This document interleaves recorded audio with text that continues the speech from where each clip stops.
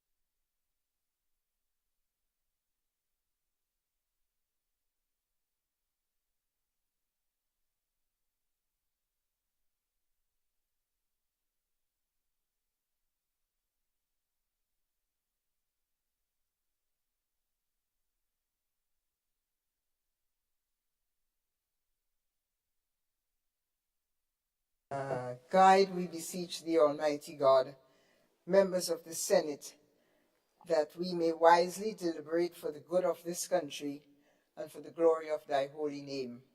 Let us all pray. Our Father, who art in heaven, hallowed be thy name. Thy kingdom come, thy will be done on earth as it is in heaven. Give us this day our daily bread, and forgive us our trespasses, as we forgive those who trespass against us. And lead us not into temptation, but deliver us from evil.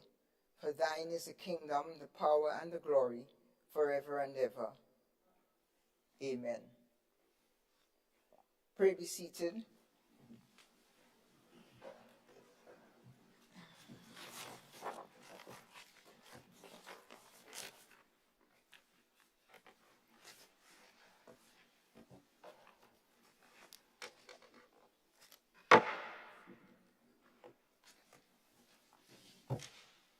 Good morning.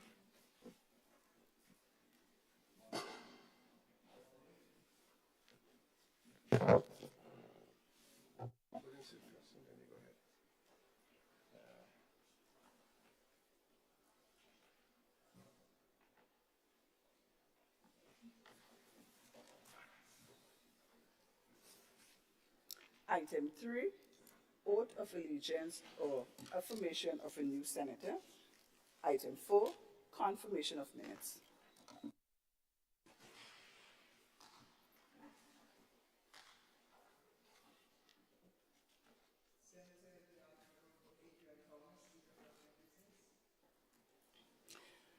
Good morning. I rise to move the motion that the minutes of the proceedings of the sitting of the Senate held at the Parliament Chamber, Mount Weldale, St. George, on Wednesday, July the 25th, 2023 at 9 a.m. be taken as read.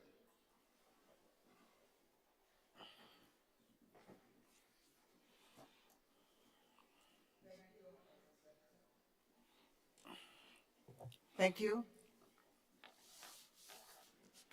Gentlemen, the madams, can hardly see you here. Good.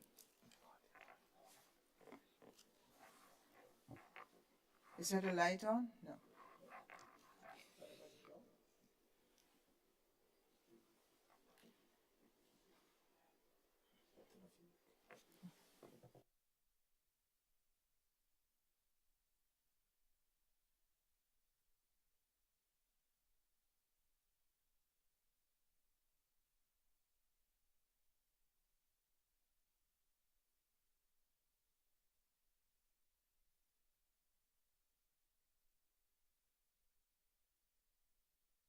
Minutes be taken as read.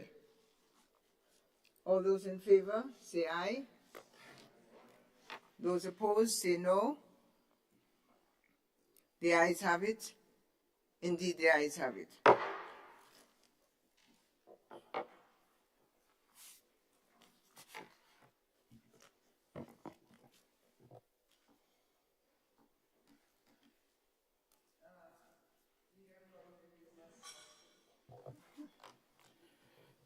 Madam President, I beg to move the motion that the minutes of the proceedings of the sitting of the Senate held at the Parliament Chamber, Mount Weldale, St. George, on Wednesday, July the 26th, 2023, at 9 a.m.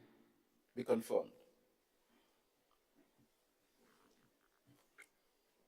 Honorable members, the motion is that the minutes of the proceedings of the sitting of the Senate held at the Parliament Chamber here at Mount Weldale, St. George's, on Wednesday, 26 July 2023 at 9 a.m.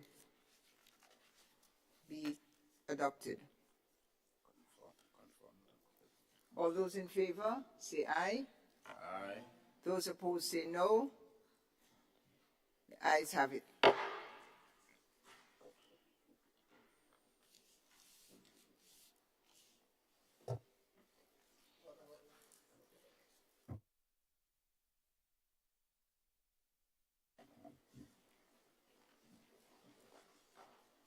Item 5, messages from the Governor General.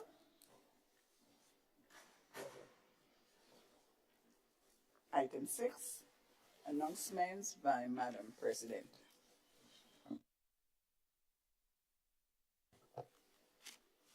My dear colleagues, I'm happy to be well and return to the Senate. Missed you all. And a special thanks to Deputy President of the Senate, Senator the Honorable Nolan Cox. Thank you all very much. Item 7, ministerial statements.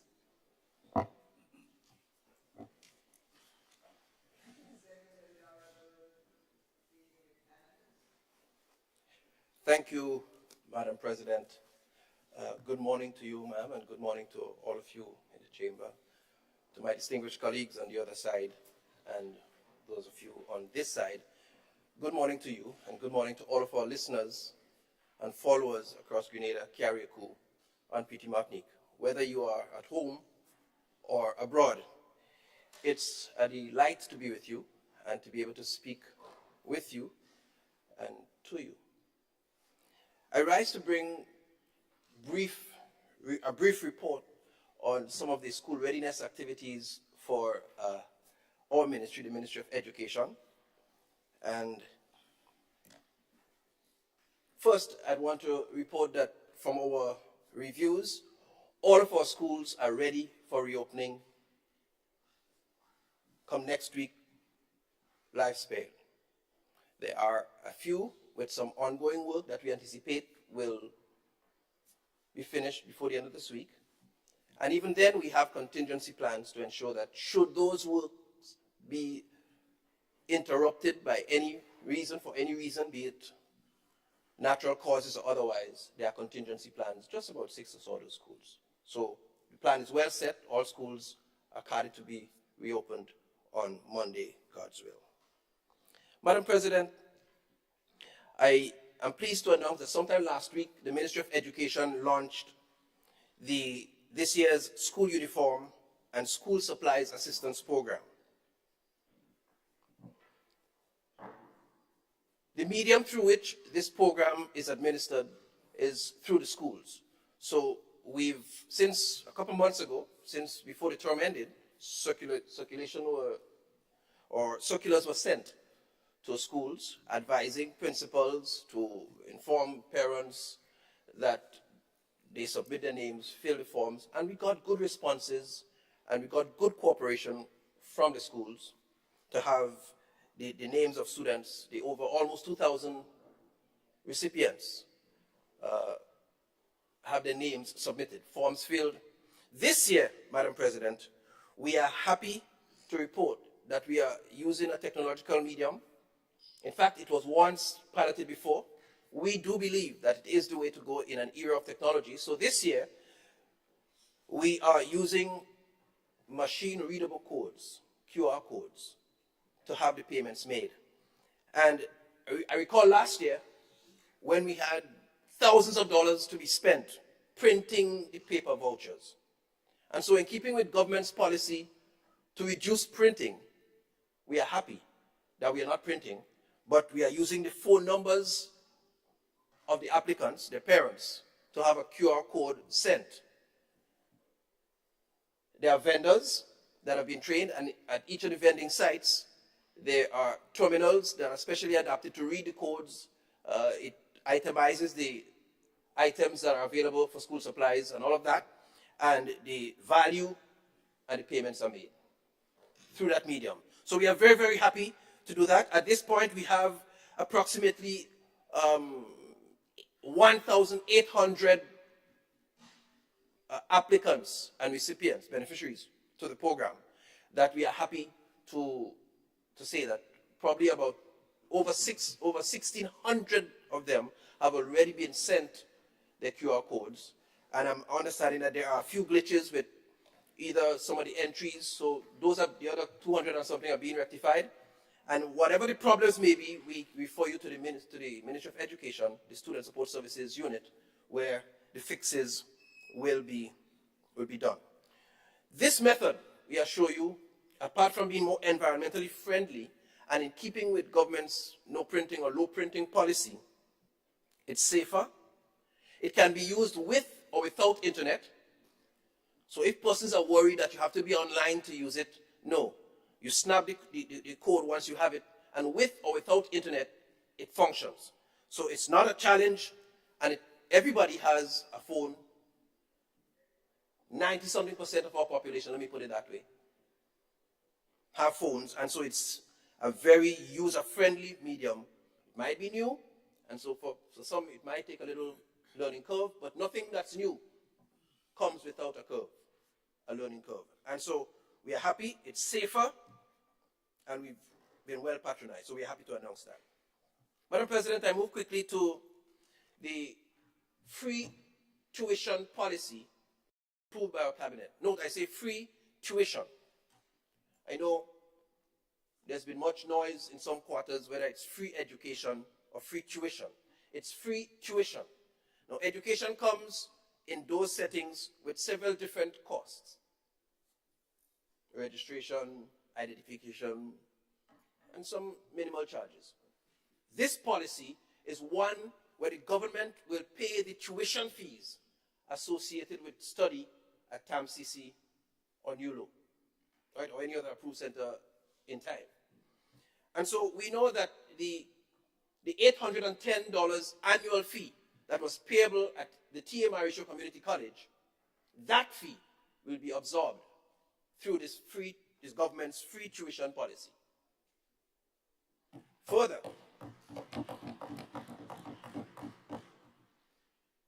that same fee will be applied to persons pursuing studies at NULO.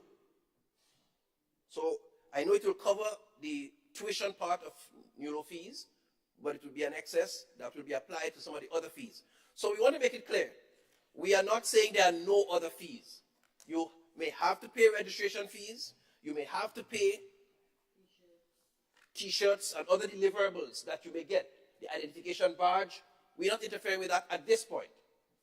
But we are happy to bear the load of the $810 tuition fee, $810 tuition fee. We are very, very happy to do that. And Madam President, we continue to remove barriers to access in education. That's what this is. This is a very transformative gesture by this government. In some other place, I heard mention that that's not enough. It's not enough to remove the $810 because there are other fees. Well, I say in some other place, there were several years of opportunity to take away and to provide all that was needed. But that didn't happen in all the years that were there, 10, 15, 20. But we recognize on this side the importance of education and the power education has to transform lives meaningfully. And so we are moving in that direction. And so there's a budgetary allocation of 2.5 million allotted for that, and probably we'll talk about that in the bill.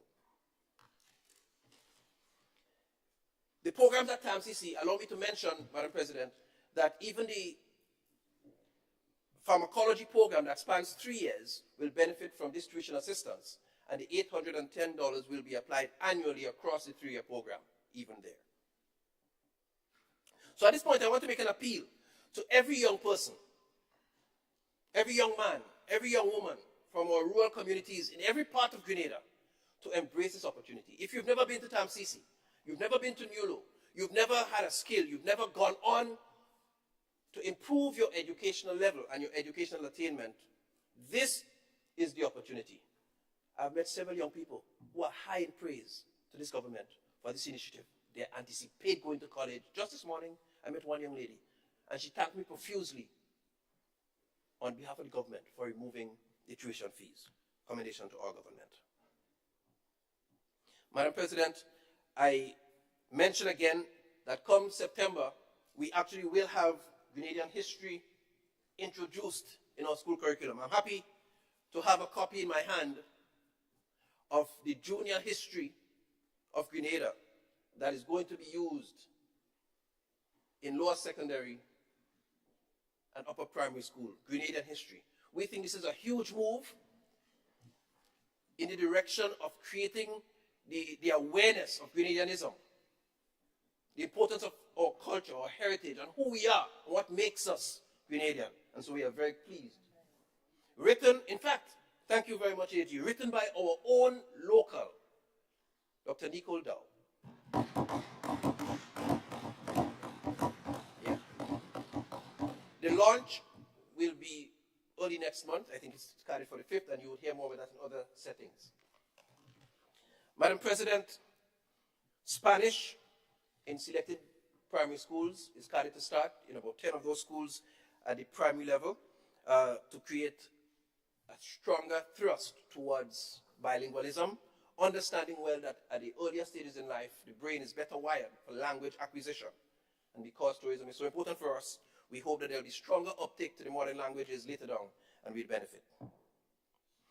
I'm pleased to report too, Madam President, in the last sitting of the Senate, we spoke about the program that took place in June for the students who did not get the grade that was required to go on to secondary school but were however placed. And we reported great success. I'm here to report further that the curriculum department and the Ministry of Education has put together a continuation plan for support for school readiness program.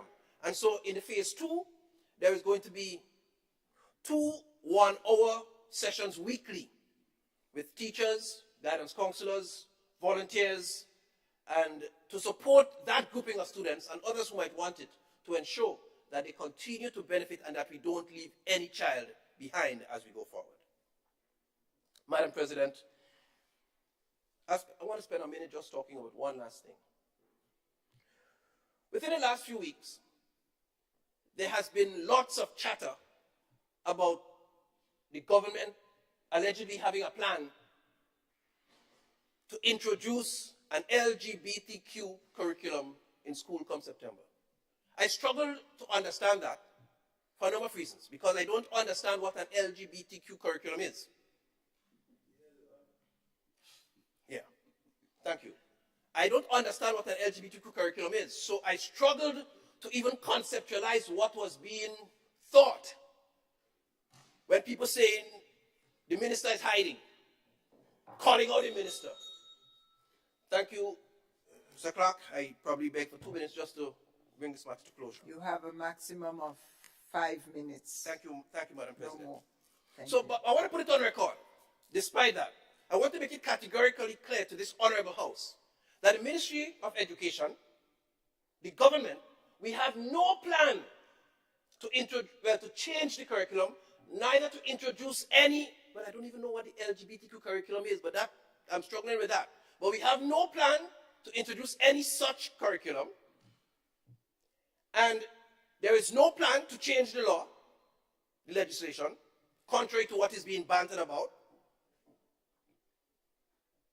And that the HFLE curriculum that is currently in use is the HFLE curriculum, the harmonized CARICOM framework curriculum that has been adopted since 2009. That's the same one that's being used, and there's no plan to change it. I want to further state, Madam President, that the confusion that probably has been created, probably out of mischief, probably out of malicious intent, probably surrounds a document, this document, which is an international technical guidance on sexuality education. A document that was first published in 2009, with all these international agencies, UNAID, UNFP, UNICEF, UN Women, WHO. All these organizations, Grenada is signatory to. This document was first published 2009. Grenada signed on to this in 2018. This document focuses comprehensive sexuality education, CSE. Grenada signed on to this document under the stewardship of the former administration in 2018.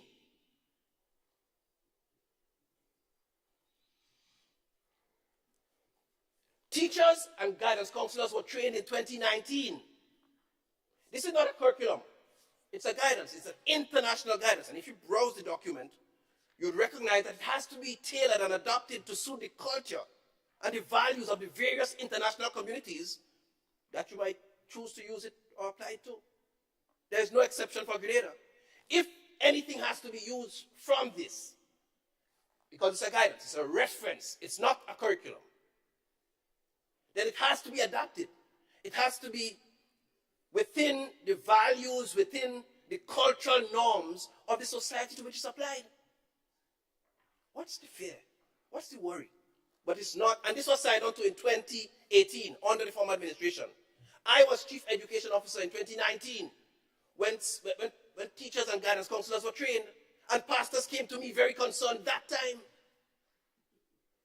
And I had to allay their fears from the point of view of a person who is trained in the behavior sciences, from the point of view of a person who is a practicing Christian, from the point of view of the person who is a father.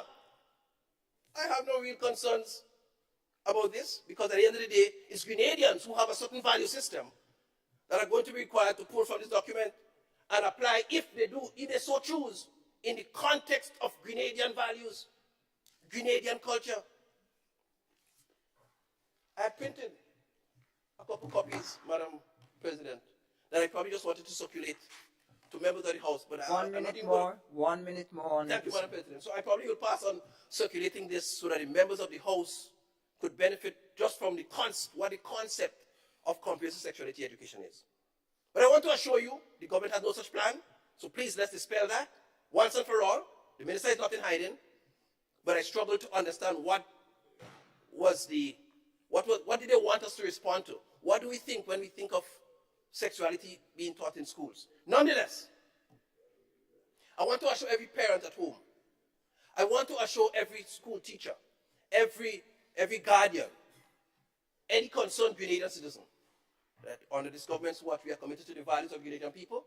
There is no plan to change curriculum, to introduce sexuality education, to introduce a new LGBTQ curriculum or anything of that sort. And we remain committed to the values of the Grenadian people. But I want to say, we have an aversion for sexuality, Madam President, that we need to look at, because that's where the scare is coming. Because all those things are right around us. In the news, in the cartoons, in the advertisements, they're everywhere. And if we pretend, Madam President, 30 seconds, if we pretend that they don't exist and put our heads in the sand like ostriches and pretend that it doesn't exist around us and tell education to shut up and tell the church to shut up, who informs our children about the right values? Who informs them about how to make the right choices? Thank you very much, Madam President.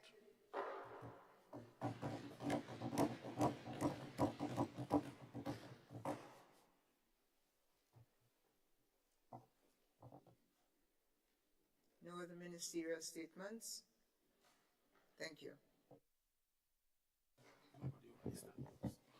Item.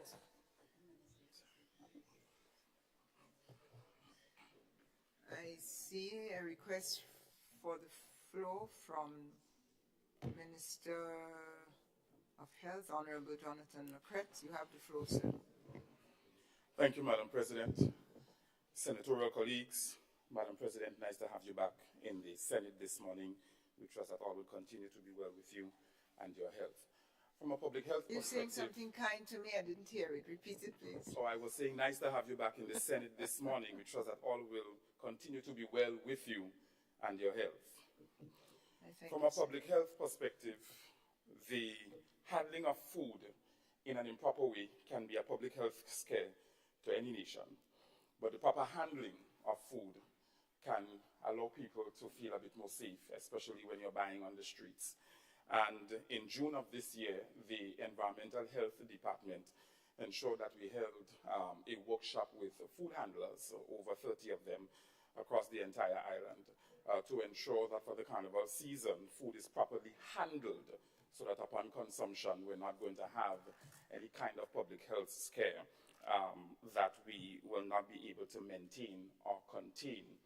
Added to that, the training is not just going to be around carnival season, but we wanted to ensure that the food handlers are certified and that they will train so that individuals who are purchasing food from these food handlers will see their certification and know that they have been trained to handle food in a particular way.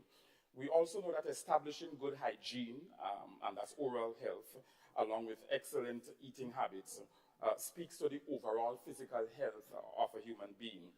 So on island, and I also as Minister for Health, along with the entire sector, would like to, and government as well, would like to express our appreciation to Smiles GCP, Grenada Carriacou, and PT Martinique for the dental work that they are doing with their team here this morning, and the collaboration that thank you, and the collaboration that we've had over the past few years. I had an opportunity to visit the stadium where they are operating, and I was extremely pleased to see more than 500 Grenadians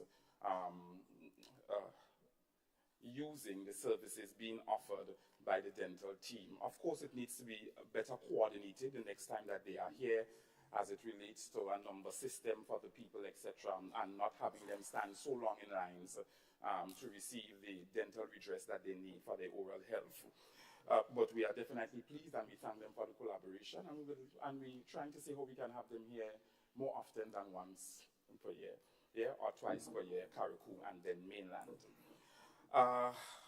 We at the Ministry of Health, Wellness and Religious Affairs, we have appointed a health disaster management coordinator, and sometime in August, early August, just before the carnival season started, we held a disaster management coordination workshop with all ministers of religion, simply because most of, if not all, well, most of their churches are used as hurricane shelters during the hurricane season.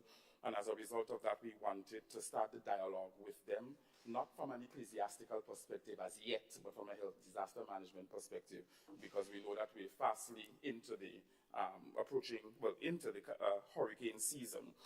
The workshop was well received, Madam President, by these ministers of religion, and they are calling for more engagement like these so that we can work together and collaborate as a ministry or government and church. On September 8th as well, we are going to be having an ecclesiastical engagement with ministers of religion or their designate. They were already briefed of such.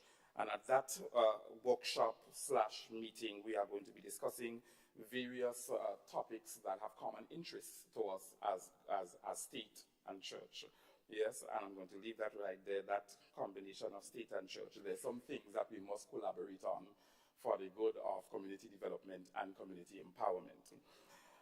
Over the past month or so, 2 months actually, our community health nurses have been out in various communities, various villages, and they have been doing pop-up clinics. And that is because sometimes the people don't come to the medical stations, you have to go to them. Apart from doing the pop-up clinics, they have also embarked on a vaccination drive, especially when it concerns childhood vaccines or childhood vaccination. We recognize that our percentage in that has dropped significantly, and by and large, because of the COVID-19 scare and the vaccines and what people were hearing from an international perspective, the vaccines are doing, persons are very apprehensive with taking any vaccine at all. So as a result of that, we decided if the parents are not coming to the medical stations, the community health nurses will go to the parents. And seeing that school is on holiday and preparing to be reopened, the holiday time is the best time to find some parents home and children in the villages and to request of the parents if they don't mind having the child vaccinated right at the home with the supervision of the parent as well as the community health nurse. And that went well because we're trying to bring up our childhood vaccination percentage and rate. And I want to applaud the nurses, the community health nurses, for that. The Allied Health Professional Council, they have never had a headquarters or a secretariat, so we worked feverishly to ensure that the council now has a secretariat and a headquarters to function from, so that the challenges that are being faced by the professions that fall under the auspices of the council can now have a proper organized secretariat that they can have some redress. We do have some issues that we're trying to iron out with the professions that fall under the auspices of the council, and we plan to meet with the executive of the Wellness and Allied Professional Association very soon, before the end of August. I believe it's Friday this week, we will be meeting with them. For more information regarding the council, the website as well as phone number and email, etc., is up and running, and that can be obtained from our Ministry of Health Facebook page. We hired a director of mental health and wellness who is currently in place and functioning as the Grenada's focal point with PAHO and other regional and international organizations. And we've also hired a general manager for our central medical stores upon the after having a PAHO's assessment of our central medical stores. One of the recommendations from PAHO is that we hire a central general manager, that is, and that we now have 2 procurement streams for pharmaceuticals, medical and non-medical, and that we structure the CMS department in such a way that it allows effective flow of the organization. So we are currently doing that, and one of the recommendations also from PAHO is that we also constitute a procurement committee that will sit over the procurement of pharmaceuticals, both medical and non-medical. So we're fastly approaching those recommendations in terms of rolling them out, and we are pleased about that. I have spoken at length about our mission critical positions that we've asked to be unfrozen or established, and to date we have filled 16 of those positions. I want to believe that by November, when we come to the new budget cycle, that all 21 mission critical positions will be filled and that the sector will have that kind of robust operational function so that we can function on all fours. We now have a group of 8 physicians who recently graduated from the St. George's University, and they are now working at the General Hospital. They have completed their internship program and they have been employed as house officers. Of course, you have to leave room for them to be able Excuse to me, Senator, how many did you say? 8. 8. Generally, we'll have 1 or 2. So this is really a big win because we've never had such a huge number. We've never had such a huge number in a long time. So the 8 for us is really good, and they are being rotated now around various areas of the hospital in terms of departments so that they can find their bearings before we actually have them have a taste of the accident and emergency department. With that being said, in December we will also have another batch of 8 graduating.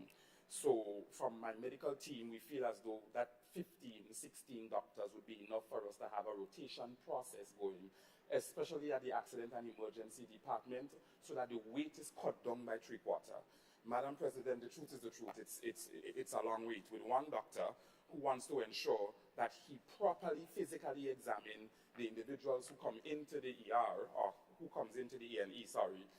He or she will take some time to ensure that no malpractice is done, etc. So I understand the wait, because there are times you go in the past, and I myself as a citizen, you have to wait. Yes, and based on the criticality of your emergency, you may want some immediate redress before the persons who are sitting there, etc.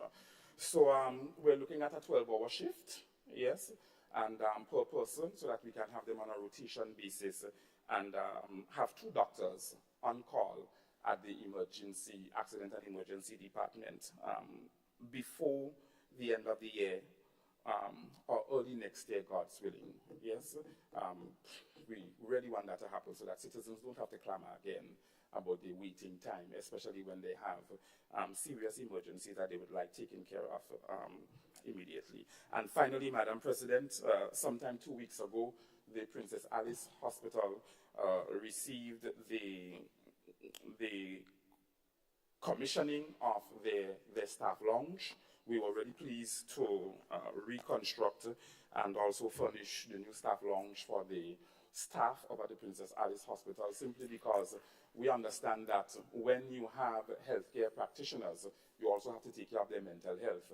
And that translates into the quality of care that they also give to our patients. If they are mentally disturbed and are frustrated and don't have a place that they can rest and find some kind of comfort, that sort of translates into the quality and kind of care that they provide for our patients. So we are grateful that they have a resting place, and even if they don't want to go home, there's bathroom, there's changing places, there are locker rooms, our lockers provided for them to put their clothing in, etc., cabinetry, kitchenette, and it's really nice. It's really a sight to see. And I want to thank all of my administrative staff at the health sector, all of my managerial staff, my PSs, and all those who make the operations of the health sector function fluidly at this particular point in time. Hats off to them for the work that they are doing, and I look forward to the continued collaboration. And I thank the Minister of Health, and I want to pass the floor now to Senator Cox. You have the floor, sir. Thank you very much, Madam President. I just have a question for the Minister for Health regarding the dental clinic for the kids. I'm aware that the technology that is the new technique in terms of sealing the teeth is something new that is being done. I was just wondering if there was any mechanism or structure in place so that the transfer of knowledge, our local dental technicians could get that technique, learn that technique, so we can apply it going forward to treat our kids on a daily basis or weekly basis. So I just wondered if anything was in place for that transfer of knowledge during this visit. And also to say thank you to the team for the support that they have been giving to Grenada and Carriacou and Ptematic over the past years and this year as well. Thank you, Senator Cox. Senator Lacrette? Point well taken, Madam President. I know that sometimes our local dentists, well, those who work within the structure of the public sector, they do work along with them from time to time, but I don't think in the capacity of the transfer of knowledge. If it's private practice, fine, persons may know how to seal, but as it relates to the dentists who work in the public sector, it's point taken. We can look at that the next time the team is back to have a more closer collaboration with our public sector dentists and those who work at the various dental stations across the entire island, so that they can learn the skill. Not that they don't have it, they do, but the different techniques that are used on the international market can be transferred to our local context. Thank you. Thank you, Senator Lacrette. Senator Andrew Lewis. Thank you very much, Madam President. May I personally join in welcoming you back and wishing you all the very best. Yes. Just an observation and a comment and a request in one. It is great to hear of the fact that we have 8 new doctors, and come December, thereabouts, we'll have another 8 or 7. We have had challenges in the past, and we continue to have challenges, but let us use this as a golden opportunity to do everything possible to ensure that we are able to have good retention of our doctors. Because not only it is a concern at the A&E department, but in the general health system itself, as it relates to what we call the house doctors, because many times outside of the normal working hours, you have the interns and nurses who would need to get access to the qualified doctors' opinions and services, and many times it is difficult. So through you, Madam President, I'm making a request to the Minister of Health that we do everything humanly possible to ensure that we are able to retain our doctors and our nurses, to focusing on the doctors now and to congratulate them for seeing this through to this stage of the journey and to keep them in Grenada. So that's my request through you, Madam President. Thank you. Minister Lacrette, you heard the request. Respond to that as well, please. Yes, thank you, Madam President, and thank you, Senator Lewis. In fact, in a meeting with my medical director a few days ago, there was a request, especially for the new budget cycle coming up, to go back to what you call having doctors on call.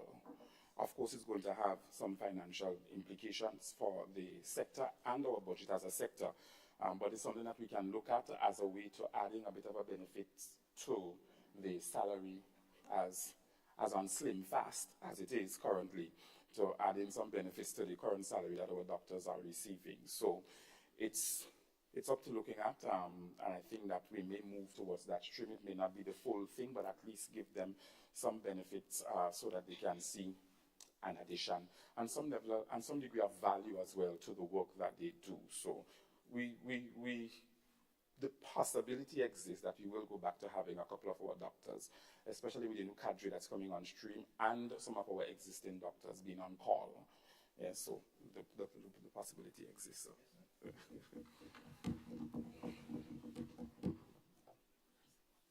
Thank you, Senator Cox.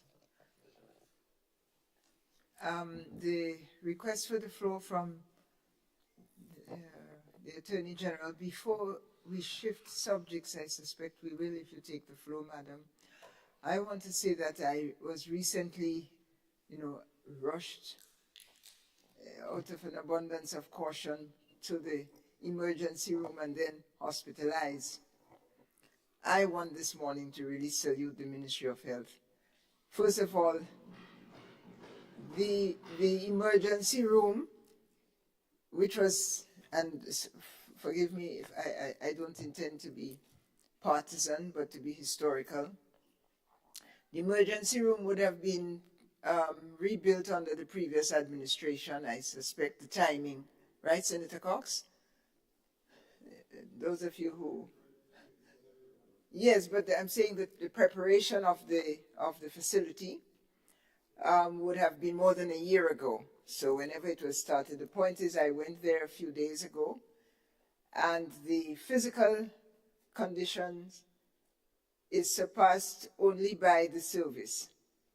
I'm doing this impromptu, forgive me if I'm breaking any rules, but I want to name the attending physician who received me there, a young Grenadian man from St. Patrick's anyway. Young physician, committed, forget his first name, a fellow by the name of Dr. Gilbert. Attentive, excellent.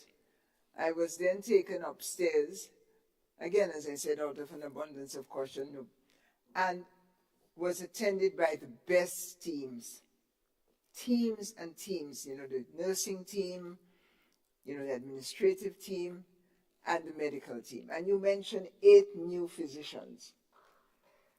At least 3 of them saw me. Young, I'm sorry, a little bit biased again, young women, but young people. One in particular from Pitimatnik. They're good. They're thorough. They're caring. They have good bedside manner. And when I experienced that, I want to give kudos to all those who have contributed over the years to the development of medical care in Grenada. We have a long way to go. But it is coming on. It's coming on. It is coming on, and I'm one of those. And all of that, and I'll end here. I know the clerk is anxious for us to get on. I must say, all of that care, absolutely free for the population. so much so that I've committed to sending in my own financial contribution, because it is not possible to have all your examinations, your medications, your meals, and so on at the cost of the state, and still people are so critical. So I want to say to the nation that our healthcare is on the rise. It's on the rise with the personnel and with the plethora of training and vaccinations and staffing and so mentioned this morning. I think we're marching forward. And thank you all. Thank you very much. Senator Claudette Joseph. Thank you, Madam President. Good morning, colleagues, and good morning to all of the listeners and viewers of these proceedings. I join with colleagues here in this chamber in welcoming you back, Madam President, and wishing you continued recovery, good health, and strength. I rise to give to the nation and to this honorable house a brief update on the work of the Wages Advisory Committee. Madam President, prior to forming the government, in the campaign, one of the promises made by the now administration was the review and increase of minimum wages in Grenada, which, although required by law to be reviewed every 3 years, was not reviewed since 2011. And keeping good and true to that promise, we did constitute the Wages Advisory Committee, and they, I am happy to report to this House and to the nation, have submitted to the Cabinet the final report, which will be shared with the public shortly in further consultations that have been directed to be commenced by the Cabinet. Madam President, the committee, in the consultations held leading up to the report, had 7 or so public consultations, not including appearances on the media, radio and TV, and of course, many more private and direct consultations with stakeholder organizations, including the Grenada Chamber of Industry and Commerce, the Grenada Hotel and Tourism Association, the call center operators, construction sector, the bus associations, the public sector senior managers, the relevant ministries such as the Ministry of Agriculture, because as we know, the agricultural workers feature in the minimum wages order, the beverage manufacturers, bakery associations, security companies, civil society organization, media workers association, among others. These are some of the stakeholders, apart from the public consultations, that the Wages Advisory Committee engaged. And might I just back up to say that the Wages Advisory Committee consists of the tripartite arrangement involving government, the labor movement, and the employers, equally represented on that committee. And so we are going to be holding a series of public consultations so that we can have further input and interrogation of the recommendations made.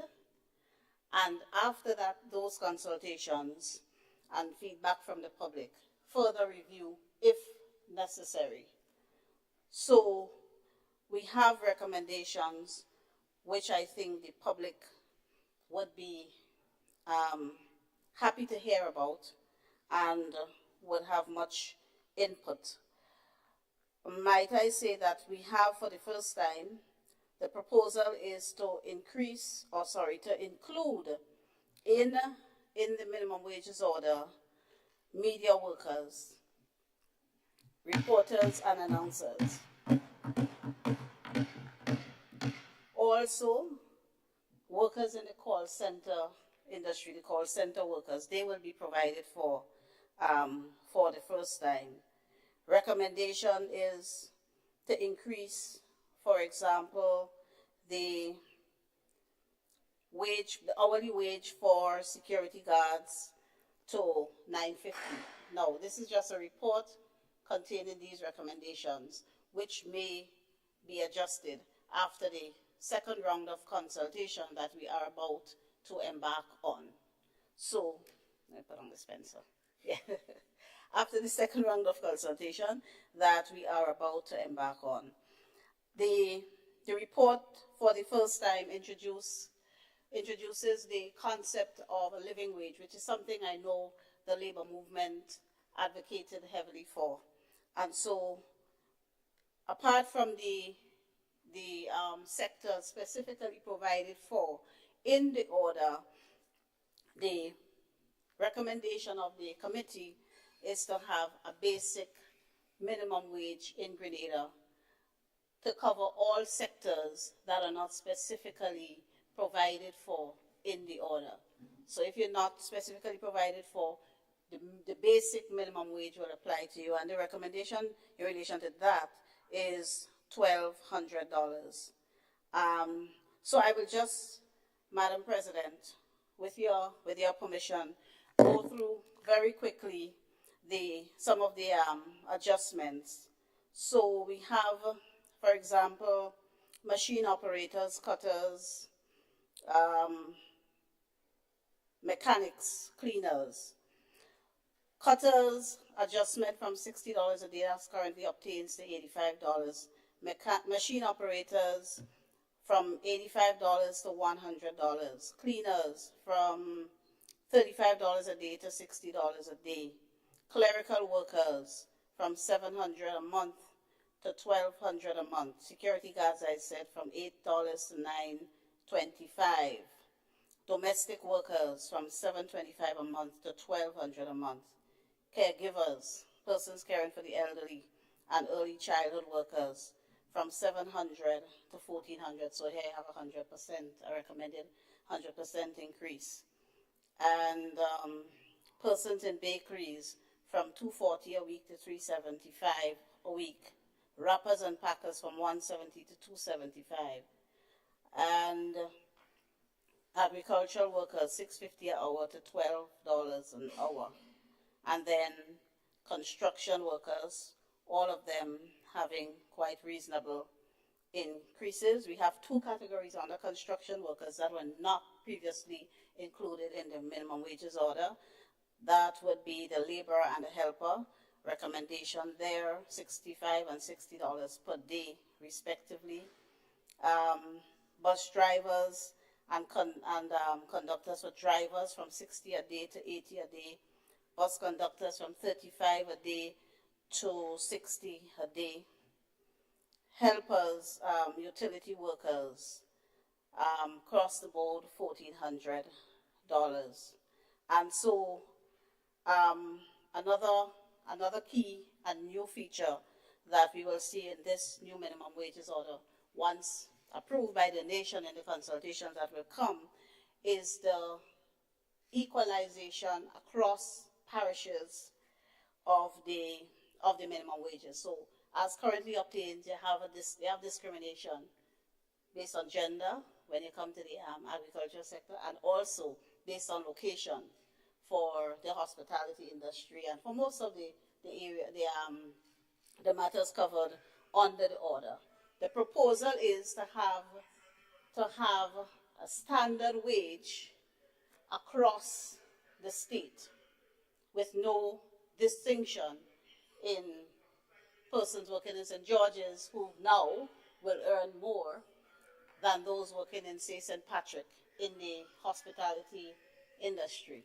So this is a new concept where we have the equality in terms of wages across gender and local.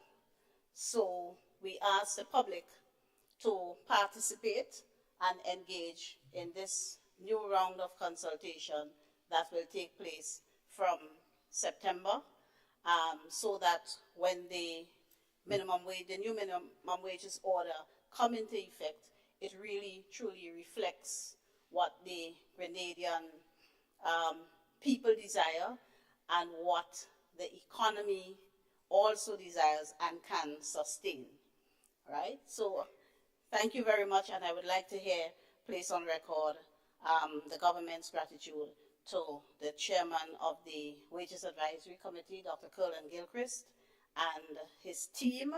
Let me just quickly say to the nation I don't have their names here offhand. Yes, I do.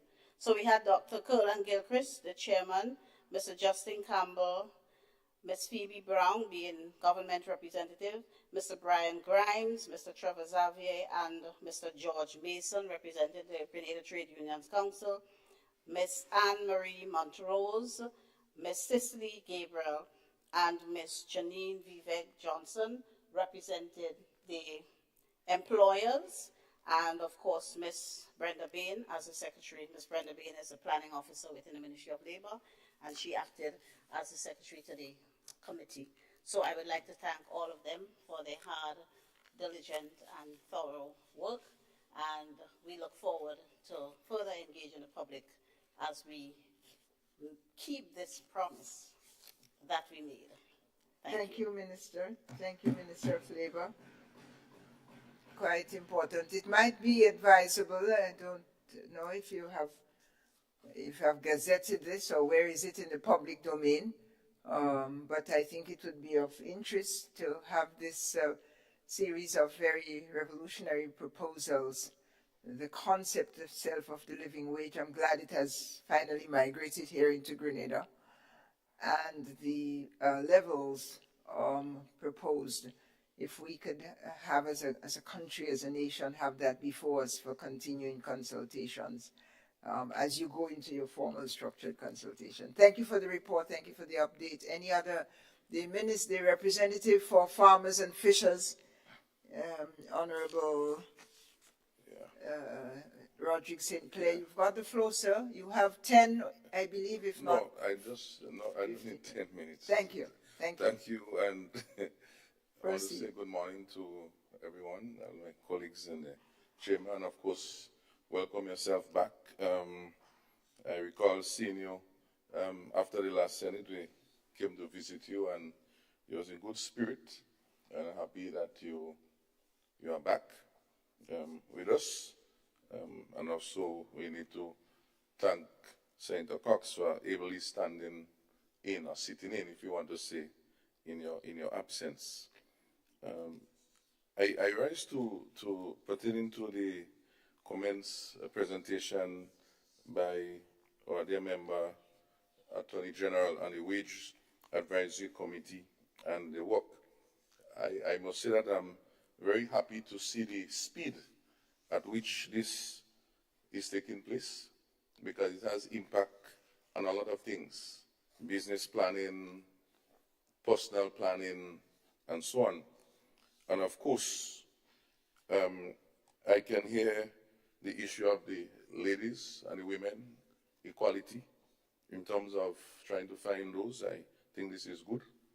The issue, what the final figure is, that's a different discussion, but the direction of equality.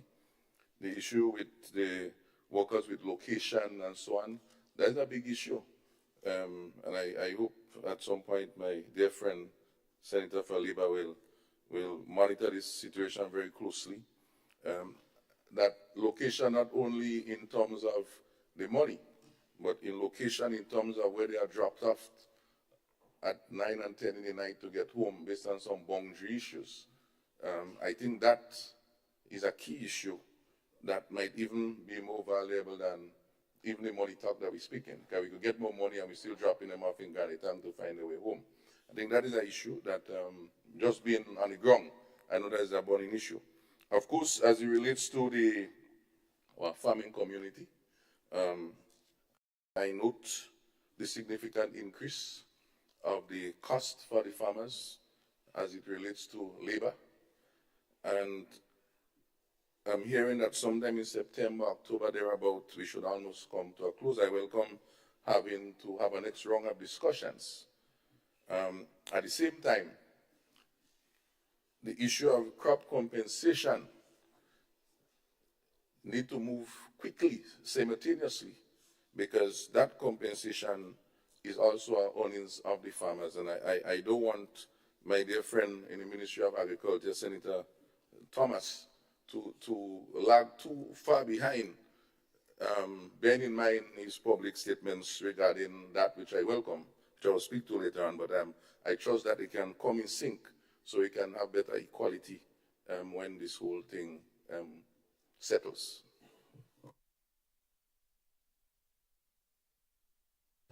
Thank you. Thank you, distinguished senators, honorable ministers, those of you who are. I offer the floor to Senator Andrew Lewis. Senator Lewis. Thank you very much. 10 minutes. Sorry, yes. Because we are part of the ongoing discussion, I may not necessarily need that, but to use the clarion call made by my good colleague from the Ministry of Agriculture, and certainly wrongly supported by all here. Let's join together to ensure that we solve this transportation issue, not just the national transportation issue, but let us start with dropping off of workers, and in particular our female workers. Yes, I am taking this as a commitment from all of us to work towards that and to do that speedily. Obviously, the Trade Union Council is represented on the body, and therefore our pronouncements will come through that body, and when we come back officially, one will address that. But just to really publicly recognize again the fact that we are speaking about a living wage, let us make this part of our conversation and drop that talk about minimum wage, because living wage will also have implications, not just for what you call wage earners, but where we get benefits like retirement benefits, etc., NS, etc., because many of our people are unable to live a decent standard of living after giving all the years of service to the country. So it is a step in the right direction. I'm aware, through you, Madam President, that there ought to be and will be some ongoing discussions, and such. I will not go into these matters with pure respect for the process. But it also highlights the importance of the tripartite arrangement. It highlights the importance of social dialogue. And we are confident that as a nation, no task will be too much for us to overcome. My final pattern comment on this is it highlights the importance that even in some of the leading sectors, in the hotel industries, without calling names, some of the most profitable and internationally known hotels in our country, our unions and the labor movement had to be fighting to get these industries to recognize that they needed to obey the law and pay the dead minimum wage. And that is how it is. And therefore, all of us have that responsibility to be our brothers and sisters keepers, so that whether you are unionized or not, we can look out for you. So we in the labor movement recognize the process that is unfolding, and we give our commitment, not only to the Wages Advisory Committee, but to whatever is required to bring this country forward. And in this context, I'm very sure that as we bring on the 16 or 15 new doctors, that the tenure of their employment will be addressed to ensure that they can feel comfortable that they will be made permanent. Just thought I should have that in. I thank you, Senator, and I'm sure your colleagues have heard you. Thank you all for the updates. It's good to know firsthand what is happening, proposed, and recommended in the country. Thank you all very much. Next item, please, Madam. Item 8, presentation of papers and reports from select committees.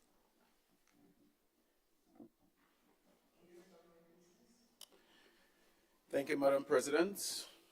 Madam President, I rise to present the following papers and reports from selected committees to this Honorable House. Number 1, supplementary estimates of expenditure for 2023 as approved by the Finance Committee at its meeting of 18th of August 2023. Presentation number 2, the media review report as approved by Cabinet pursuant to Section 25, subsection 3 of the Public Finance Management Act number 17 of 2015. And the final presentation, Madam President, the opinion of the Cabinet pursuant to Section 25, subsection 2 and 3 of the Public Finance Management Act number 17 of 2015.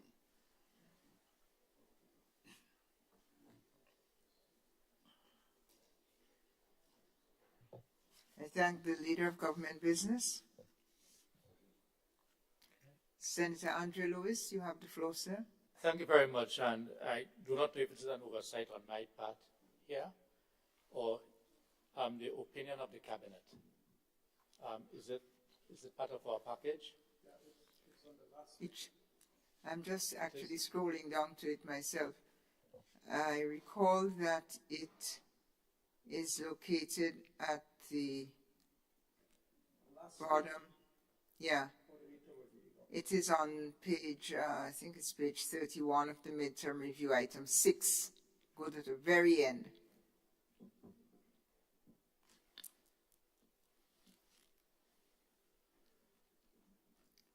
The page is not numbered, so go to the very end. Have you located it, Senator?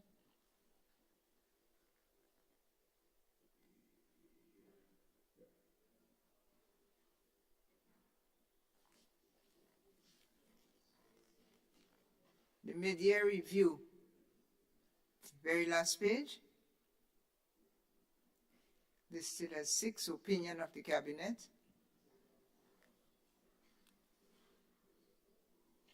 Good.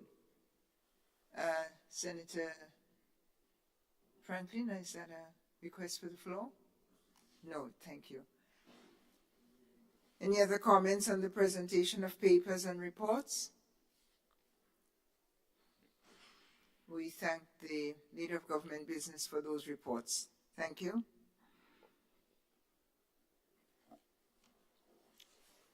Item 9, petitions. Item 10, government notices. Item 11, unofficial notices. Item 12, questions.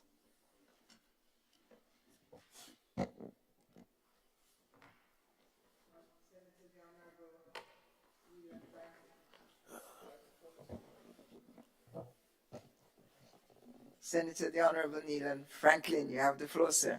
Thank you very much, Madam President, and good morning to all of the honorable members of this House. Madam President, again, similarly to my colleagues, welcome back. It's happy to have you. It's nice to have you back. I rise to ask the following question, question number 1, standing in my name, to the Honorable Minister for Social Development and Gender Affairs.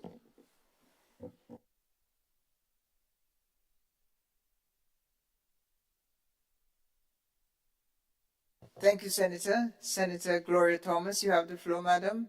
Minister of Social Affairs and Gender Affairs. Thank you, Madam Chair.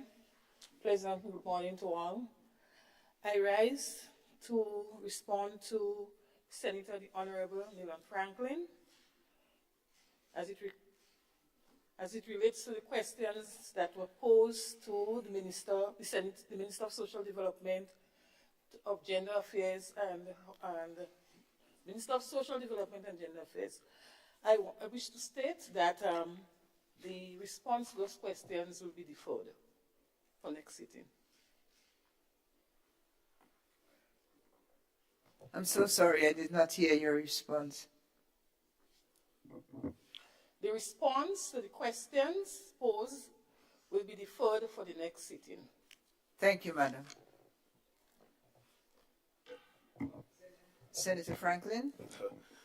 Thank you, Madam President. Madam President, at least an explanation for the deferral would have sufficed.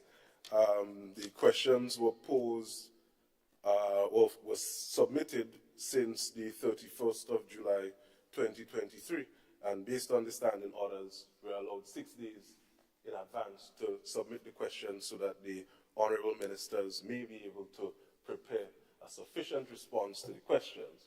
So I'm not surprised that the honorable member has asked for a deferral, but at least a rationale for the deferral would have sufficed. Moving along, Madam President, I again ask question number 2 to the Minister for Social Development. Thank you, Senator Franklin. Senator Gloria Thomas. All questions directed to the Minister of Social Development and Gender Affairs is being deferred. The questions only came to my attention about 2 weeks ago, and according to the standing order, I have 90 days to respond.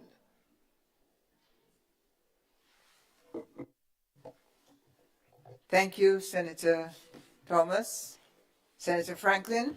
Madam President, again, a rationale for the deferral would have been sufficient, but again, the honourable member did not provide a rationale. Madam President, for the record's sake, I would like to read the questions. Question 1, which was not answered. Will the Minister for Social Development and Gender Affairs provide this honourable House with 1, A, the total number of seed beneficiaries before June 23rd, 2022, B, the number of beneficiaries who were removed from the seed program from June 23rd, 2022 to July 28th, 2023, and the reason for the removal of these beneficiaries from the seed program. C, the names and constituencies of beneficiaries removed from the seed program. Question number 2, will the Minister for Social Development and Gender Affairs inform the Senate of the number of new beneficiaries who were added to the seed program from June 23rd, 2022 to July 28th, 2023? B, the names and constituencies of beneficiaries added to the seed program from June 23rd, 2022 to July 28th, 2023, and the reasons for adding each of these new beneficiaries to the seed program. C, the total number of beneficiaries currently on the seed program. D, the total cost incurred to add the new beneficiaries to the program. And E, the total amount of money spent on the seed program from January 2023 to July 2023. Madam President, I move now to question number 3, which I direct to the Minister of Health, Wellness and Religious Affairs. I thank the Minister. I thank Senator Franklin, and I offer the floor to Senator Lacrette. Prior to you, Senator Lacrette, if you can hold a minute, please. I have a request from Senator Sinclair. You have the floor, sir. Yes, Madam President, just for clarity, pertaining to the time frame to respond to a question, I heard honourable member speak of 90 days time frame. I'm not too sure if this House actually has a time frame as the other place, which is a matter that need to be addressed. Even in my past sessions, has been a concern that for good order, we should really actually put some time, I think, as maybe House Committee or something may want to look at some point. Standing others House here were able to look at that, but it's a matter that we should look at for good order. But I don't think there is nothing specified in the standing orders as per now. Thank you. Thank you, Senator Sinclair. I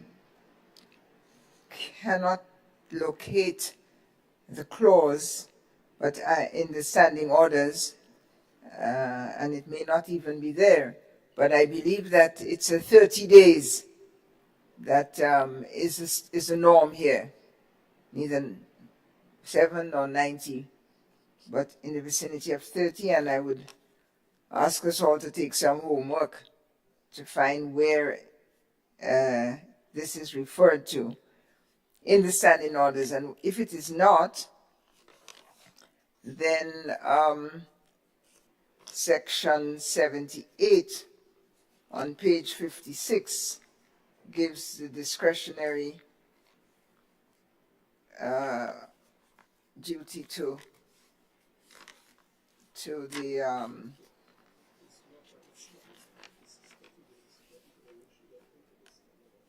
right. I'm being informed that we can arrange to have it into the standing orders, but 30 days, let me just say 30 days is the norm. Senator Franklin, you can triple your, your understanding, and Senator Thomas, you can reduce yours 3 times. So certainly by next session. Thank you. Okay, we move on because remember we've got financial matters ahead for the rest of the morning. It's 10:20. Is that your line, Senator Franklin? Please Yes, Madam take the President. floor. I pose question number 3 to the Honorable Minister for Health, Wellness and Religious Affairs. So question number 3 asks, at the sitting of the Senate on June 6, 2023, the Minister for Health stated, so at this particular point in time, we did receive a stock of pharmaceuticals last week, I believe, and we have since distributed that to our general hospital and also subsidiary institutions. And we trust that things are going to be much smoother moving forward. Therefore, will the Minister for Health, Wellness and Religious Affairs inform this Honorable House how many containers landed in Grenada with medicine and medical supplies procured by the government? What were the landing dates of the containers? What were the clearance dates of the containers? What medicine and medical supplies were procured? When were the medicine and medical supplies distributed to the hospital and subsidiary institutions? What was the cost of procuring the medicine and medical supplies? How much money was owed to the OECS Pharmaceutical Procurement Service? And finally, how much money was paid to the OECS Pharmaceutical Services to date? Thank you, Madam. I thank you, Senator Franklin, and I offer the floor to the Minister of Health, Senator Lacrette. Thank you, Madam President. Under question 3, and in response to the Honorable Senator Franklin, under question 3, there are 8 bulleted points, and those 8 bulleted points in terms of questions will be deferred to the next Senate sitting. The reason being, Madam President, the Senator must appreciate that he has not asked just for qualitative data, but also quantitative data. I said this morning in my ministerial statement that we recently hired a general manager for Central Medical Stores because we have a technological system that we use in order to be able to collate the data, but it has not been working effectively, and as a result, sometimes some manual work is needed. So I wanted to give Mr. Jeremiah the opportunity to collate the information effectively for me, along with PS and Director of Hospital Services. A bit of information was forwarded to me yesterday and the day before, but I wasn't satisfied with the amount of information that I received, simply because at the next Senate sitting, I want to be able to be a good steward of the Ministry of Health as a sector and give the nation a comprehensive, detailed listing. So I hope that we'll have enough time in the Senate because I'll be listing all the pharmaceuticals that came in, as well as if the senator is au fait with their scientific references as well, he will be receiving those, because when you're asking, Madam President, you have to be careful what you're asking for. So I'm going to be very detailed with the presentation next Senate so that the nation can understand what's happening with procurement. And I did allude to the fact this morning as well, and it is no secret that we've always had a long-standing issue with the procurement of pharmaceutical, especially post-COVID-19 with the disruption of supply chain management. Apart from that, at no given particular point in time, are you going to find any hospital or secondary health institution having all of its pharmaceutical in stock.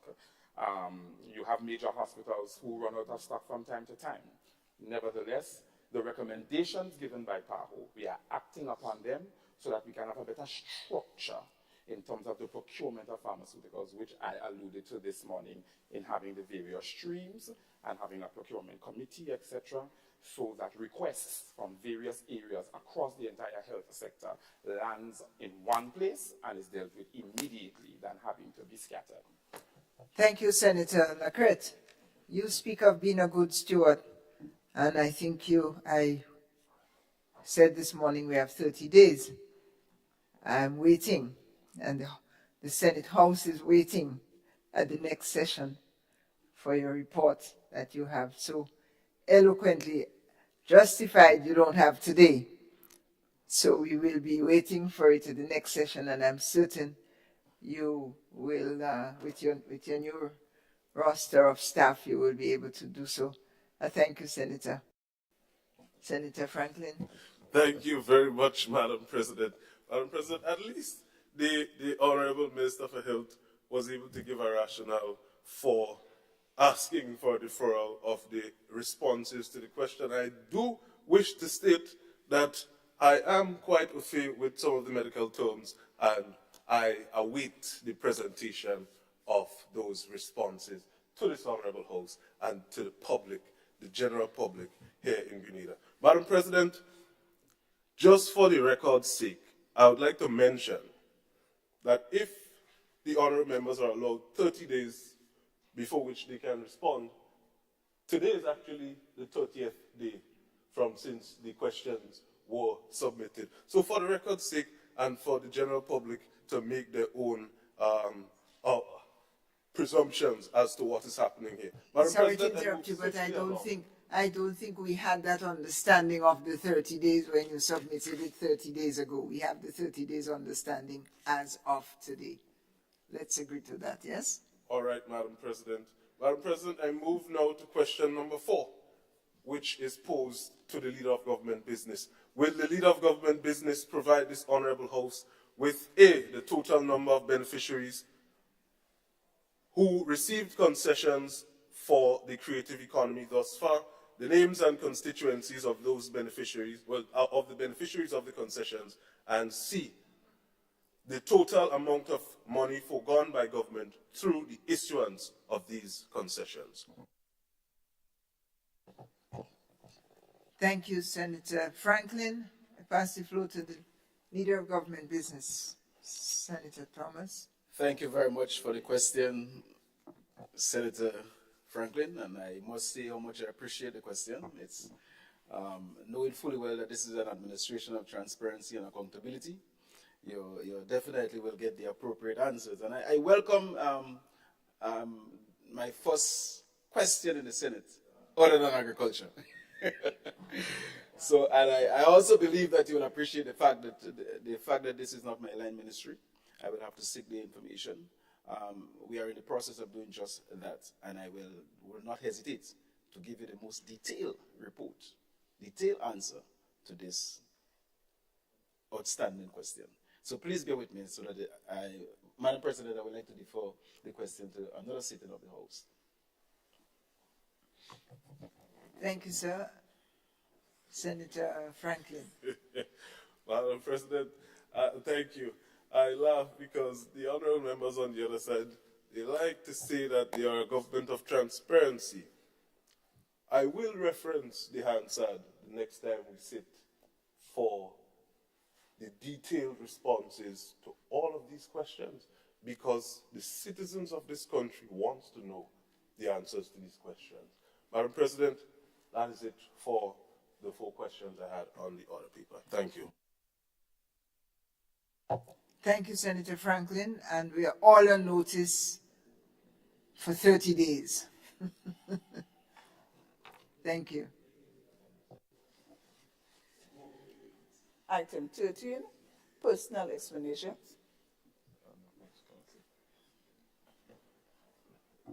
Thank you. Yes, thank you. Honorable Sinclair. Thank you so much. The 30 days is not for Neil, and it's for the whole house. It's a big girl of you guys. It's so all of us. Okay, so thank you so much. Madam President, I rise to make some brief remarks on a personal explanation, and mainly because of my presentation in the last session connecting to a letter that I wrote to the Commissioner of Police that I spoke of as a follow-up action on my behalf in terms of what really is happening with Prida Larceny, how is the police coping, and to get a first-hand encounter with them, and also they get a first-hand encounter. I was pleased to report that about 2 days or so after the last sitting, July 28, 2023, I met with the Commissioner of Police acting, Don McKenzie and his lieutenants, I would call it, about 7 of them.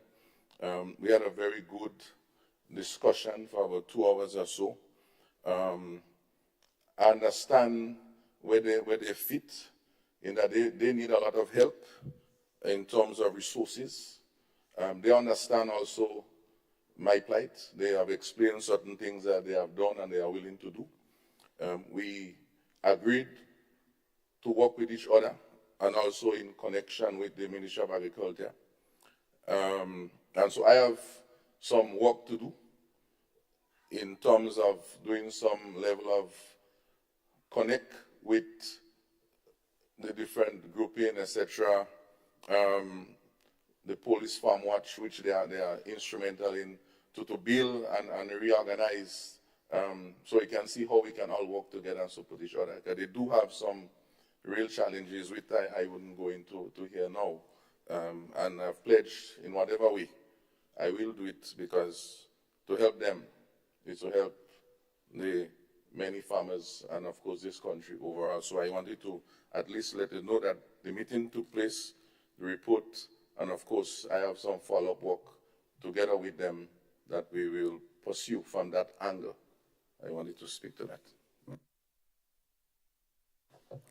Thank you, Senator, and I'm sure the House is happy to hear of the progress through consultations with all the relevant parties. Thank you. Item 14, motions.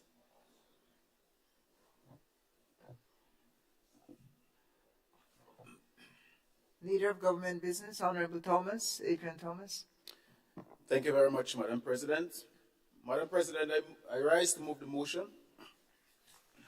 Whereas it was necessary to provide for the services of the State of Grenada for the year 2023 by means of the Supplementary Appropriation Act, be it resolved that Supplementary Appropriation Act 2023 for the period of 1st of January to 31st of December 2023 be approved.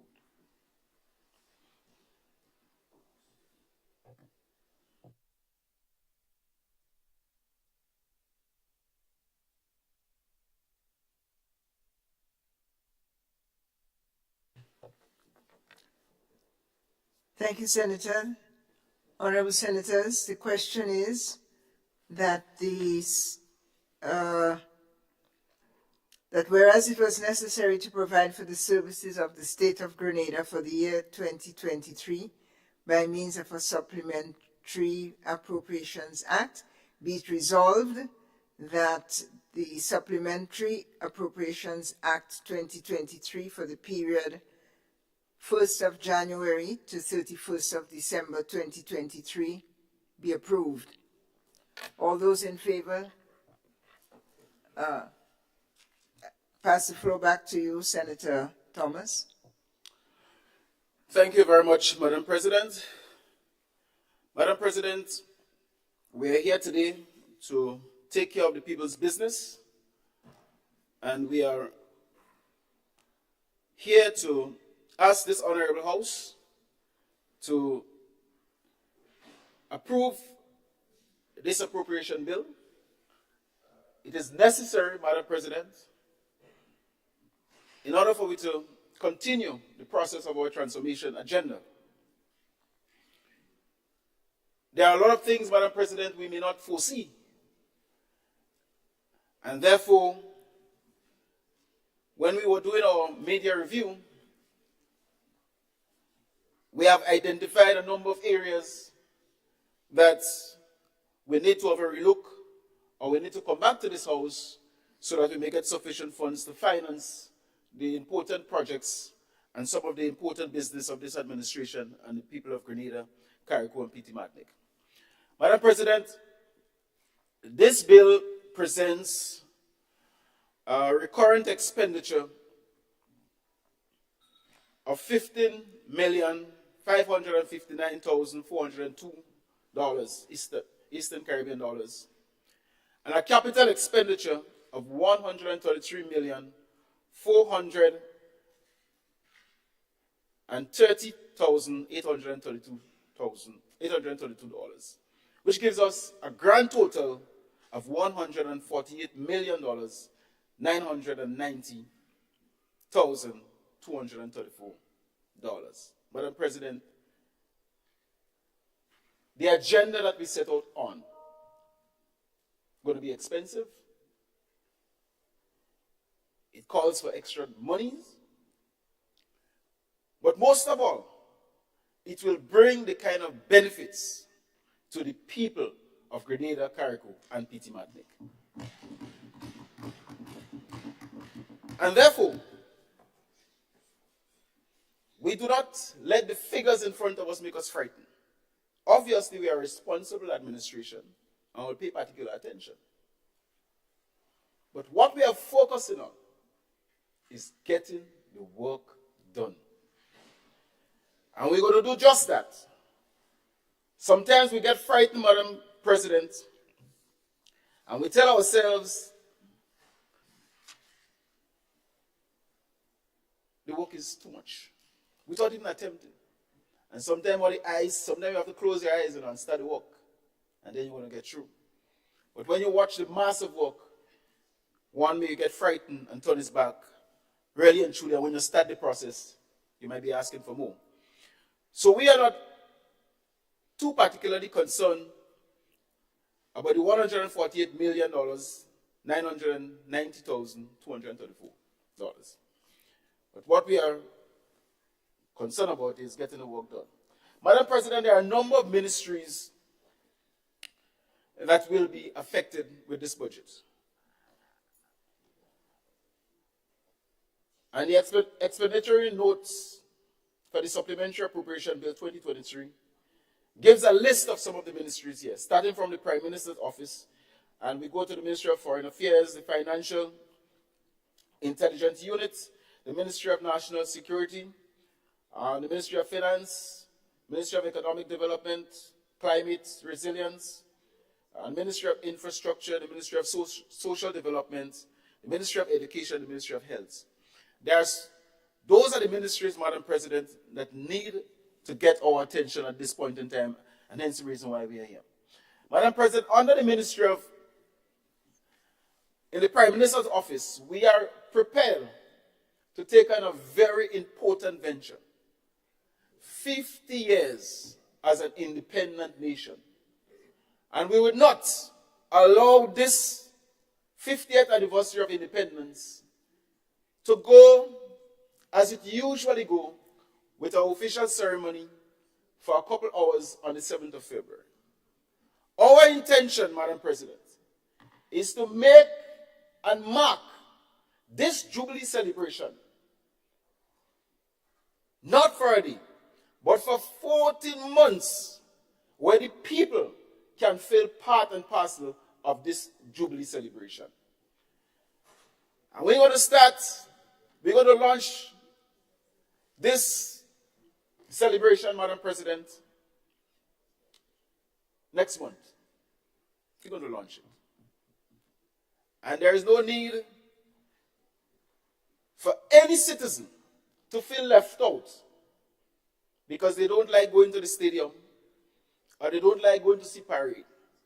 There will be activities, Madam President, where every single Grenadian can identify themselves with one or two, and so they could be part and parcel of the celebration.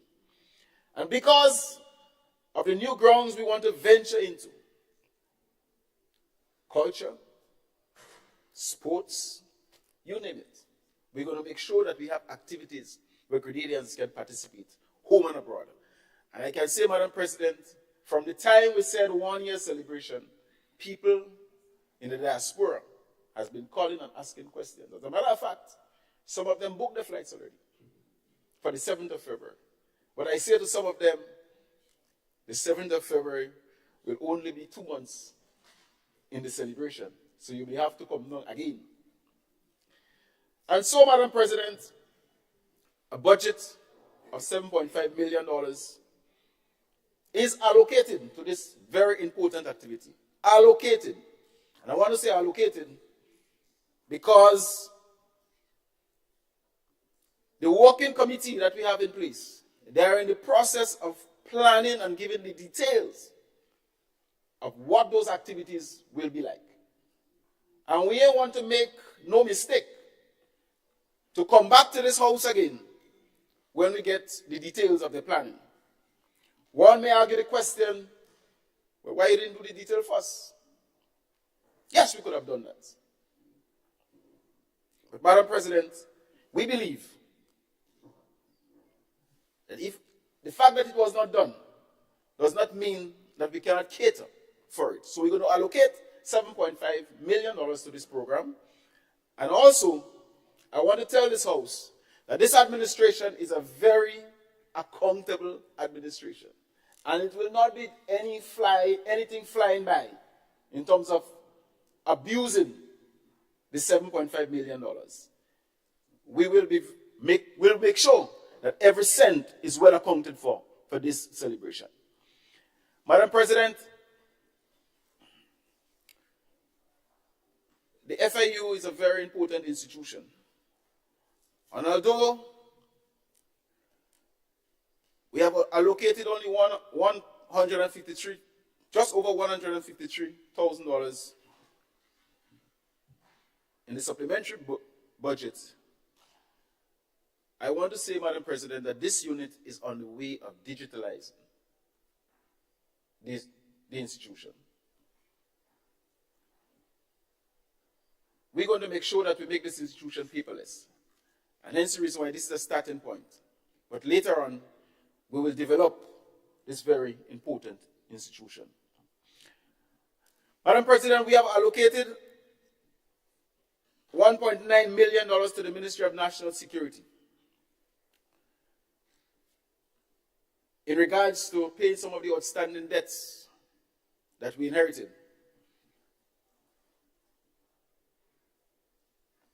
And the bills and the invoices, they keep on coming. And as they come, the fact that government is a continuum, we surely will take care of it. So therefore, we have budgeted $1.9 million in regards to that. As a responsible administration, Madam President, we have come to the conclusion that as a nation, we have to respect government properties. And we have embarked on ensuring that government properties are well secure. And therefore, we have budgeted $2.6 million to improve the security of government properties. In doing so, Madam President, what we inherited was every ministry was responsible for the security. We have taken away that responsibility from the line ministry and entrusted it in the Ministry of National Security. And I must say, Madam President, when all the security companies and all the security affairs are under one roof, we get better management. And better management, Madam President, sometimes comes with a cost. And therefore, we want to improve and make sure that all government properties, not only buildings, but people, are well secure. We are also embarking, Madam President, on increasing the hourly rate of security guards. This is something in 2008 we took from $4 per hour to over $8 per hour. And many of these security guards, they have to work long hours. I remember when I was in the Ministry of Labor, I questioned the legality of people working from 6 to 6 for 12 hours. And the explanation that was given to me because of the transport system in Grenada, if they come in 6 o'clock and they work 8 hours, they will be left on the streets. This is something that has to be looked at, Madam President. But the fact that you work per hour, it is our hope that people will be properly compensated, not only in the government institutions, but in the private sector and other areas. They are, after all, they are human beings. And the International Labour Organization will tell you, they talk about workers, and not necessarily about doctors and security guard and farmers per se, specifically. But once you're a worker, we are expecting to follow the lines. So we're going to move, Madam President, the present rates of $10.50 to $12 per hour. And this is for government security. And we expect other people to take the cue based on circumstances.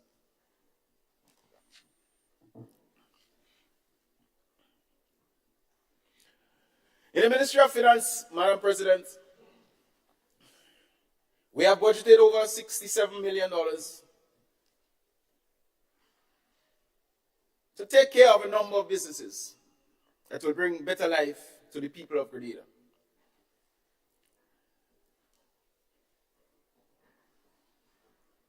We will not be able to carry the affairs of this country, the affairs of the nation, if we don't take care of the workers of this country, the people that are expected to execute the work. Many of the questions that were posed this morning from the other side, Madam Speaker, we made the point that as politicians, we may not have access to the information. But the technicians, the workers, those are the people that will feed us the information. And therefore, if the conditions is not right, if the situation is not conducive for work, you will not get productivity. And we are embarking heavily on that, Madam President. It hurts me daily. Sometimes in the ministries, in the ministerial complex, you pass by the offices and everybody fanning. And you're hearing a motor rowing, a fan is spinning. And the hot air is just keep on rising. And we are asking those workers to sit there. You go to the Ministry of Finance, same thing. You go to the Ministry of Education, all these massive buildings. Madam President, the point I'm making here, we cannot venture into these operations without budgeting for the maintenance of them. We have to maintain them. After all, it's not a storeroom. It's an environment where people come daily. And a worker in the public service will tell you that the greater part of their lives are spent on the job. 8 hours per day. And some go beyond 8 hours. I see Minister Lacquette vehicle at 6 o'clock in the ministerial complex. And I know he's a holy worker. Minister Joseph, we are doing government work, comrade. We are doing the government work, and we are not afraid. So the atmosphere must be conducive. And therefore, we have budgeted a large portion of this money to take care of relocating our staff while we repair those buildings. The AC units must be addressed. And we have sourced the funds. We're going to start the process, and we're going to ensure that occupational safety and health issues are well addressed. Madam President, the cost of living subsidies in the Ministry of Under the Ministry of Finance, we have budgeted $6.2 million for that. And the subsidizing the gas, cooking gas is ongoing, the LPG gas, electricity, we are still subsidizing that. And there are other areas we are subsidizing. And there's a need, and as we get into as we do our research and do our analysis, we are coming up every day with other areas where people need assistance.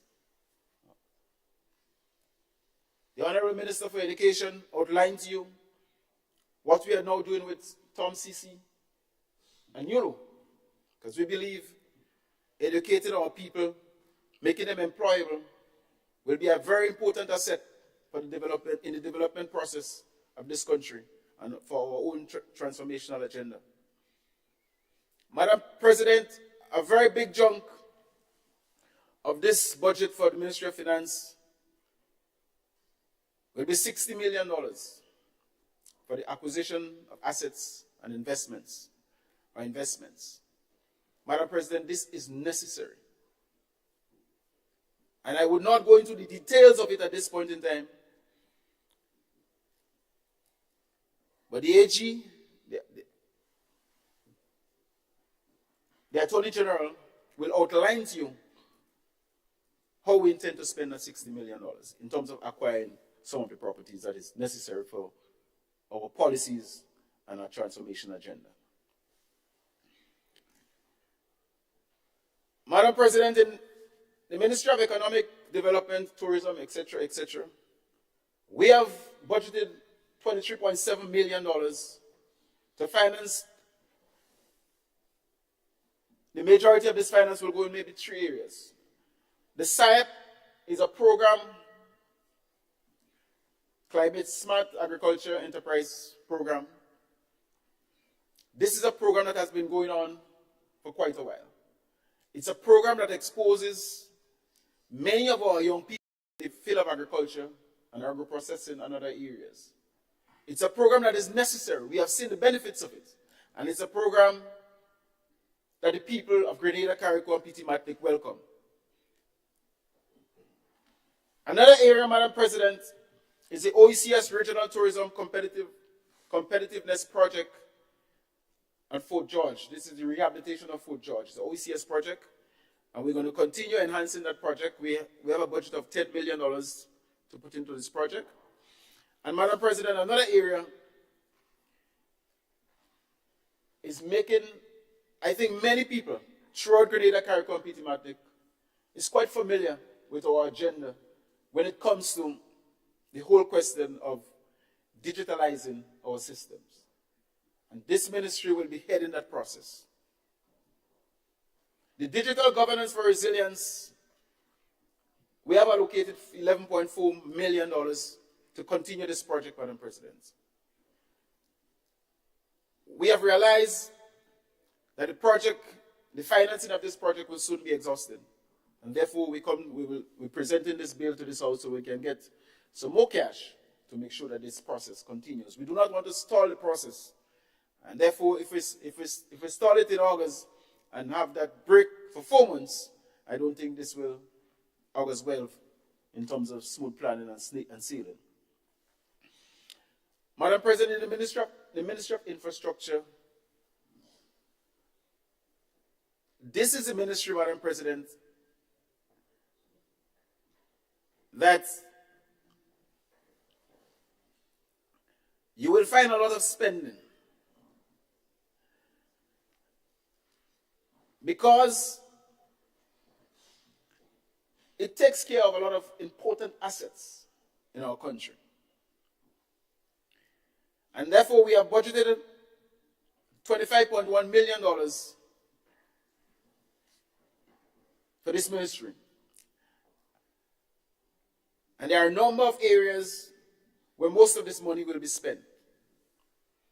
Compensation for land acquisition. We do not want to be an irresponsible government where you acquire people land and they walking behind you for years, can't get the money. When we say we're going to do this, we must hand the people the money. When you take your land in the public good, in the public interest, we must compensate people. And therefore, we must have sufficient money to take care of that. As I said before, maintenance of government property is crucial.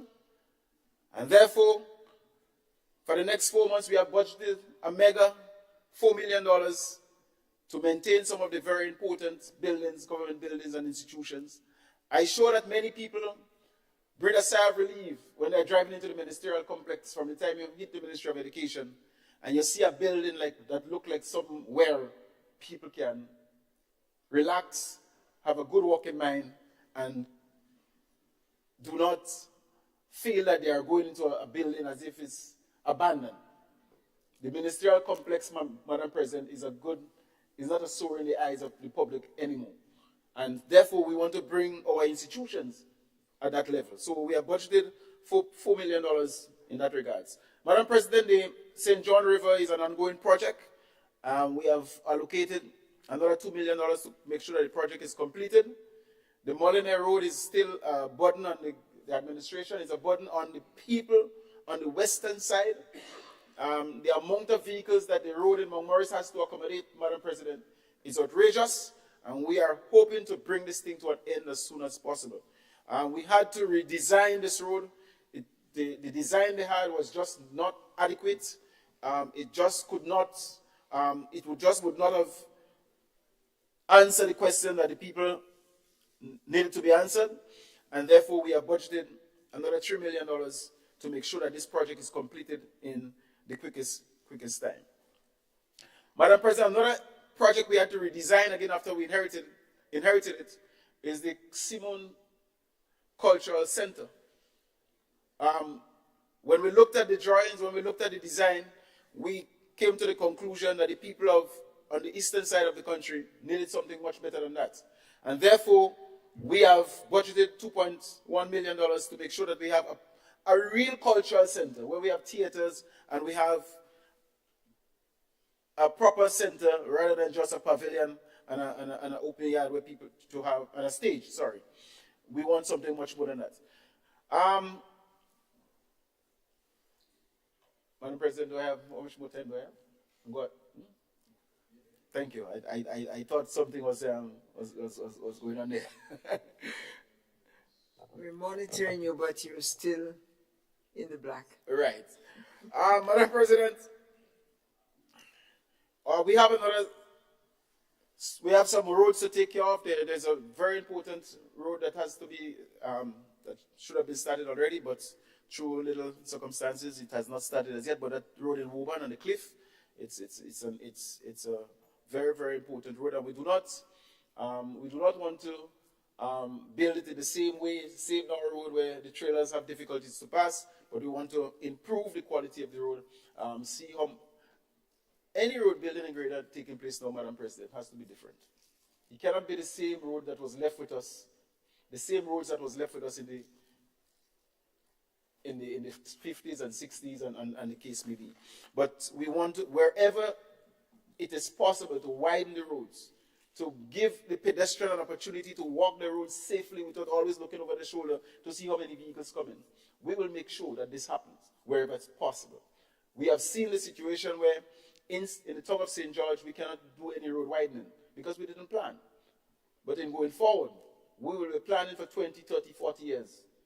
Long after we go, our work must be seen as work that was done in foresight. And therefore, this particular ministry will be very, very important. Madam President, housing repair and indoor by the Ministry of Social Development, $5.6 million. This housing program, Madam President, is badly needed in Grenada. If you go to the villages of Belay, in St. David, Redmond,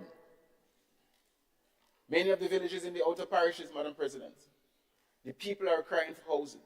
I get calls on a daily basis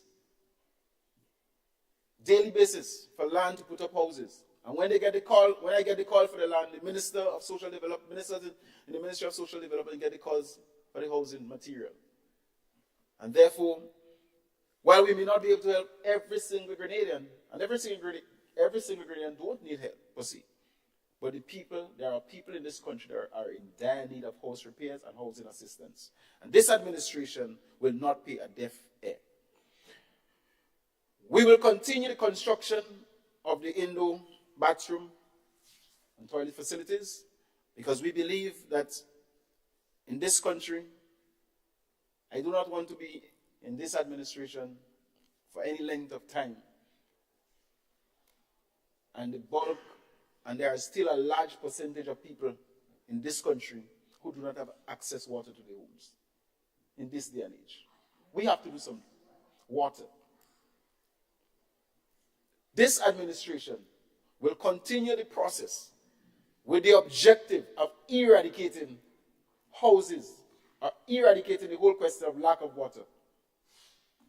Every household in Grenada has a right to water in their home, in their homes. And therefore, we'll be embarking on this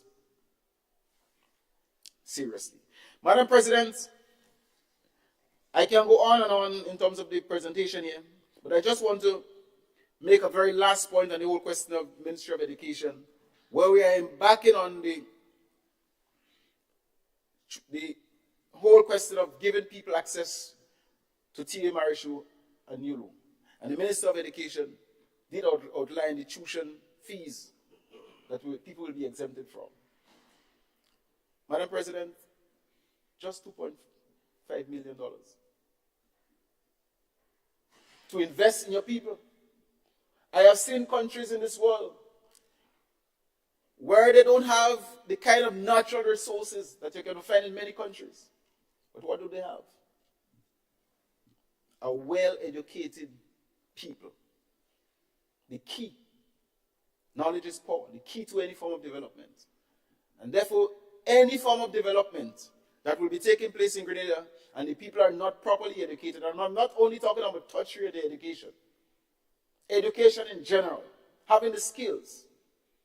Any form of development without the people developing their education and their skills will be superficial development. And you're going to see Twin Towers, you're going to see big buildings, big hotels, but your country not going anywhere. Poverty will still be there. So we believe educating our people, Madam President, is the key to eradicating poverty and creating a society where all can prosper. I thank you very much.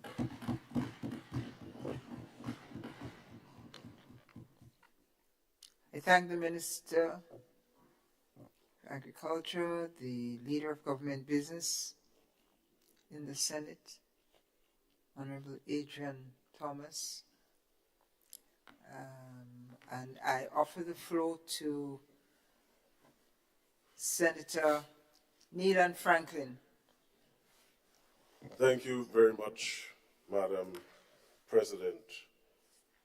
Madam President, I rise this morning to comment, ask questions, and to assess this supplementary appropriation brought before this Honorable House. Madam President, last year, in 2022, the new government brought an appropriation, a supplementary appropriation of just over $190 million. This year, we see another supplementary appropriation of over $148 million.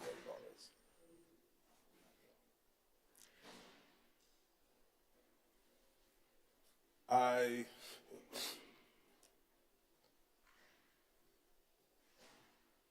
do not want to accuse the government of mismanagement or lack of foresight,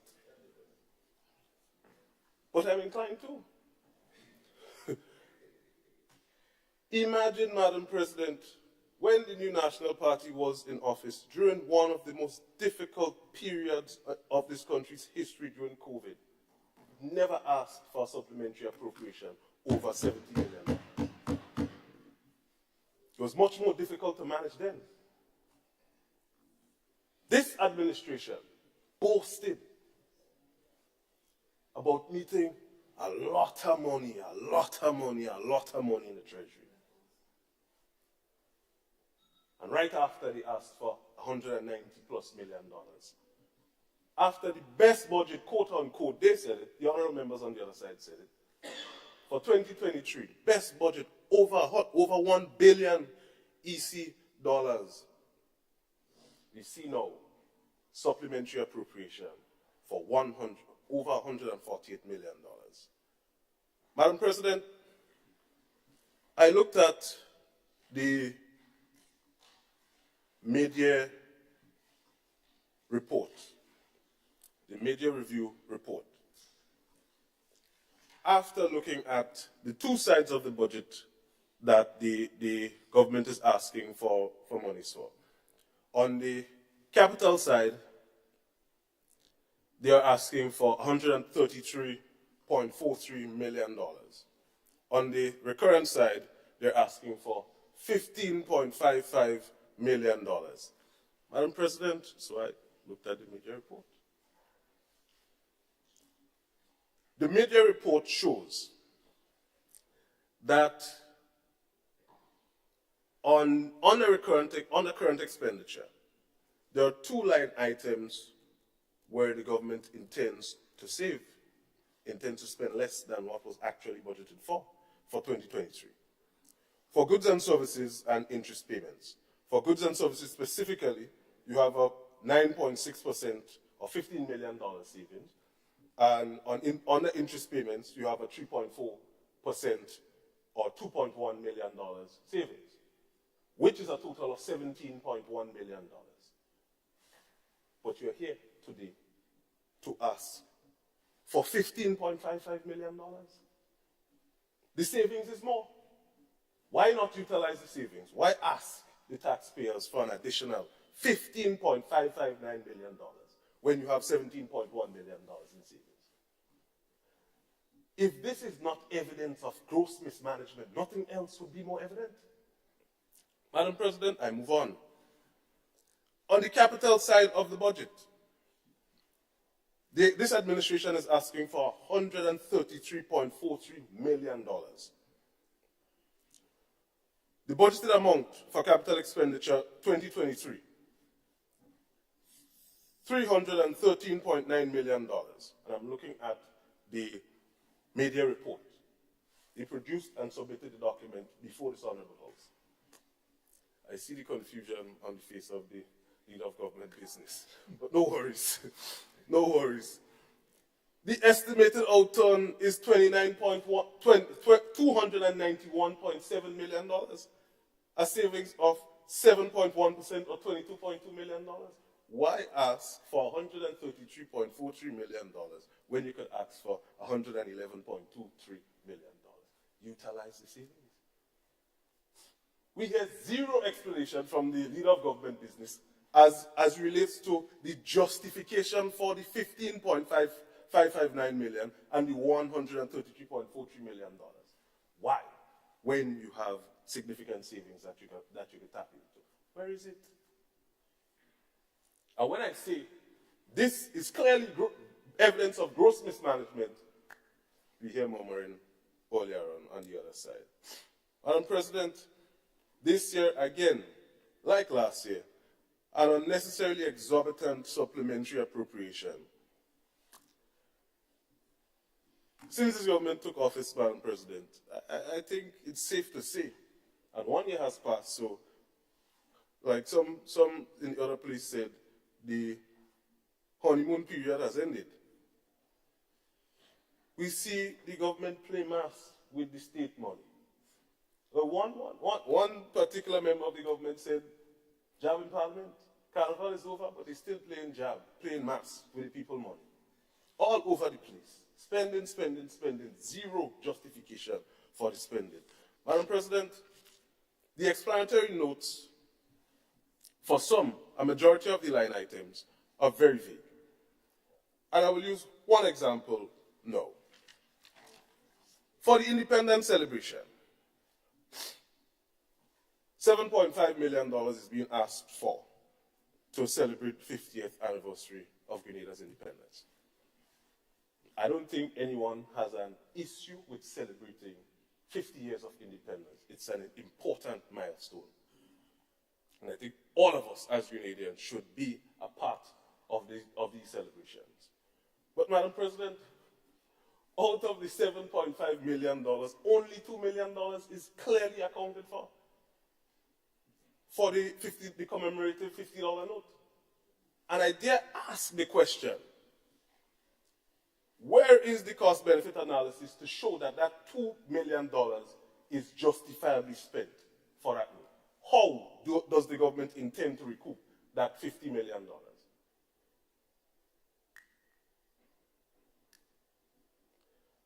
Madam President, it is a fair question to ask, what will the remaining $5.5 million will be used for? What will it be used for? From September to next year, you intend to have celebrations. No problem with that. But what will the $5.5 billion be spent on? The bill says that the appropriation is for January 1st, 2023 to December 31st, 2023, which means that that $5.5 million will be spent from now until the end of December this year. What will it be used for the remainder of the year? And they did indicate, Madam President, on the last column of the explanatory notes, where it asks, is this a one-off expenditure? If no, what are the future cost implications? It says no. Some appropriation will be required in 2024. What will $5.5 million be used for from September 1st to December 31st? What will it be used for? No explanation, no justification. But the honorable members expect us to simply come here and agree with it. No, we cannot do that. Give a justification, and then we will support. And if a justification or an explanation was given, then we would have been in a better position to provide recommendations. But no. So we have no choice but to question and indicate our lack of support thereof. Madam President,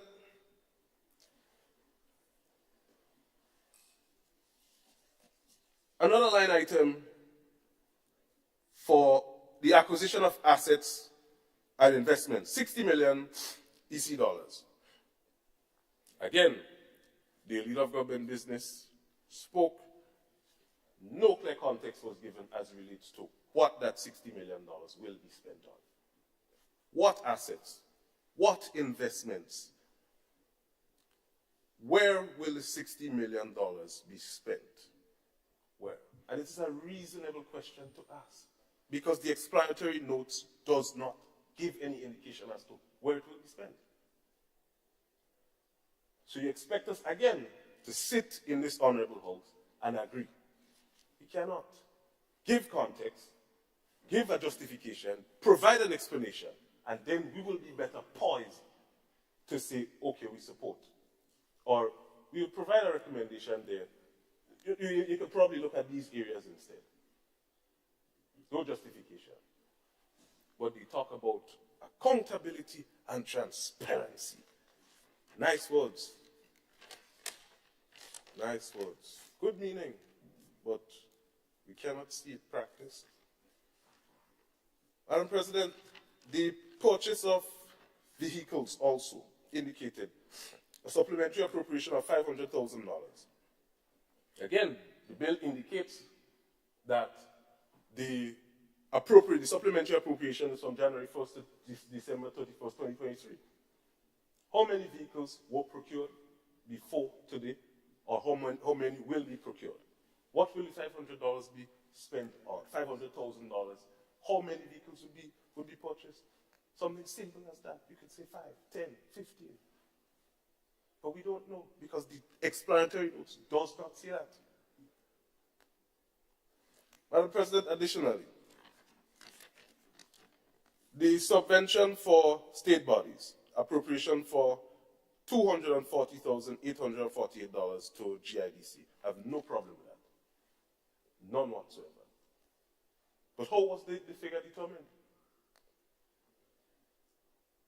And in the explanatory notes, it says a request for an increase in the subvention to GIDC to be tabled in cabinet. This says the request has not been tabled as yet. So how did you determine that $240,845 is sufficient as a subvention for GIBC? I find it as a suitable question to ask, a fair question to ask. Madam President, I know my honorable colleague here would go into the Ministry of Infrastructure and so on, as he is the former minister for that ministry. But I'd like to touch on the Molyneux project briefly. We see here $3 million being appropriated for that project. Let me just pull that quickly.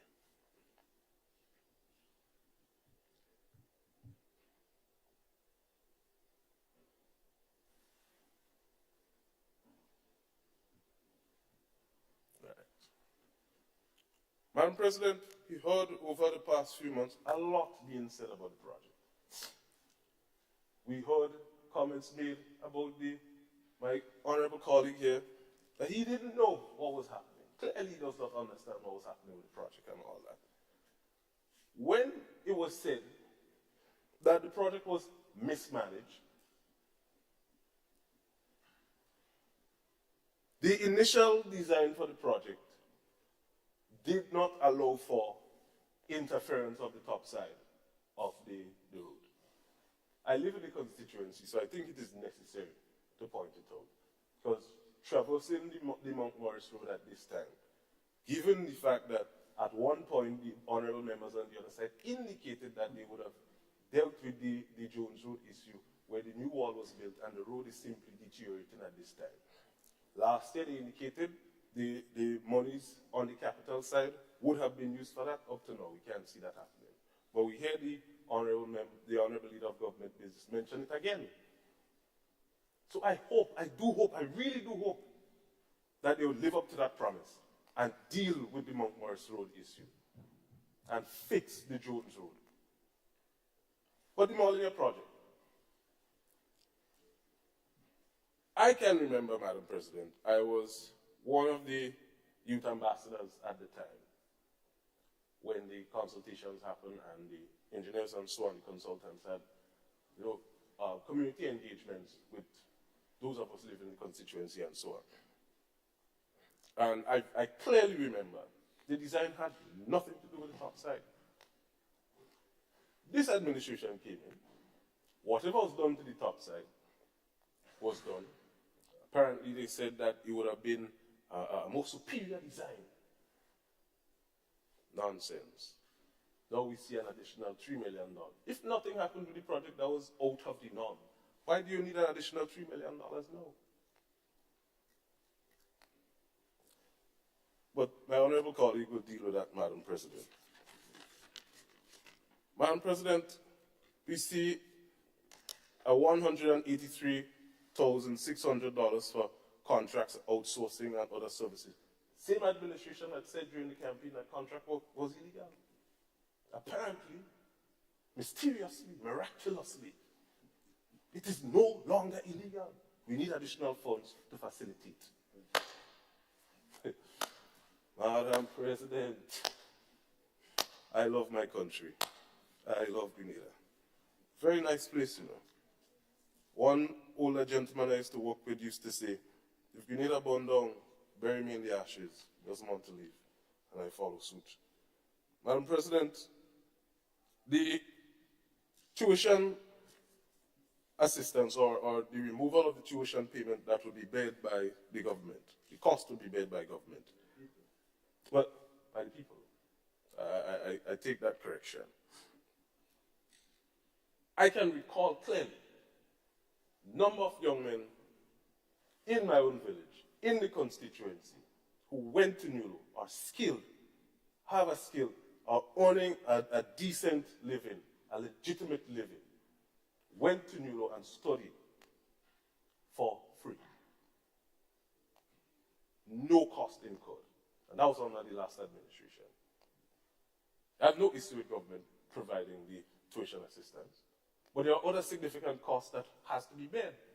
And I did not hear the minister, during his ministerial statement, indicate any such additional support for those who cannot afford. And that is the important thing. There will be people amongst us.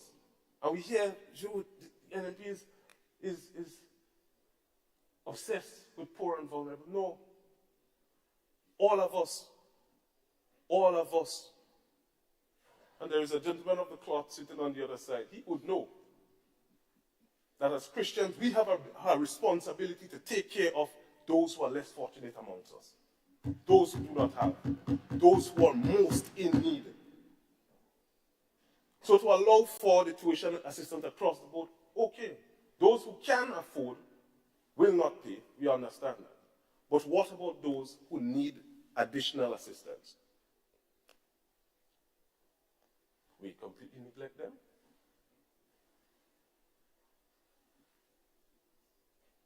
It hurts my heart, Madam President, to think that as conscionable people with a conscience, honorable members of this House, we would not take these things into consideration. Madam President,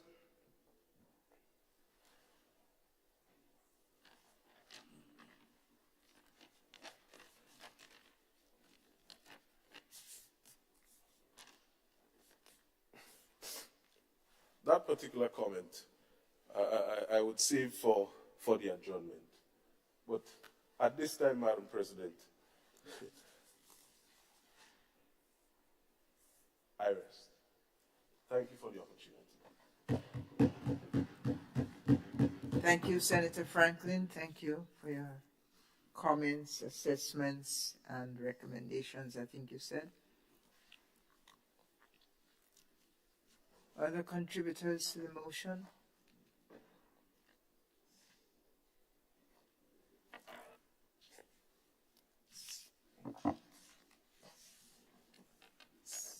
Senator, the Honorable David Andrews. Thank you very much, Madam President. Madam President, I rise to give my support to this motion. But even before I do that, I'm happy to respond to say that in my comments on free tuition, it does not preclude other forms of assistance that exist. Those were not the subject of the discussion. Those were not the novelty issues. The other support programs still exist and can be accessed, as in the tuition assistance, as in the uniform assistance. Those programs still exist. And so to suggest that that's all, we have not taken away any of the other programs that already exist, support programs that exist. This one, though, we know on a national basis is new. And so we're happy to report it, right? But we were not necessarily reporting on all of the others that exist. But Madam President, before us is the supplementary appropriation and a motion for that. And at the Ministry of Education, there are a number of factors that contribute to the figures. The $10.89 million that is represented in the supplementary appropriation.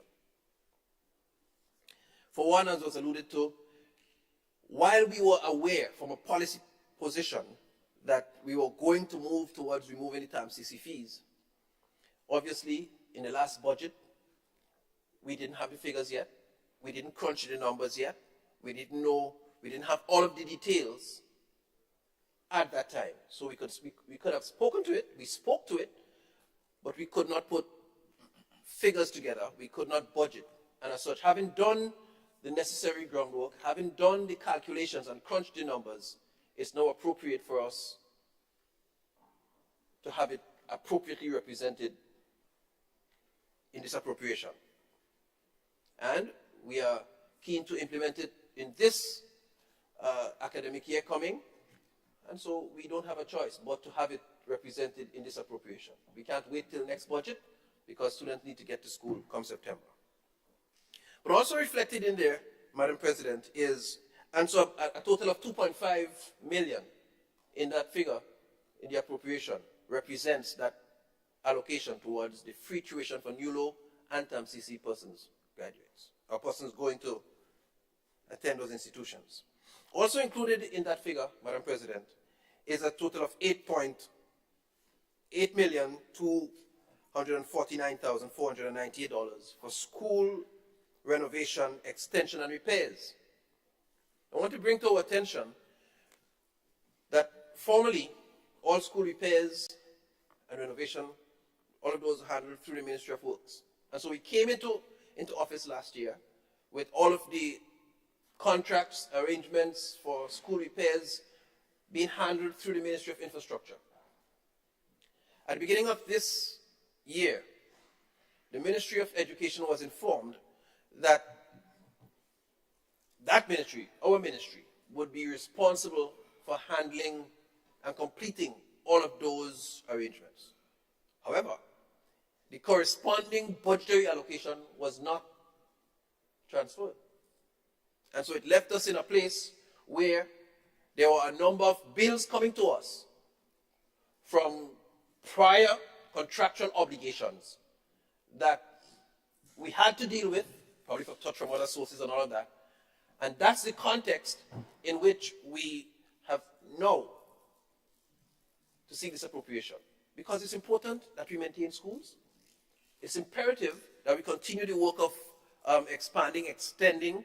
In some cases, we have had to, as per our own policy, we have had to retrofit some schools to facilitate the expansion of the TVET policy across our primary schools. All of these things are covered in the request for the appropriation of 8.2+ million for school expansion, renovation, and repair. And the Department of Sports, Madam President, also makes a small request of just over $150,000 in this appropriation, because the ministry has had to take care of several activities, and the extent of which probably wasn't clearly understood up front. We've had a number of games. We've had the Windward Islands, we've hosted the Windward Islands secondary school games. When you host the games, you have to transport the teams, accommodate them, and the Whitsuntide games that we had coming back for the first time, which the people loved.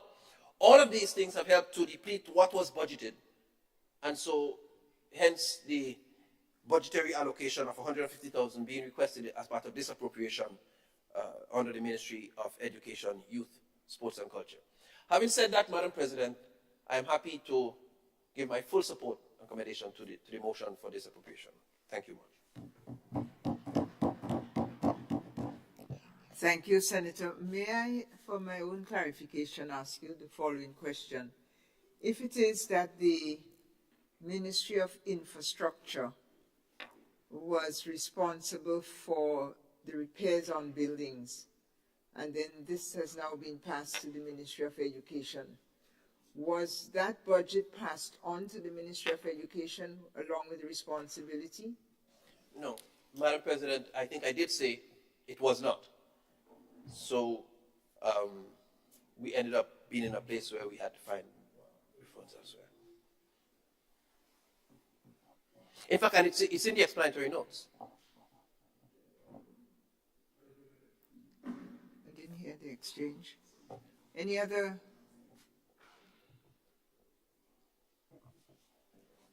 The Minister of Social Development and Gender Affairs. You have requested the floor, Madam? Yes, Madam President. You have it. Okay. Well, I rise to support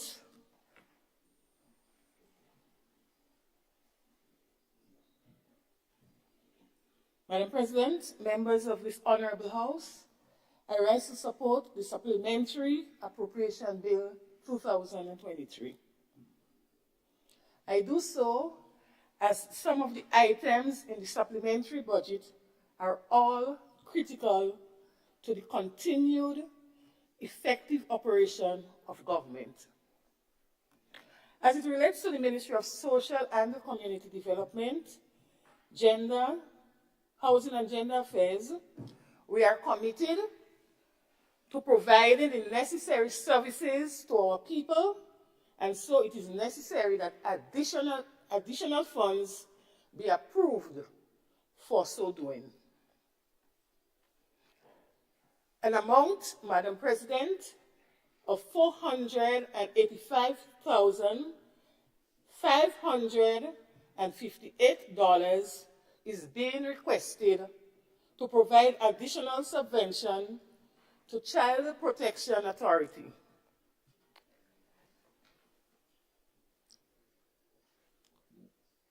In addition, there are other child care institutions and elder homes that must be given attention. Madam President, the amount previously allocated has proven to be insufficient, and so it was necessary to increase the subvention to some of the institutions to ensure operations can be carried out smoothly. We had to relocate the Child Protection Office to a new location, and this had its own costs coming with it, which was not budgeted for previously. A one-off payment was made to the reinstatement of Father Hilarion Home in St. Patrick's. Madam President, as we are all aware, with the passage of COVID, we lost 90% of the residents there. Nearly everyone died, and the home was subsequently closed down. The Ministry of Social Development was approached by the Catholic Church, and we had some discussion, and we thought it was best to reopen the home after a period of time has passed. We had to do some renovations, we had to help with the painting and cleaning up, sanitizing and what have you, and the home is now reopened. So this is something that we didn't budget for, and we had to spend for it.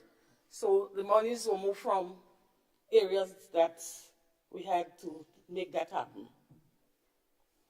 Subvention to Dunfermline and Sutter's child care centers were also increased to cover operational costs.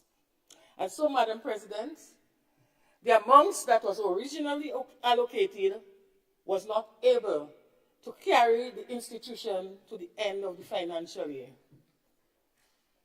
And so the additional amount requested is critical in the effective functioning of the centers. Workers at the Cedars shelter received salary increases, which was necessary. After 14 years of working for the same salary, we had to increase that salary. So the remaining funds allocated was insufficient to cover the annual expenditure at the Cedars home. Seed. An amount of $183,600 was allocated to accommodate payments for seed recertification process. And that is where we had to outsource persons to assist with the recertification. The staff at the Ministry of Social Development was not sufficient to go through the whole island to do the recertification within a stipulated time.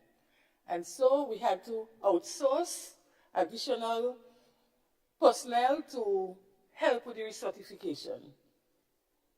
And this is one of the reasons why we had to do contracts and outsourcing temporarily to assist with the process.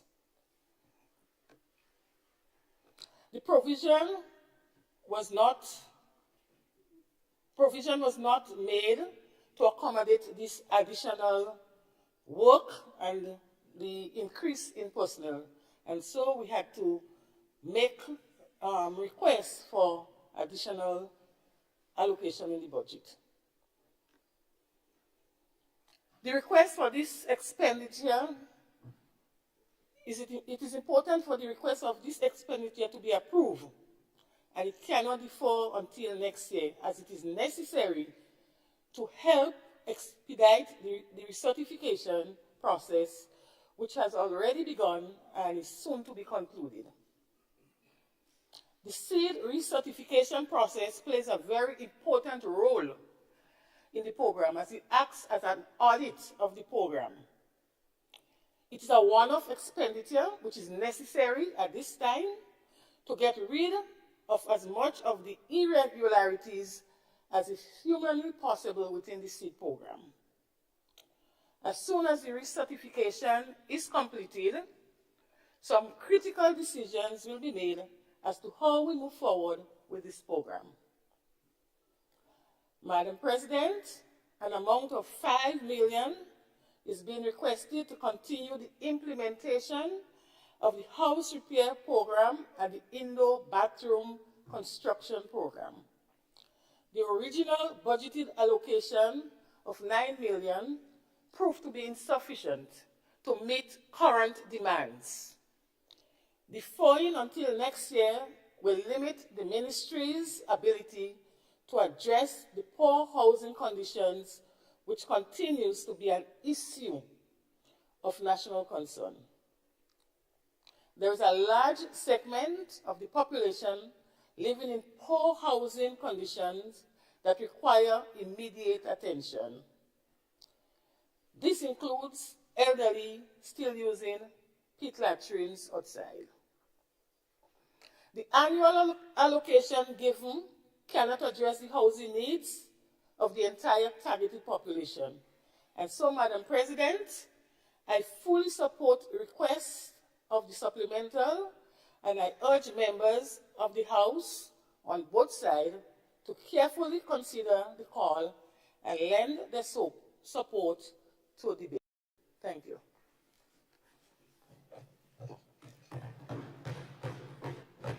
I thank the Minister of Social and Community Development and Gender Affairs for her statement. Senator the Honorable Andrew Lewis, you have the floor, sir. Thank you very much, Madam President. Just some brief observations and comments on the supplementary budget, which is a process that is not new, more or less. Let me just say this overall scheme of things. However, if I may start just by hearing the comment through you, the question that you asked, which I think is a pointed question, and the response from our colleague, Senator Andrew, which is an honest answer. I guess he could not have said anything else. And even if he could have said anything else, I know he would not say anything else, because it's a colleague that I know, yes? As we deal with accountability, and we look to build confidence, when issues like this occur, for instance, under the Ministry of Development, Infrastructure, and if monies are not responsibilities that you have, is now passed on to another department, whatever was allocated for that, I think it is only proper that the necessary transfers should be done. Remember, we are giving account to the nation. And we need to ensure that our people can have confidence in us. And I'm taking collective responsibility, because this is a document that is discussed amongst us. And therefore, as we go forward, matters as these need to be paid particular attention to, because if you have that responsibility, it is unfair to come to the taxpayers to ask us to put out more monies for something that was already budgeted for, and that money is, well, quote-unquote, set aside. It is no longer used by that department. The monies are not transferred. The question will arise, what would it be used for? And in terms of proper accounting, you just cannot or not take monies allocated for one issue and use it for something else without going through the proper procedure. I just wanted to draw this to the attention.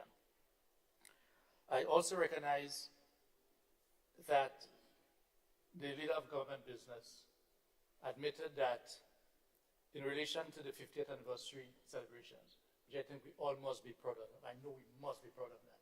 50 is a milestone. And we need to ensure that it is done in such a manner that we do not waste resources, but we leave a mark for the progress that we have made, despite the challenges that we have had over the past 50 years or 49 years, that our celebration is something to be worthy of. But the fact that the leader of government business also accepted that the Senate and the nation, it's not just the Senate, the nation ought to have been presented, or could have been presented, with the items, or at least some of the items, that the $5 million or thereabouts would be used for. The question would arise, why wasn't it done? I do not believe it is incompetence, because I happen to know, well, not just happen, some of the government senior ministers have already indicated who the committee will be comprised of, or at least the chairpersons and other senior people. And my knowledge of these persons and these people, and they are very professional. And therefore, as we call for us to put aside colors, or not put aside colors, but for all our different colors of the different political organizations to merge together, right? To give us that kaleidoscope of colors. So I'm not asking to put away colors. I'm asking to bring the colors together. We have to ensure that as we hit the ground running, that we start off on a very good note. And the least that could have been done was to have said, we have identified 1, 2, 3, 4, 5. The list is incomplete because it's an unfolding matter, right? But at least here are some justifications. This is our 50th anniversary, and I'm going to spend some time on this. This is our 50th anniversary, and we are making this call for all of us to be involved. And many times, it is better to say, look, we fall short.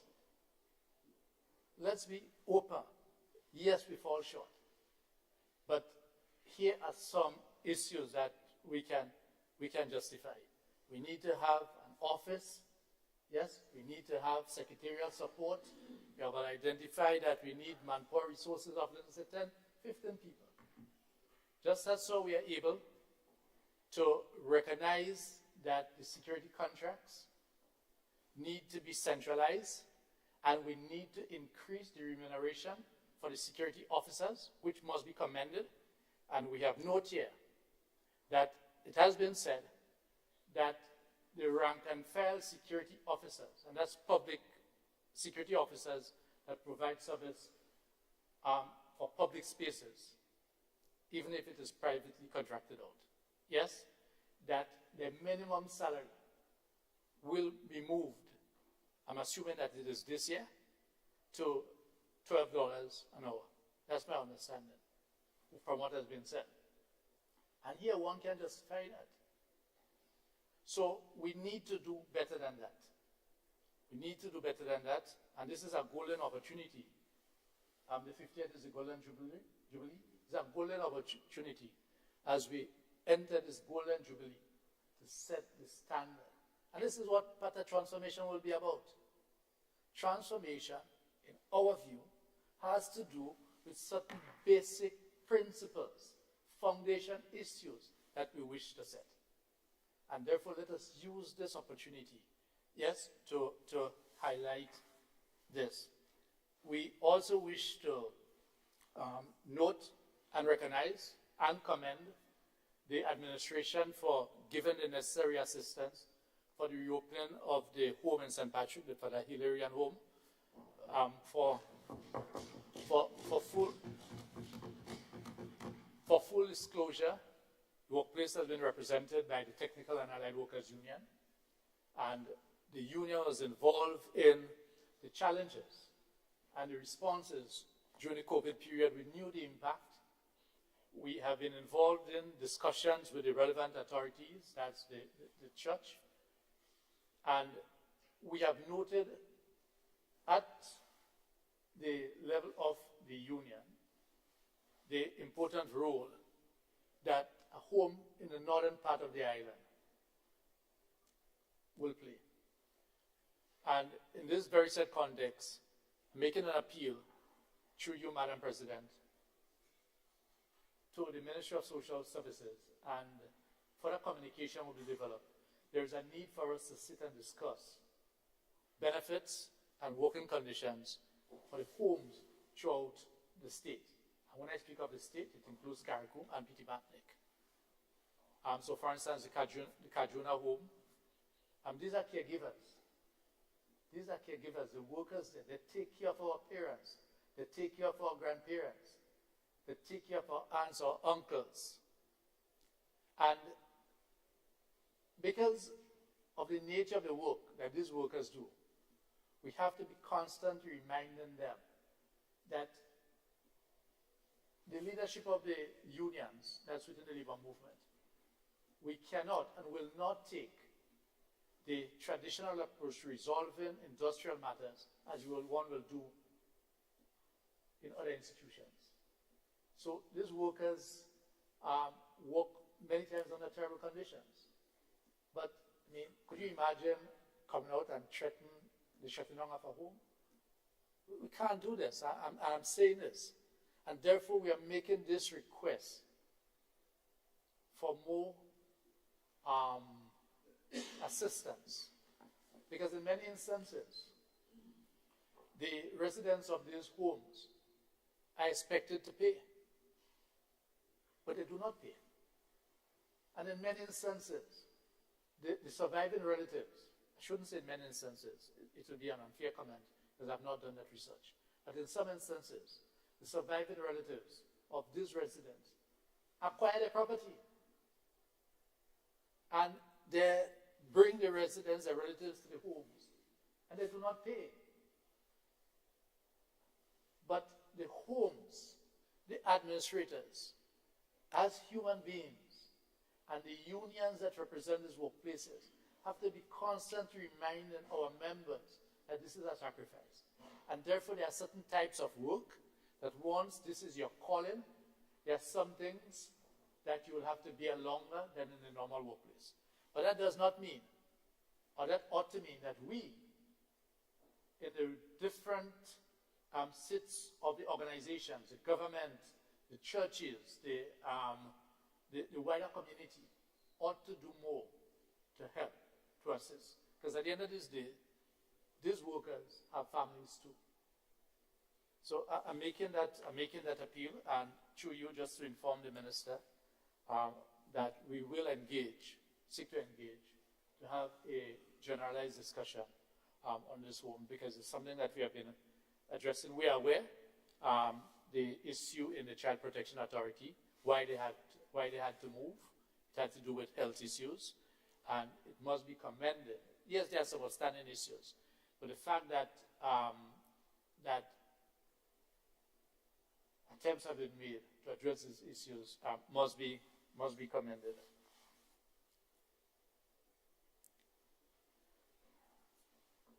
As I said, that the supplementary budget is not anything new, but we need to ensure that we come to the Senate with more information.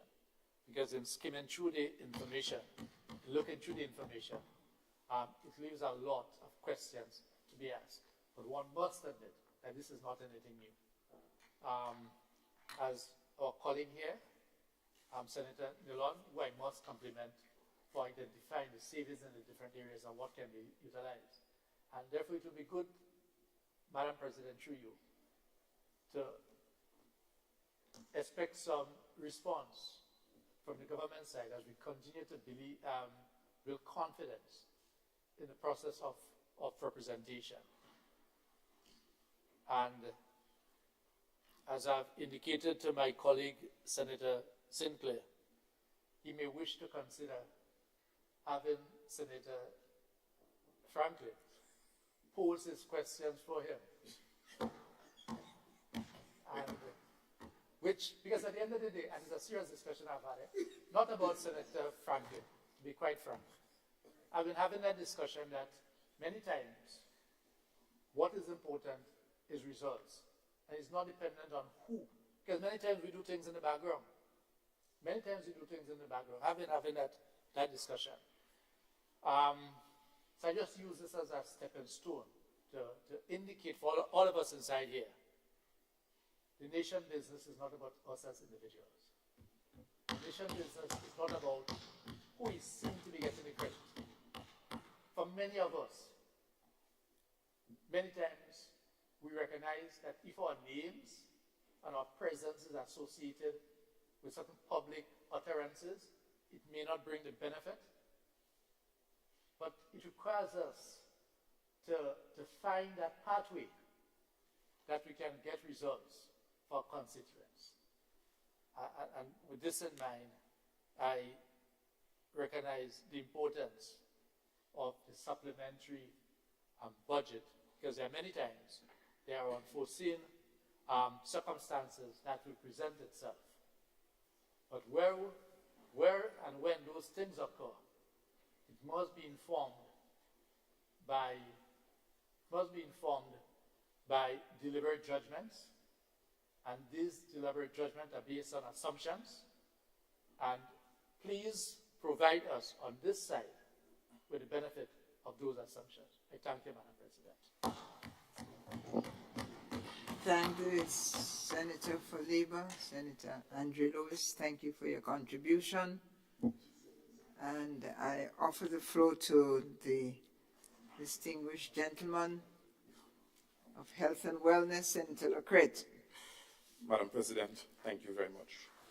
I am standing because I am affirming my support to the Supplementary Appropriation Bill 2023 as so put forward by the Leader of Government Business, and in particular the supplementary budget under the ministry that I have jurisdictions for at this particular point in time, Ministry of Health, Wellness and Religious Affairs.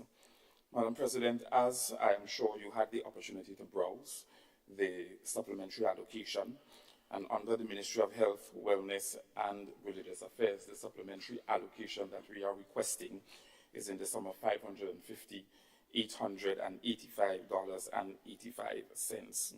Under the line item contracts for outsourcing and other services, it is clear we recently had 24 nurses being successful at the regional examination, and as a result we are happy, given the hemorrhaging that we are experiencing now in the health sector. We are happy to welcome this cadre of 24 nurses to the health sector, and as a result we have to budget for their salaries and allowances.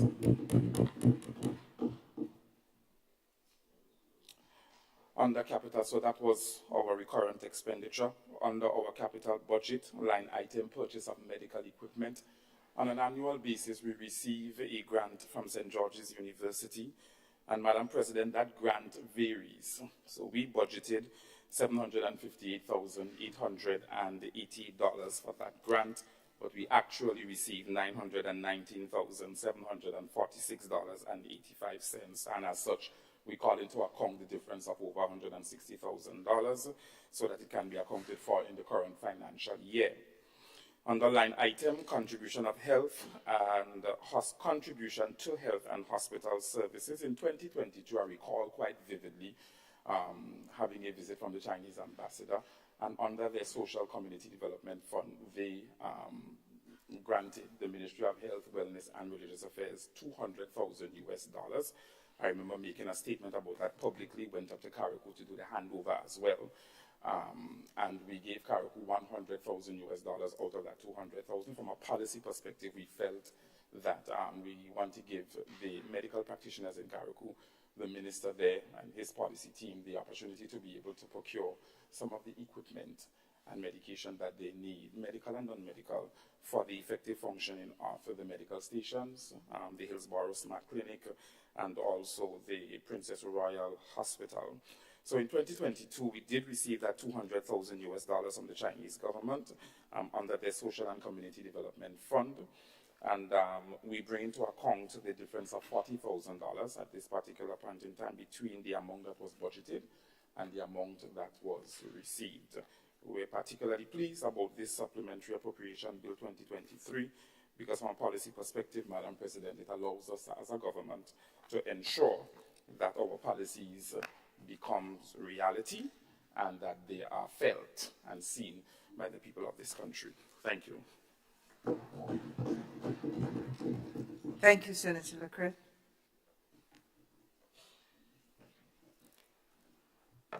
The request for the floor from Senator the Honorable Nolan Cox. You have the floor, sir. Thank you very much, Madam President.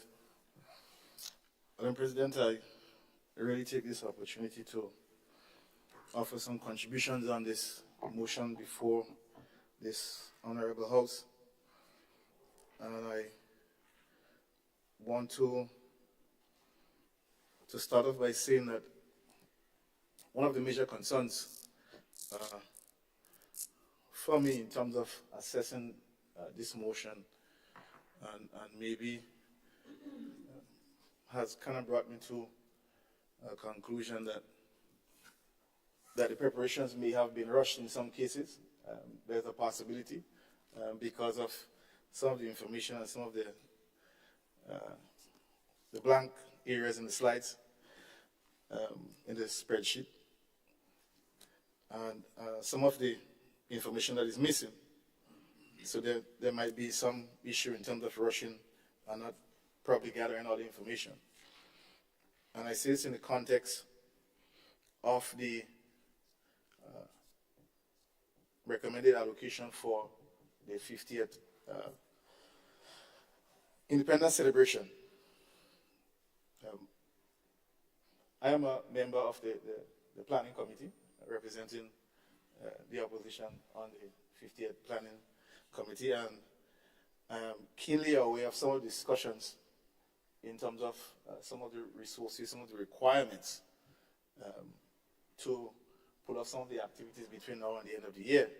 And so I'm a bit lost as to why some of that was not mentioned here in terms of, as the member for Labour indicated, there are plans to establish a secretariat. Obviously, there are going to be cost implications to that and a couple of other logistic stuff. So I think it's fair for requests from members to have further details. I don't think that that was difficult to prepare. So I think it's maybe a bit of rushing, and so those information were omitted. I didn't go to the most recent meeting, so I can't speak to what further discussions that were held. But I do know that place for the secretariat was identified and negotiations were underway in terms of costs and staffing. So I don't know if this is to treat with it or some of it is going to treat from another vote or another source of funding. So I think it was critical to do so. I don't think from our side, or members on this side, questioning our patriotism in terms of what we expend in terms of our 50th celebration, but more so just for information for us to know what is those monies are allocated for. So I think it's a fair ask, and it's not so much a knock on the other side. But as I said, it seems like some of these were rushed. I could be wrong. Madam President, on vote 18 still, the whole issue of the security contract, I understand the justification in terms of augmenting the services under one ministry, but just for a little bit of clarity, and maybe the Minister for Labour could clarify that, because sometime this morning, I think in our ministerial statement, a mention was made based on the Living Wages Committee that there was a recommendation for security, and it is below what the government has and is recommending here. So there's a precedent that's been set in terms of the wage rate, which I think is $12, as I'm seeing here document, but I know from the recommendation that was mentioned earlier on, it was somewhere around $9.50 or something like that. So that is some discrepancy that will have to be treated going forward. So I just raise it for what it's worth. In terms of government buildings and vote 20, Madam President,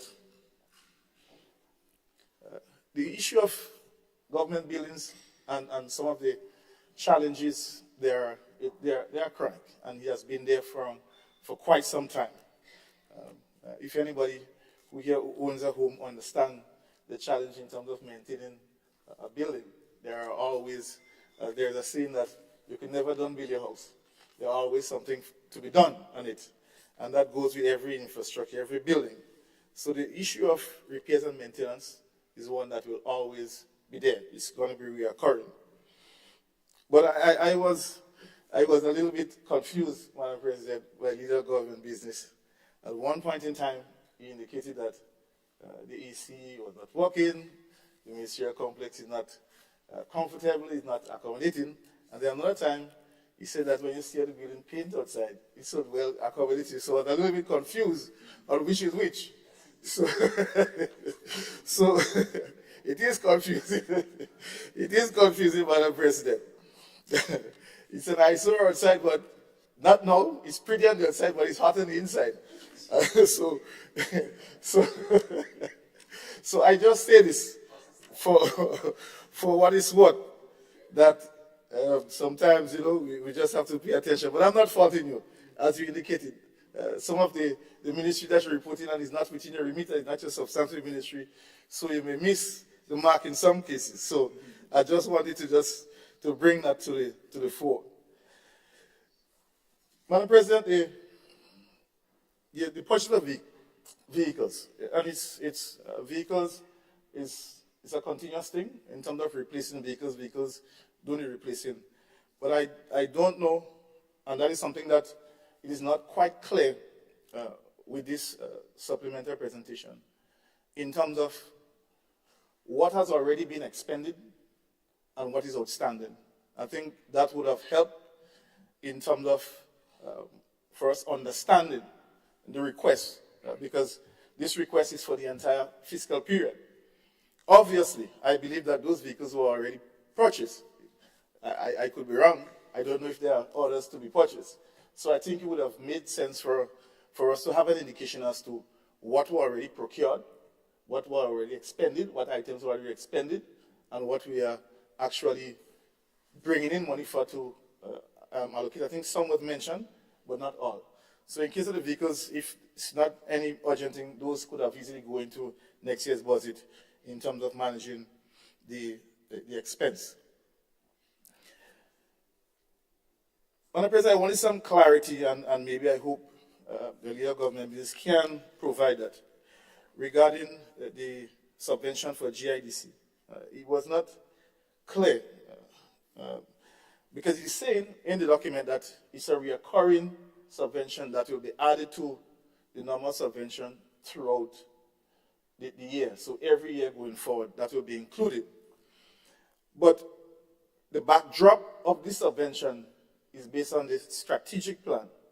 So I'm not certain if the strategic plan, in terms of its implementation, if it has to do with employment or new skills personnel that is coming in. Because if you have an implementation plan, a strategic plan, and you're implementing, there are some things that are going to be for a particular time. But it is saying that this will be a recurring amount. So I'm not clear if it is new employees that is recommended from the strategic plan, and why we have to have this amount added every year going forward. So I think some clarity needs to be brought to this item in terms of what this $240,000+ will treat going forward in relation to the strategic plan. So that is what the document indicated, that there is a strategic plan, and the recommendations is for these monies, additional monies, to be brought in to the state-owned agency to meet with those recommendations. So just some clarity there. Vote 20th, Madam President, and this has to do with the Climate Smart Infrastructure Development Loan. I want to advise and recommend that the government review and rethink this approach in terms of a loan approach for this measure. And the reason for that being, there are millions of dollars out there for climate infrastructure and climate smart projects. And I don't know why the government thinks or made that decision to take a loan when there is numerous funding outside where you could access for treating with climate smart infrastructure and adaptation. So I am a little bit lost there in terms of why that approach, because as we know, the world nowadays, there's a lot of funding for climate change initiatives. So I'm not clear why the loan. I know there's a lot of talk in terms of the terms and conditions of the loans. I know those things normally take some time, and we are aware of some of the rates that were already proposed previously. And so that is a concern that we have. Once you go into a loan, obviously, that is a debt burden that you're bringing on the state. It's going to interfere with your cash flow because you would have a due debt while you may have a grace period or so, but going forward, that will be a debt on the state. I think if there are free money through grant support, I think we should take every measure to see how we can access support in that area instead of going towards a loan. I don't know if efforts were made to get grant support and that didn't work out. Maybe I might hear differently. So I just wanted to offer that. Madam President, under vote 30, the issue of land acquisition, that is a normal process. That is a continuous process. When you're doing road work, you may need to widen roads as you move forward to improve the infrastructure. As you can see, vehicles on our roadways have grown in size, tonnage, weight, and quantity. And so it requires us to improve our infrastructure to adapt for those investments that are made in the transport sector. So that is an ongoing issue. As regards to Molinier, I really want to correct the Honorable Leader of Government Business when he indicated that the designs were flawed. And I wouldn't really press him too hard, Madam President, and knock him, because he did say that is not his substantive ministry and he's only reporting. But I beg to help bring some clarity.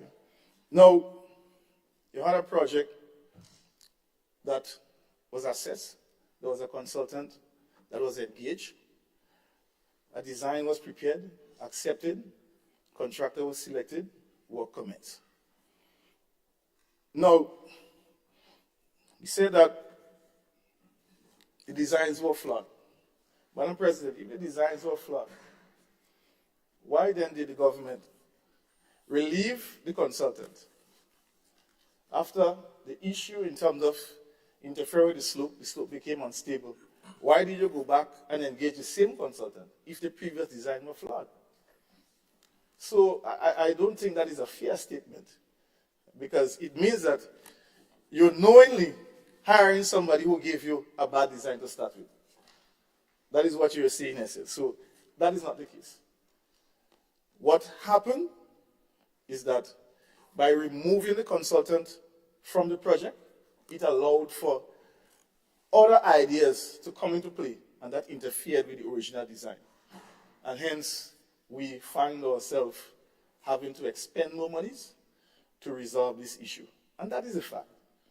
I mean, it's an unforced error. It was an error on the part of this government, and that is a fact.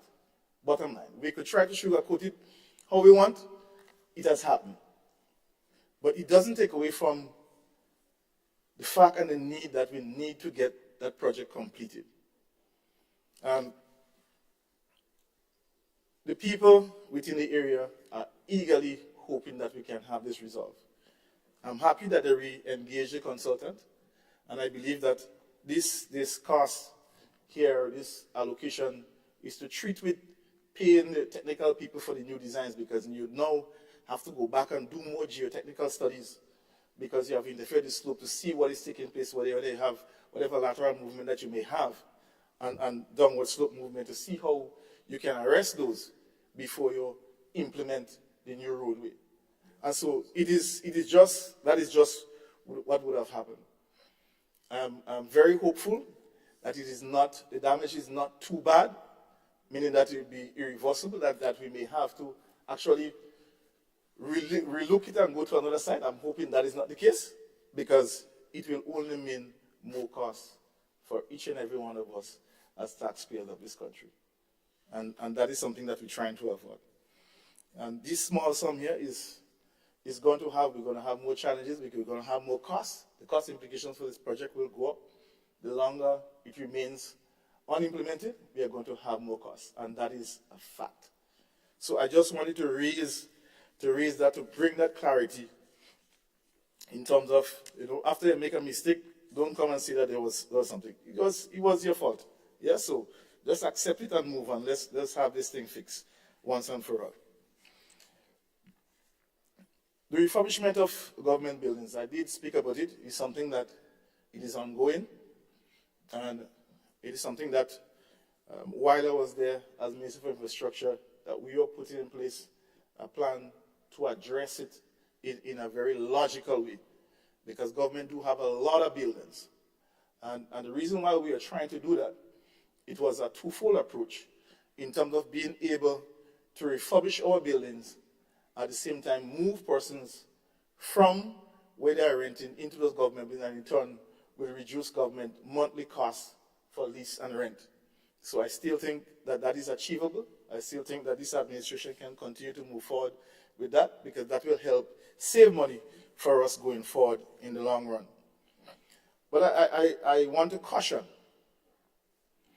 and there was a presentation, I think, in terms of persons moving out, and some renovations that have been done, I think, at the financial complex. And rent, they've got to rent some place for about, I think it's about, I can't remember, 2 years? 2 years. Madam President, in my time in government, I want to caution for some of the members who are new to government, and to pay attention and to be vigilant, because that 2 years could be easily 20 years. And I say this, not meaning that the space that requires refurbishment will not be refurbished, but as soon as you refurbish, somebody else will have a different plan. Somebody else will come from somewhere, drop from the sky, and all of a sudden, they need this space. So be very cautious and aware that as soon as it's done, somebody else, another department, somebody else might just drop in to that new refurbished space, and the staff will move out. They will be there renting, waiting for a space. I've seen it. I'm just saying it to be very cautious to ensure that that doesn't happen. Government is very tricky at times. Madam President, the St. John's River is a very important project, and I think it's a long-awaited project in terms of the impact it has. It's a climate change adaptation project. And we have been struggling as a country with that, and most of the residents of the area have been struggling. And so we are very hopeful that we can see the completion of this project as quickly as possible. We're just tapering off into just completion in the rainy season while we're in September, as the saying goes. September, remember, so we still have to be very careful. We are in the peak of the hurricane season.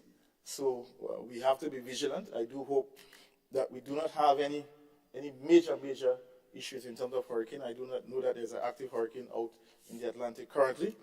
So we have to be very cognizant of that.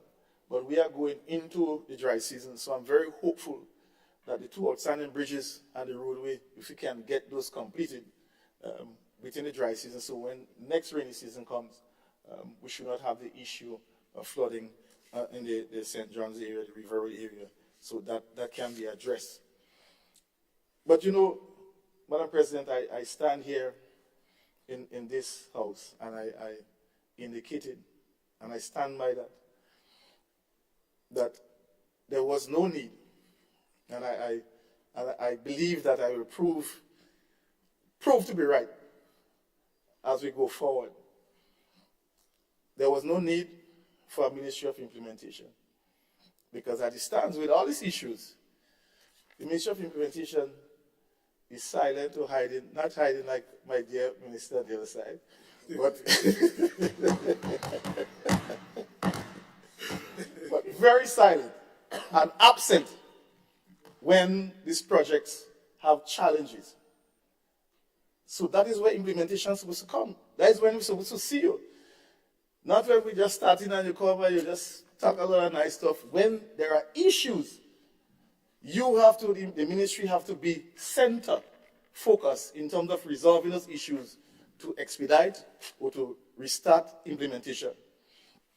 And so I have noticed that implementation is, or the ministry is somewhat very silent or quiet or distant, or I don't know. But I contend that the costs for establishing a ministry and the intricacies of having a ministry for implementation to work along with other ministries who have projects can be one that is very difficult, very cumbersome, very complex. And I'm certain the members on the other side can attest to that. Maybe they don't want to admit that in this house. Maybe they'll tell me after we finish, quietly. Yeah? They'll admit. But I say this because I understand how it's worked.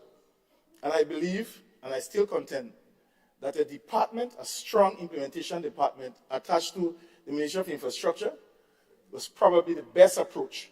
It's more tidy, it's more easy to manage, it's easier to integrate persons to help mobilize and push the other projects instead of a ministry where you have a permanent secretary and the whole structure, because when you have that, everybody have their turf and everybody want to protect their turf and it becomes a back and forth. I've been there. I've been a public servant for 17 plus years. I've worked in government for a number of years, so I understand. So I'm just offering a word of advice so that in all, we as Grenadians can benefit once the government is successful in implementing their projects. Madam President, the Seamoon Cultural Center, again, I want to correct my fellow colleague, leader of government business on the other side, when he mentioned certain things that were not there in the design. That is not accurate. Yeah, that is not accurate. And as I say, I don't fault him because he doesn't have all the information. And so I forgive him for saying that. Now, the issue of the redesign is not just redesign, it's additional designs and not redesign. From what I know for a fact, there were some additional details in terms of, especially for the foundation infrastructure for the project, that were recommended. So you had to get an architect to prepare those additional drawings so that the implementation process of the project can be very smooth. So it didn't have anything to do.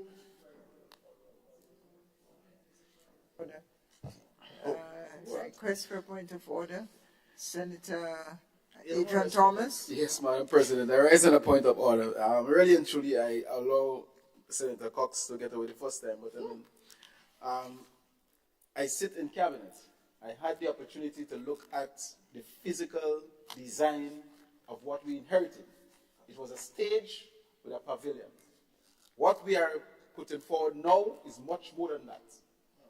And if Senator Cox needs the drawing, I can make it available to him. But to say you're correcting me, I think you did more correction than ever. Thank you, Senator Cox. Madam President, the same thing I said. He doesn't know that he doesn't know, Madam President. What he's referring to was only a particular phase of the project. And I could go on.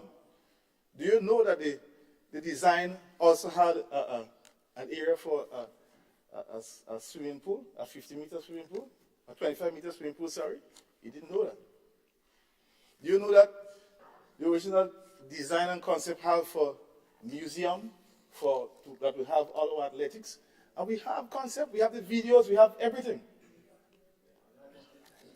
Mine, that was presented, Madam President, to the community of Seamoon I think at the SAS Secondary School. The concept was there, everything was there with the consultant that was presented, and persons were able to ask questions. Persons from the diaspora were also engaged to give input.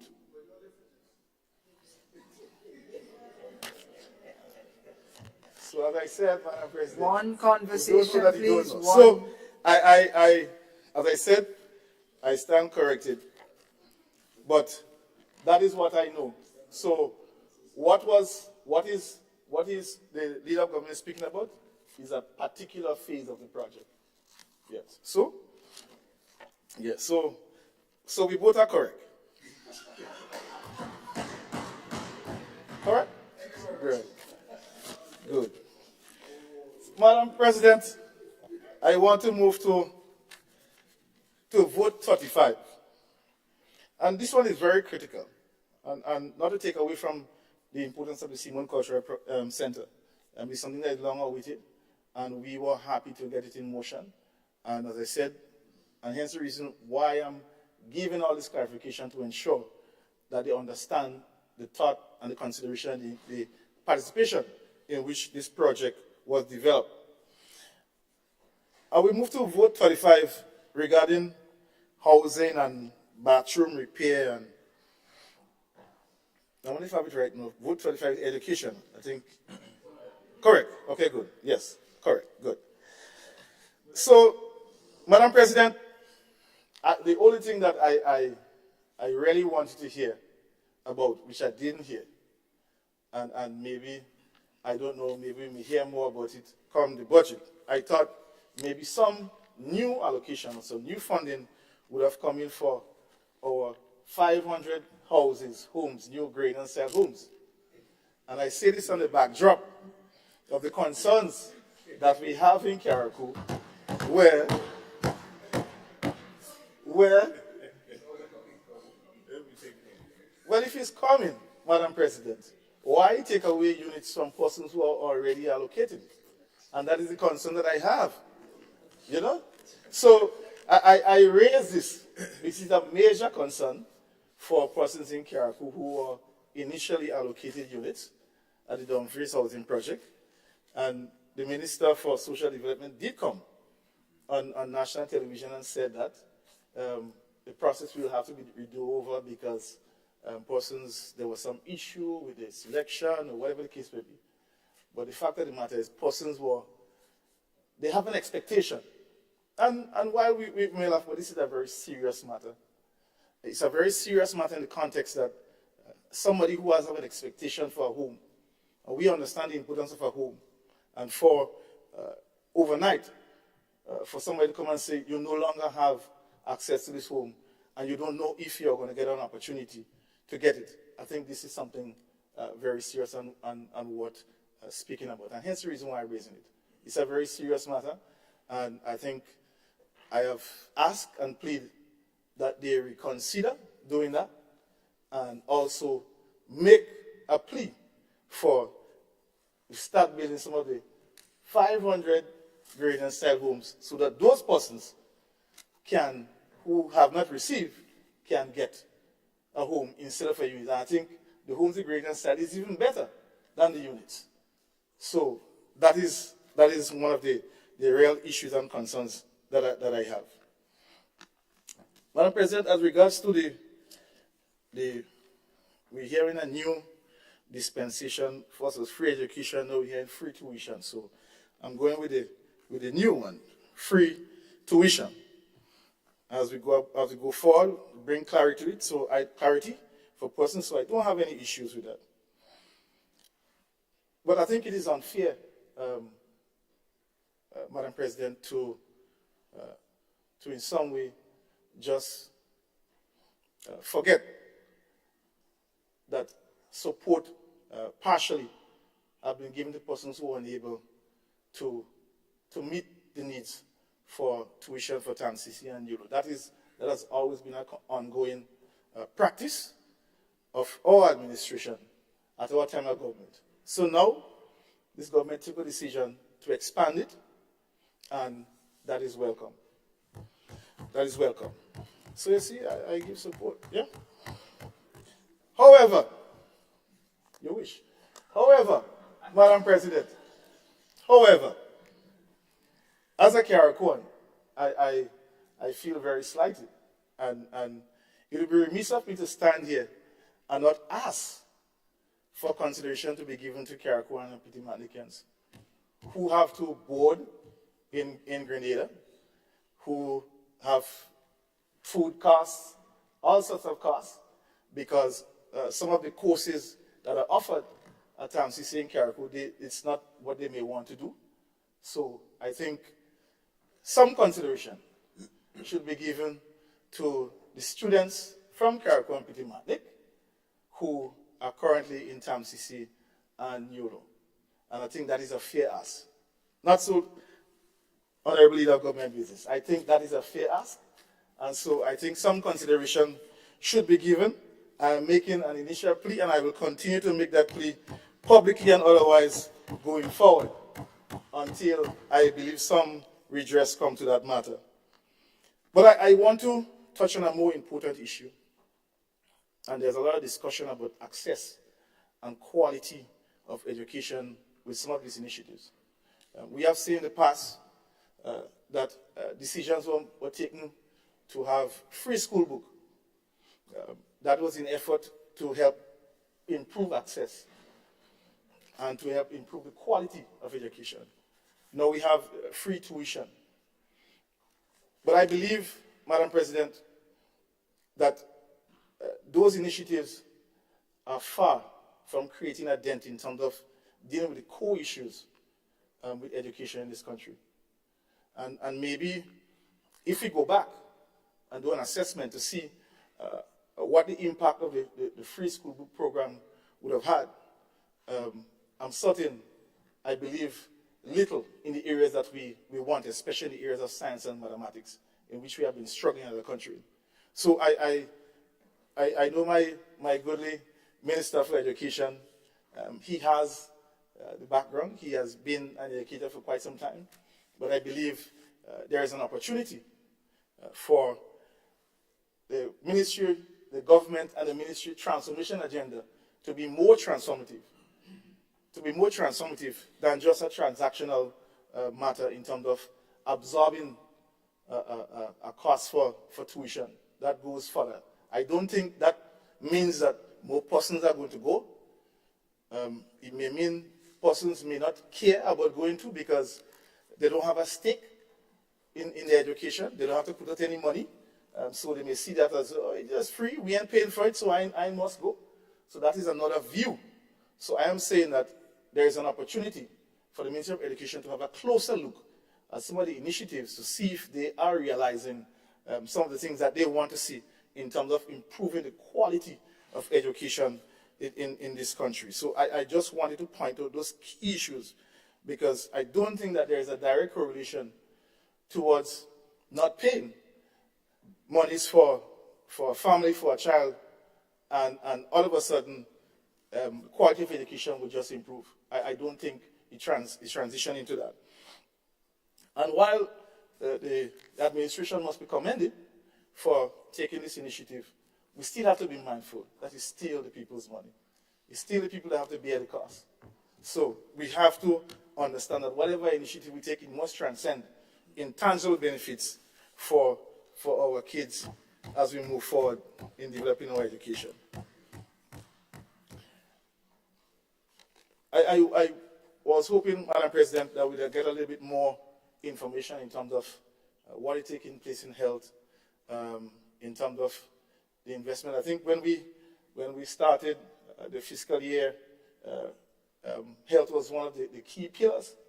And so I hope that this small amount in terms of equipment for the Ministry of Health is not a reflection that is a low investment, but maybe they have other means in which equipment will meet the equipment needs of the hospital and the Ministry of Health going forward.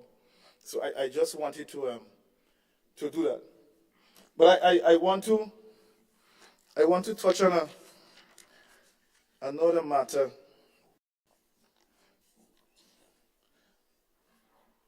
Madam President, just to summarize that this supplemental this supplemental, I believe, needed more work. It needed more work. And based on the findings from my colleague, the whole issue of not treating with savings, and I could give you a reason why, why that is not the case, and why the monies from infrastructure didn't go over to education. I'll explain as I go along. And that's the reason why I said, when you're in government, you have to understand what happens in government. Ministries are very protective, and any monies that is within a ministry, sometimes they don't even have use for it, but they're not letting it go. That is my experience. So we are here asking for additional monies, and monies are sitting in ministries. And the likelihood of those monies being spent between now and December is very, very slim from my experience in government. If you have to get anything done, if you don't get it done by June, July, forget it. Forget it. So I say this, that I believe that there's an opportunity for critical savings. Now, based on the supplemental, a supplemental is to treat with both the negative and positive, what you can say, occurrences of matters in a fiscal year. And we heard that the Minister for Health, the Honorable Minister for Health, Madam President, spoke of additional monies coming in. So the supplemental treats with that. But we are not seeing here any substantive treatment towards savings. And this begs the questions, why? Why have not the Ministry of Finance pressed the ministries to come up with those savings and to show that they actually need those savings instead of holding on to them, as we have seen in the medium-term report? And I think that is where the issue is. I think there are savings, and you will see that at the end of this fiscal year, the amount of unspent monies that will be in the budget. Remember that I said so. So, Madam President, I want to close by saying that I believe that this supplemental, there are some things in it that are much needed, but in summary, it leaves a lot of work to be done in terms of presenting more substantive information. And I know that the DFL government being said that the member for the Attorney General, Senator Joseph, would elaborate on the whole issue of the investments and whatsoever. I was hoping that we could have heard about it before, so we could have given some input on it. So we'll hear, and if there's an opportunity for a response, we will do so as regards to that. But I believe, Madam President, that we are very surgical based on what we have identified. There are some clear gaps, and I believe there's a clear opportunity for this to be improved going forward. I did want to touch on other stuff on education, but Senator Cox, as you know, you are entitled to 90 minutes. So I don't think you have approached it yet, but you are approaching. Yeah, there's one so thing you do have time for education. There's one thing I wanted to touch on education, not directly relating to the supplemental. So I don't want to overstep. I want to be fair. So maybe on the adjournment, I will raise something that the Minister of Education did raise, and I just think it's important to just bring some clarity towards it, so that members on this side, I'm speaking for myself and my colleague, I'm not sure if I could speak for Senator Lewis and St. Clair's yet, maybe after we consult. That on a particular matter that I'll raise in the ministerial statement, but I will leave that and touch it before we close today. So with these few words, Madam President, this is my contribution on the supplemental, and I do want to encourage the government to not just try to counteract what we put forward, but to look at it and assess it for what it's worth. Because I believe that we have made some fair submissions and not in any way attacking anything. But there's one thing I wanted some clarification on. There's some discussions about the retirement age and in pensionable age. I'm a little bit kind of confused on that. But I think I say this in the context that based on what was submitted in this House in terms of the urgency for increasing the pensionable age and based on the recommendations of the actuaries, I think it is with the benefit of the NIS and the fund if people work longer.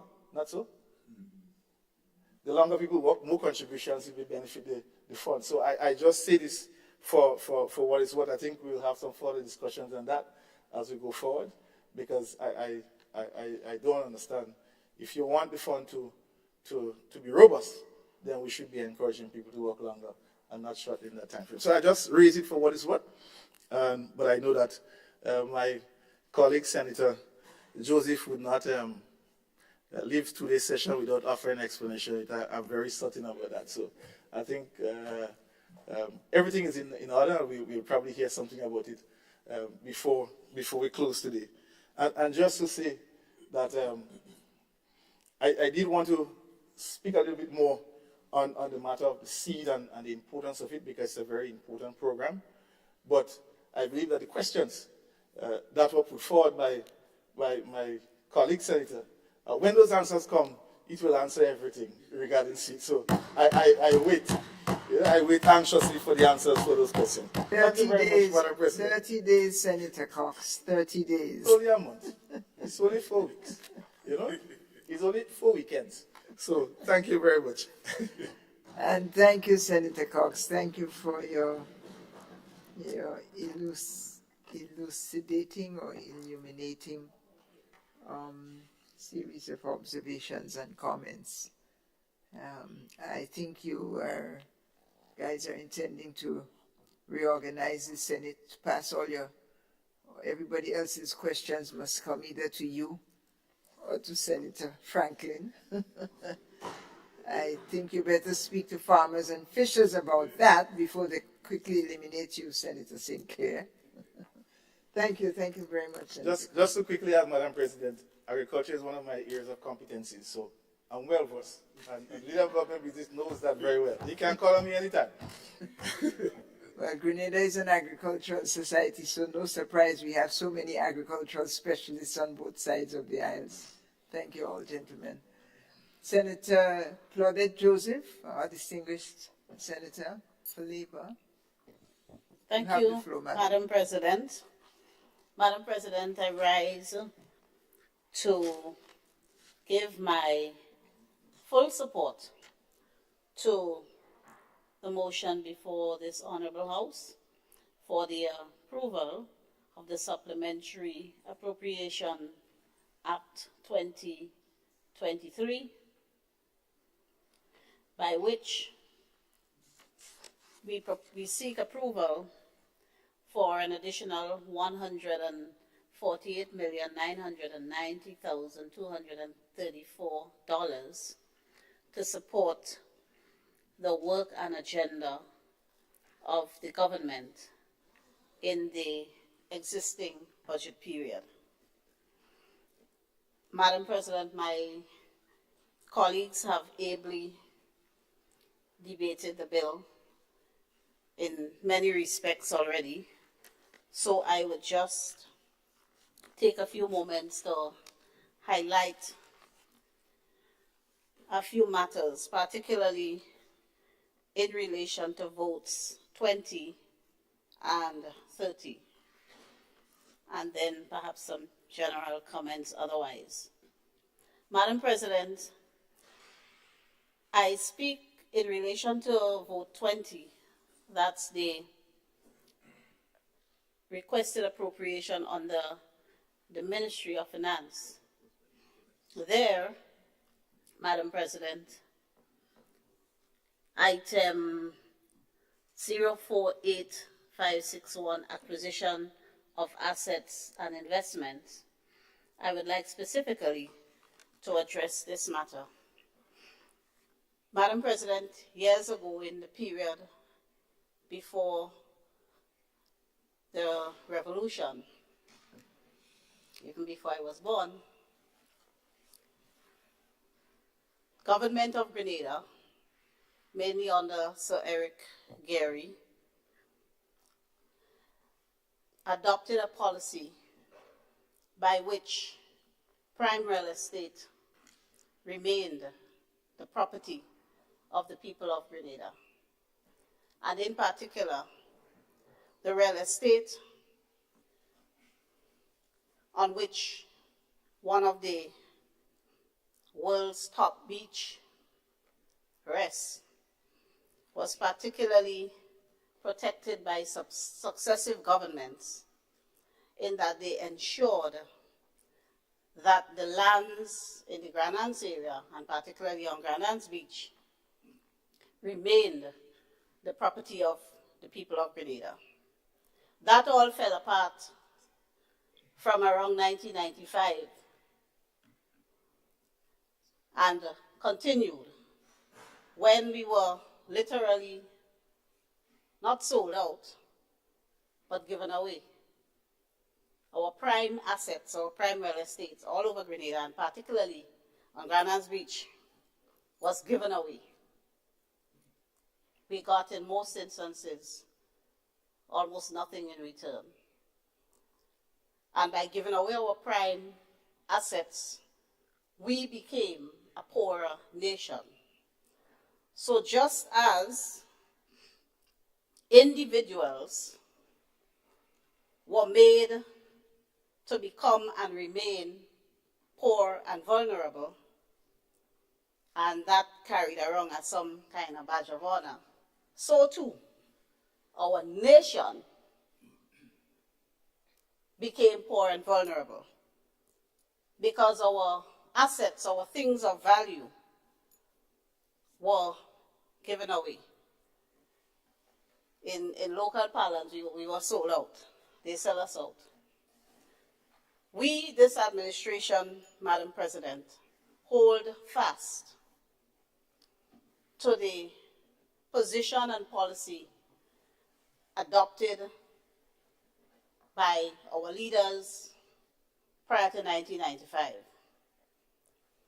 That valuable real estate in this country must remain the property of the people of this country. And so, Madam President, there are just under about 27 or 28 acres of land in total on Grand Anse Beach that was transferred to private non-nationals. The private non-nationals. Freehold. The freehold was transferred. Because prior, how the prior governments ensured that the property belonged to us while we enjoyed the benefit of it is that whoever had use and possession of the property had a lease. They leased those properties and paid a rent to the government and people of Grenada. So in the case of the property on which the Radisson Hotel rests, the owner of the hotel has a lease because the property belonged to we the people. One day before the 2008 general elections, that property, the freehold interest in that property was transferred to a private individual.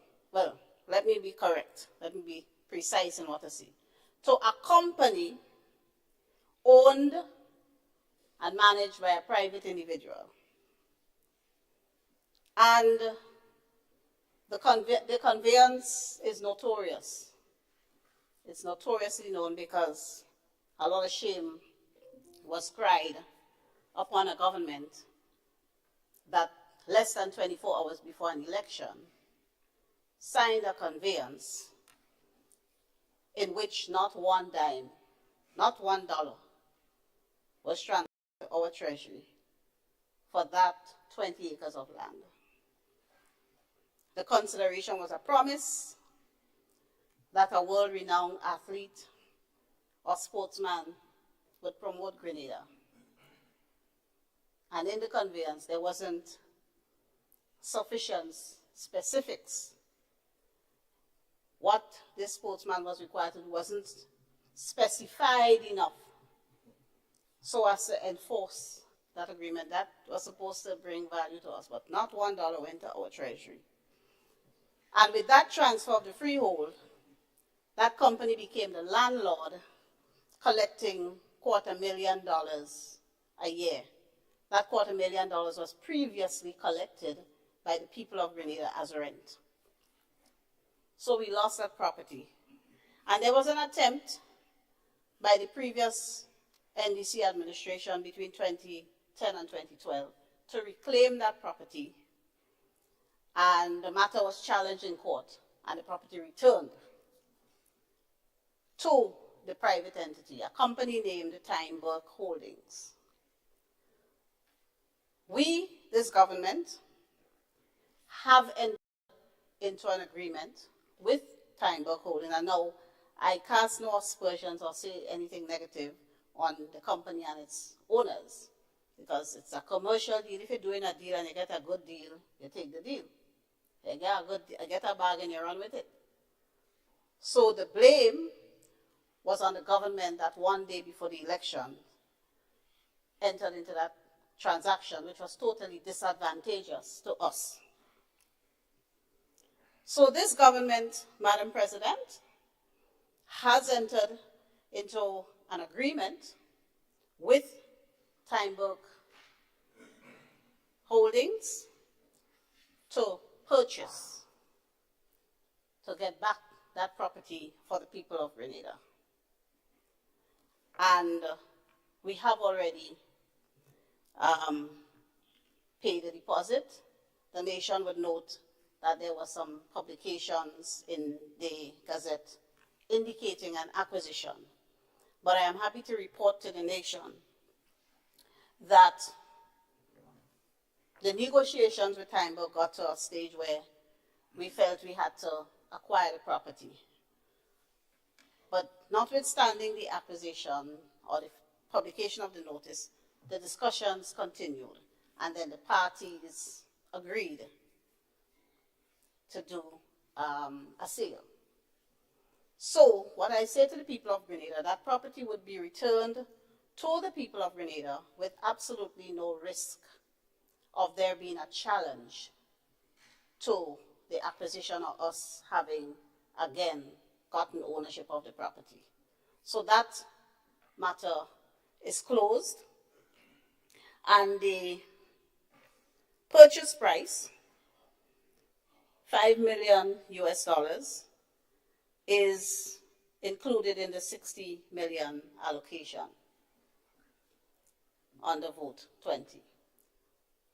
We had to negotiate the best deal that we could to get back the property. $5 million US, that's the cost. That's the cost of recklessness and, frankly, misbehavior in public office by our previous administration. That's the cost. That's the best deal we could get. But the property will soon, again, belong fully to Grenadians. 20 acres. Madam President, the other property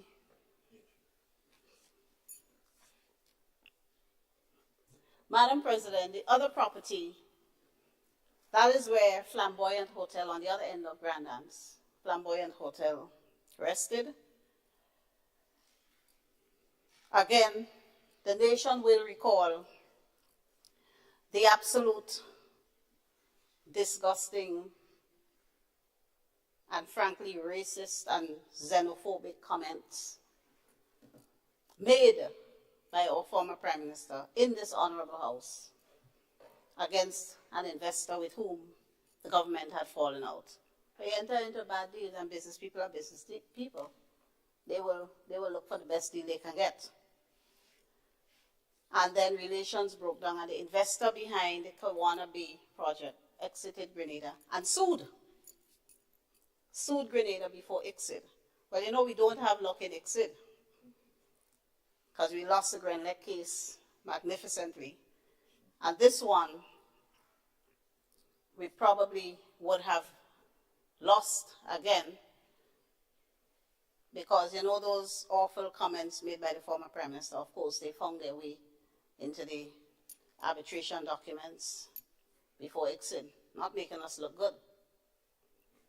But there were deeper issues than that, and on assuming office, we felt it best to engage respectfully into negotiations with the owners of the Kawana Bay project.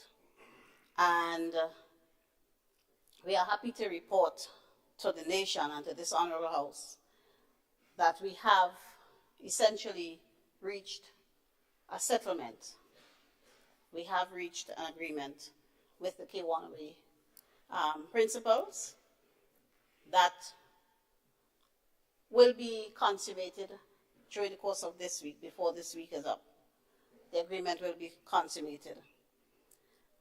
And that agreement will, again, see the Kawana Bay property, just over 5 acres of land on the far end of Granite Beach, again coming back to the people of Grenada. We will once more own that property. Because, and the conveyances are there, they are public records at the Deeds and Land Registry. Again, we owned the freehold in that property. The owners of Flamboyant, who by the way were locals, Grenadians, had a lease. But in 2016, the government transferred the freehold to True Blue Bay, which is a property owned by Mr. Newfield. And in transferring, again, nothing went into our treasury at the time of the freehold transfer, in rare terms, because what happened, there was a conveyance and a mortgage. Essentially, government loaned the True Blue Company money to buy the property from us. So government advanced them the money, they take the same money from us, and then they bought the property from us. And it was a real good deal. It was only $3.5 million. So that's the kind of recklessness we're talking about in government. That's the kind of bad deals we're trying to undo now. So there will be a sum out of the 60 million allocated to settling the arbitration before ICSID, because we don't want to spend our time fighting legal battles out there when we have a country to build. And so the ICSID arbitration will be settled, and the property will be transferred back to the people of Grenada.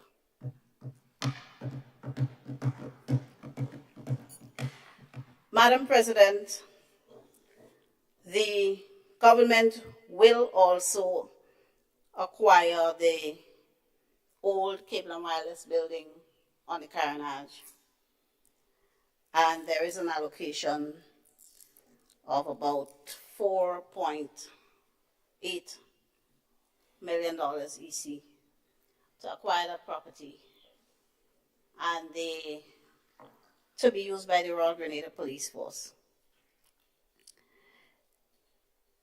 Also, Madam President, included in this $60 million is allocation to acquire 89 acres of land at Calavini and we are acquiring this from a local. I like to make that distinction because we don't sell out.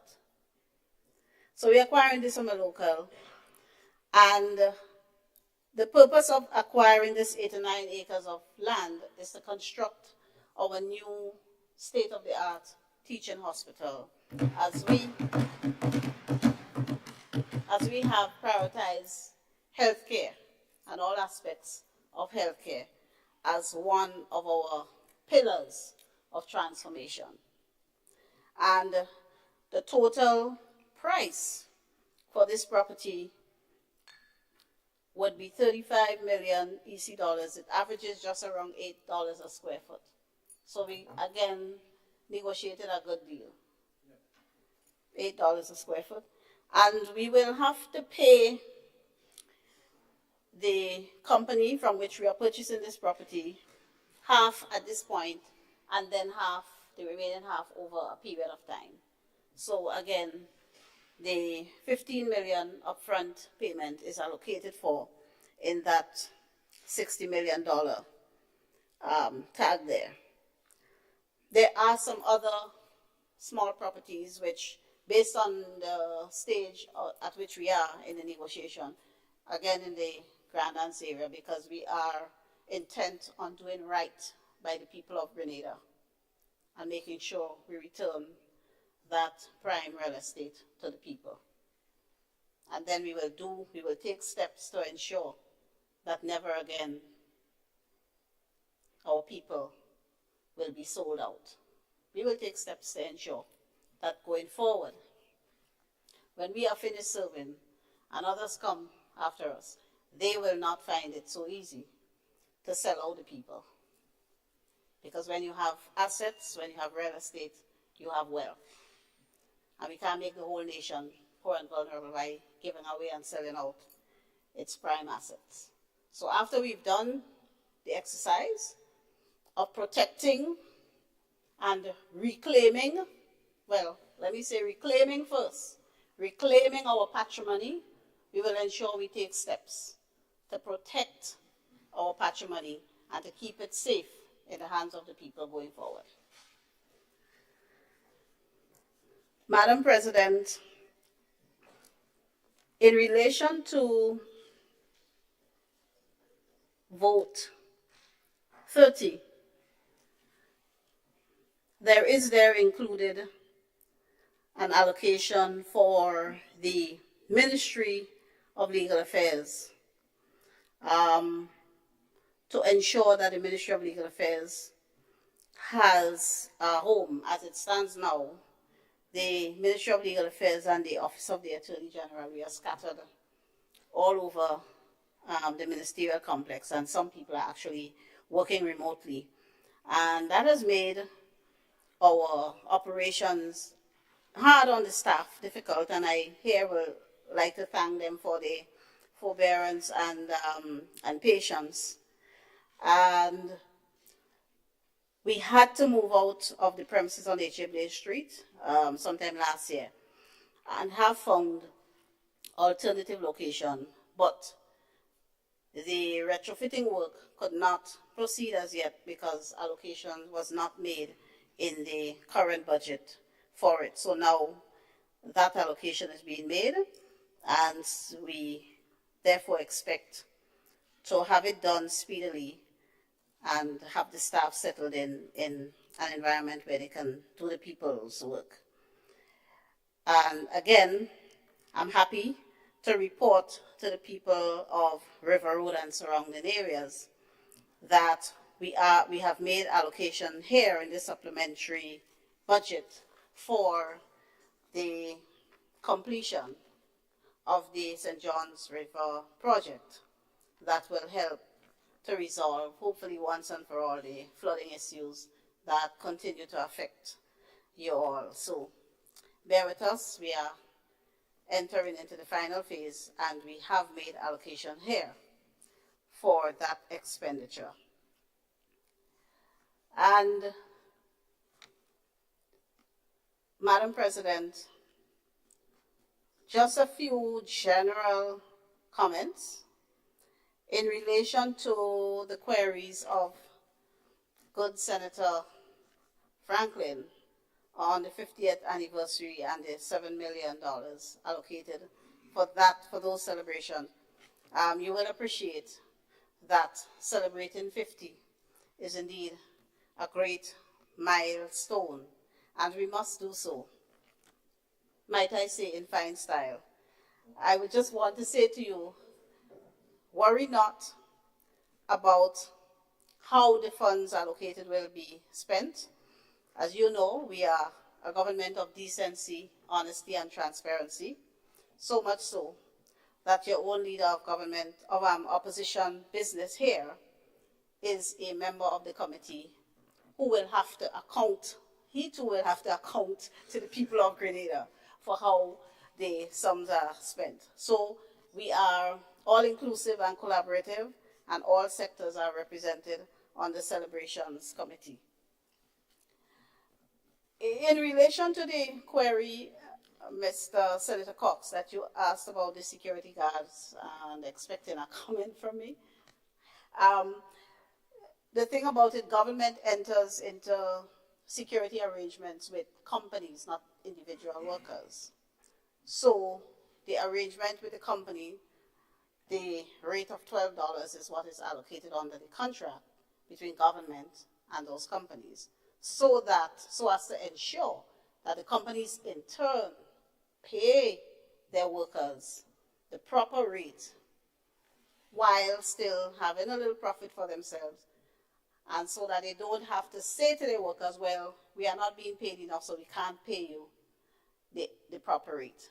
So that's the basis on which the rate is calculated above the minimum for those security contracts. We want to make sure all our people are treated fairly and well taken care of. I just want to remind you, with your leave, Madam President, remind the good senator that had it not been for the Ministry of MIT, the Fort George Rehabilitation Project, which languished since 2017, which, when your good self was Minister of Infrastructure, it was determined could not go on. Had it not been for MIT and the energy of MIT, that project would not have been 55% complete today. And had it not been for the Ministry of MIT, we would not have moved nationally from an implementation rate of below 15% to now, and in some cases it was as low as 5%, to now an overall implementation rate of 75%. That's the value of the MIT ministry.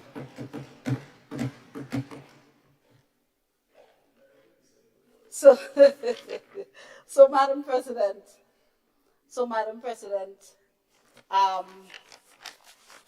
I commend this supplementary appropriation bill to this Honorable House, and I say to this Honorable House, and particularly to good Senator Franklin, the reason why, one of the reasons why, or perhaps the main reason why, previously the supplementary bill was no more than what you say, 74 million. Now it's 148. It's simple. 70. Simple, we work in. Oh, gosh. Right? we work in. So we need the funds to do the work. Right? So, and Minister Nolan Cox, perhaps being the former infrastructure minister, you can assist us with locating those detailed plans for the Seamoon Cultural Center that you speak of, because we inherited a stage and a pavilion. So if there was a pool and all of that, help us locate those plans. Thank you, Madam President. I thank the learned Minister of Labor, Attorney General, and woman born after the by her own admission, a woman born after the Grenada Revolution.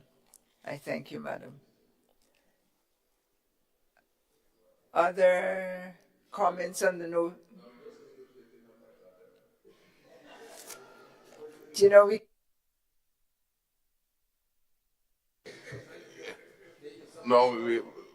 Madam President, no, we are just trying to see if we're in a motion for lunch or not. That, I think that was negotiated.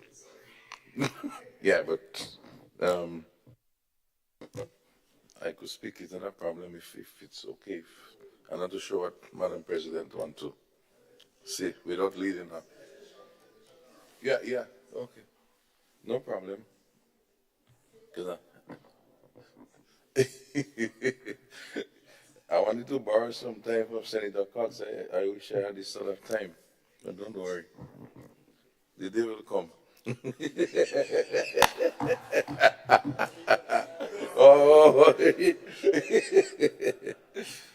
okay. Thank you, Madam President, and I think it was very good listening to all the presentations earlier and trying to keep awake. Supplemental budget, basically, we're speaking about a budget of new allocations as we have in front of us.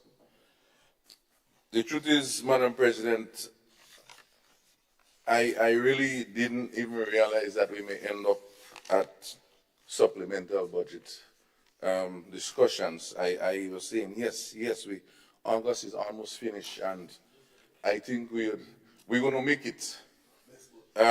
So, while I like to speak and I like to discuss, I really thought we would not have had to discuss the supplemental. But, of course, we know in times there are certain key issues that may come up. In our personal lives, we do have supplementals that we fund in different ways. In some ways, we have to do it out certain things. Understandably so with the government and its obligation to the nation and its citizens. It has no choice. And of course, because this is a legal matter, we understand the context of having to come back here rather than spending and then in November, December, we overspend here and we spend here and technically I would say break the law. So whilst my hope was one way and whilst we are quite in August, this is the right thing to do. So in this, all this said and done,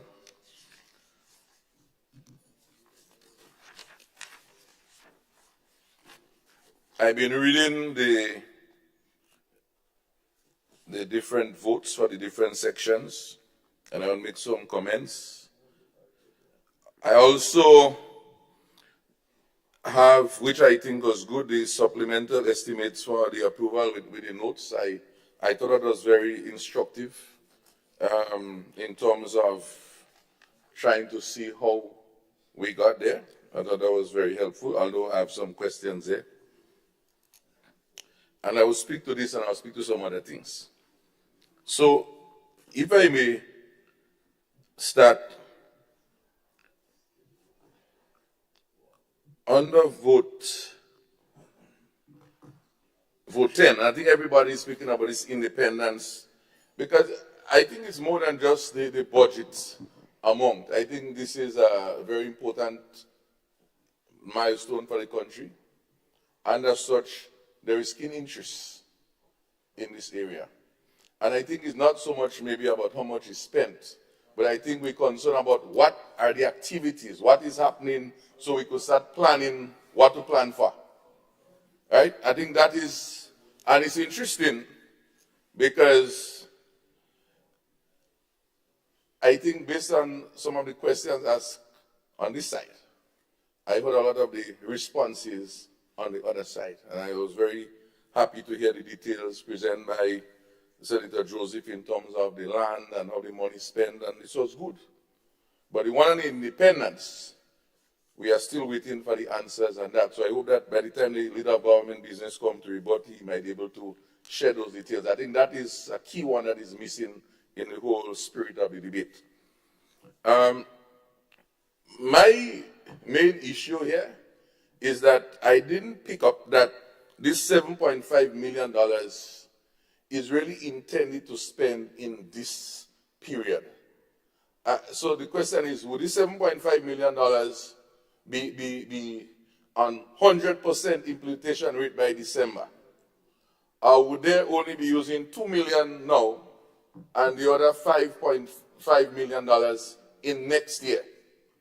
And so if we're going to roll over, then we could have cut it and say we need $2 million to bring us to December, and then when December comes, you put it over, because it's for a different period.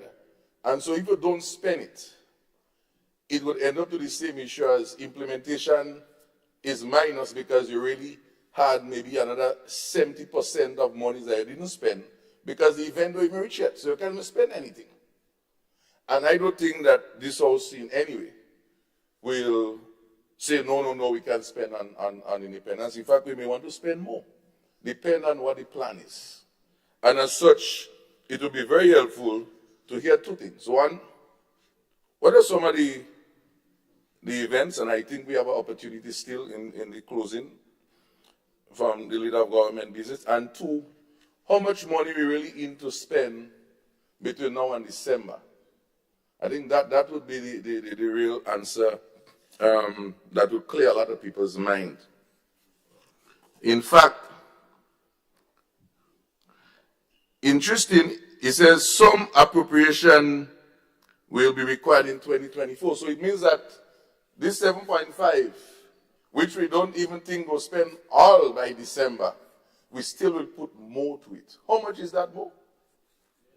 And I think the celebration is for the whole year in 2024. It's not just February. So I'm not no big mathematician. I think Nilon is in the side of the house. If you do some quick maths, you'd realize that if in 4 months you plan to spend 7.5 million, then in the real heat of the thing, in the next 12 months, it means that we could have a budget of close to it's close to about $20-something million. We may expect to see this escalating. But nothing is wrong with that, if it's justifiable and we can all see the global benefit. Because I don't believe that this celebration should only happen in Grenada, Carriacou, Petite Martinique.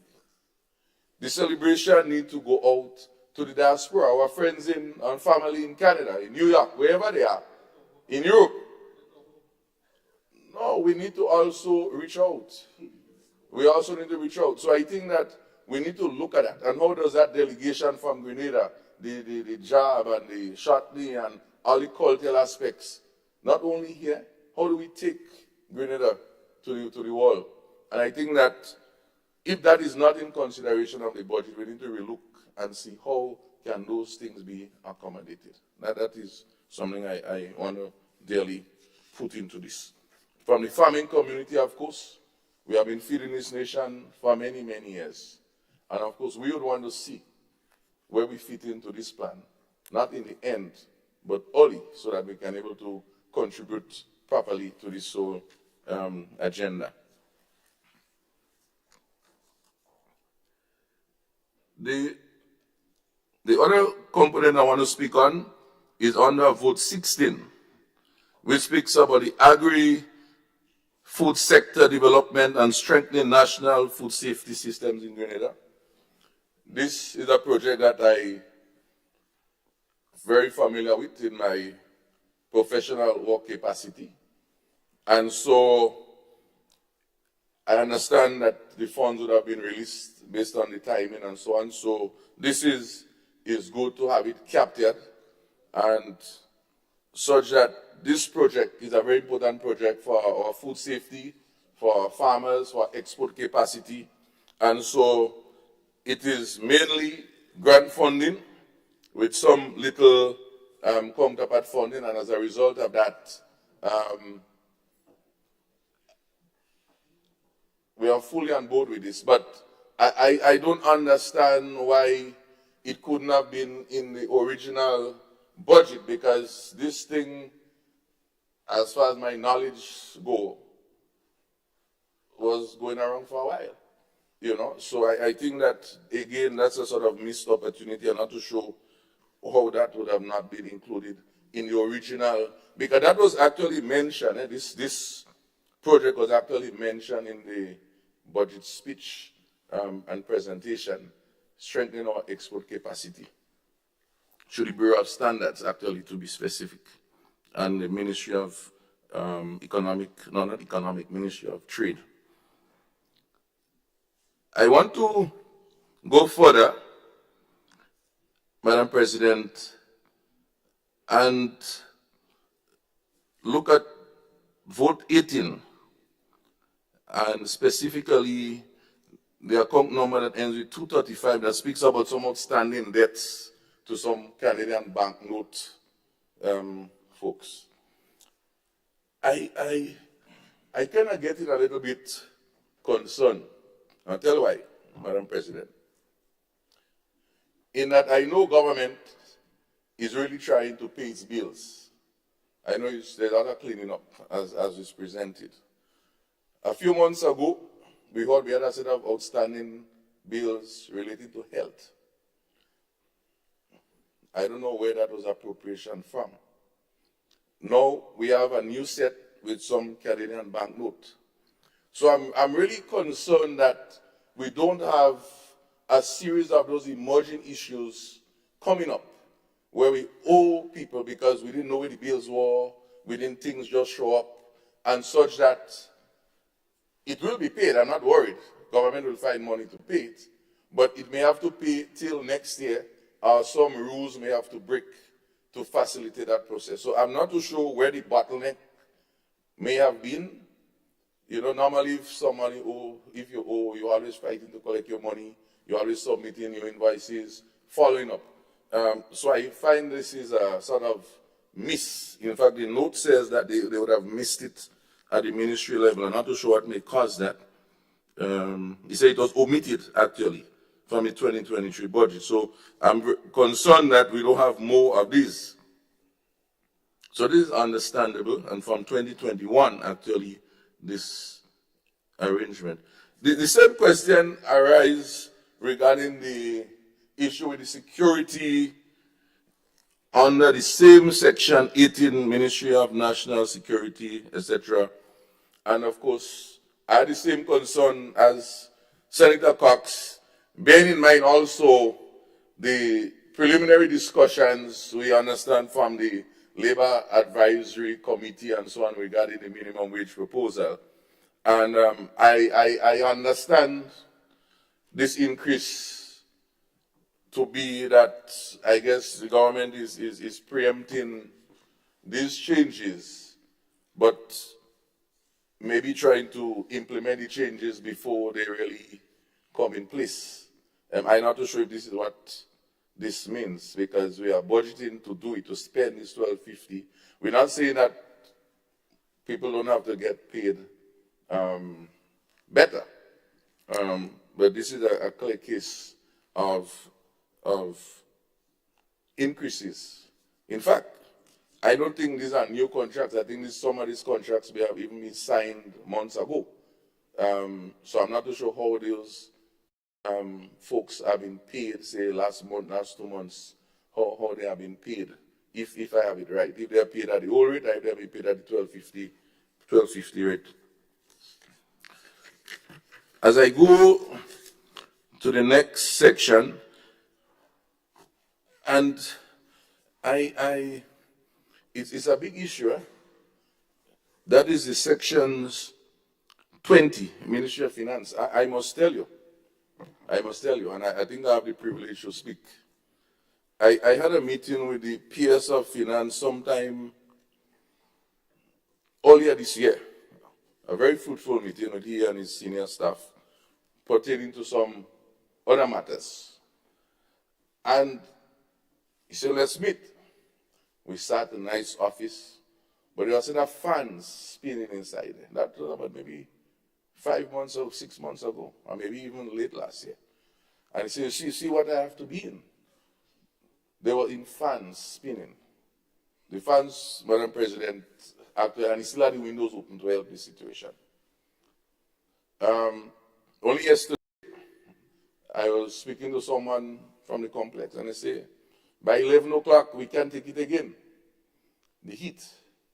And so, I really appreciate that this matter be addressed very soon, because, again, I say, I'm not only looking at the farming community per se, but as citizens, we have other services that we go to the ministries for.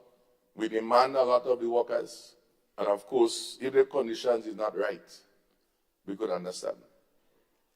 The type of changes that need to take place regarding all this AC and so on is not something that could happen in 2 days. This is an elaborate process. And I trust that work might have already been started on this and can be completed very soon to address the comfort of the workers, because there are things that if a worker have to leave since 10 o'clock, 11 o'clock to go home because of the condition, understandably so, it's not good for us and even their well-being in terms of wanting to work and they can't work. So we really hope that this could be addressed soon. And at the same time, as Senator Cox rightfully said, in renting and moving, trust me, there are ministries waiting as hawk, departments waiting as hawk to absorb other places that exist. And my good friend, leader of government business, knows very well where I'm coming from. Yeah, it's true. It's true. The issue on under 20, Ministry of Finance, purchase of vehicles. Well, I understand the properties and so on, which was explained. The vehicles, of course, we know the vehicles, government need vehicles, ministries need vehicles. But I want to also make a little note that we have to also have proper driving of these vehicles. Speeding, racing, and the road. I travel a lot of part of the country. And we need to be guarded with how the drivers drive the vehicles. I think this is a very important issue because I understand the limitation that vehicles could cause. For example, in the police, I don't know if any of these vehicles are going to the police because they need a lot of vehicles to get the work done, to deal with the farmer business and, of course, to deal with their business. So it would be good, again, if we can have an idea. Is there any would be assigned to the police such that they can be able to improve the whole patrolling when it comes to pre-deal larceny? I mean, and I don't think that we have to sing a calypso to win something to get money to buy vehicles for the police, as my good friend Robel was singing to get fence to Barry's place.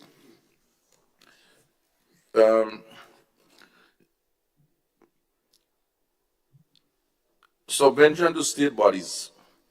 Of course, I can understand that matter with GIDC. Of course, as an organization go through strategic arrangement, of course, we may get some answers as to what strategically is taking place. And sometimes in a strategy, you can't even explain the strategy because then you expose your business approach.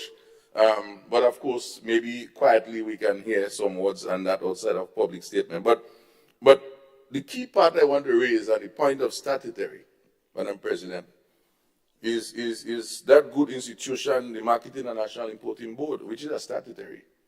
I know that there was some level of support taking place last year. Some level of support might have been taking place even only this year.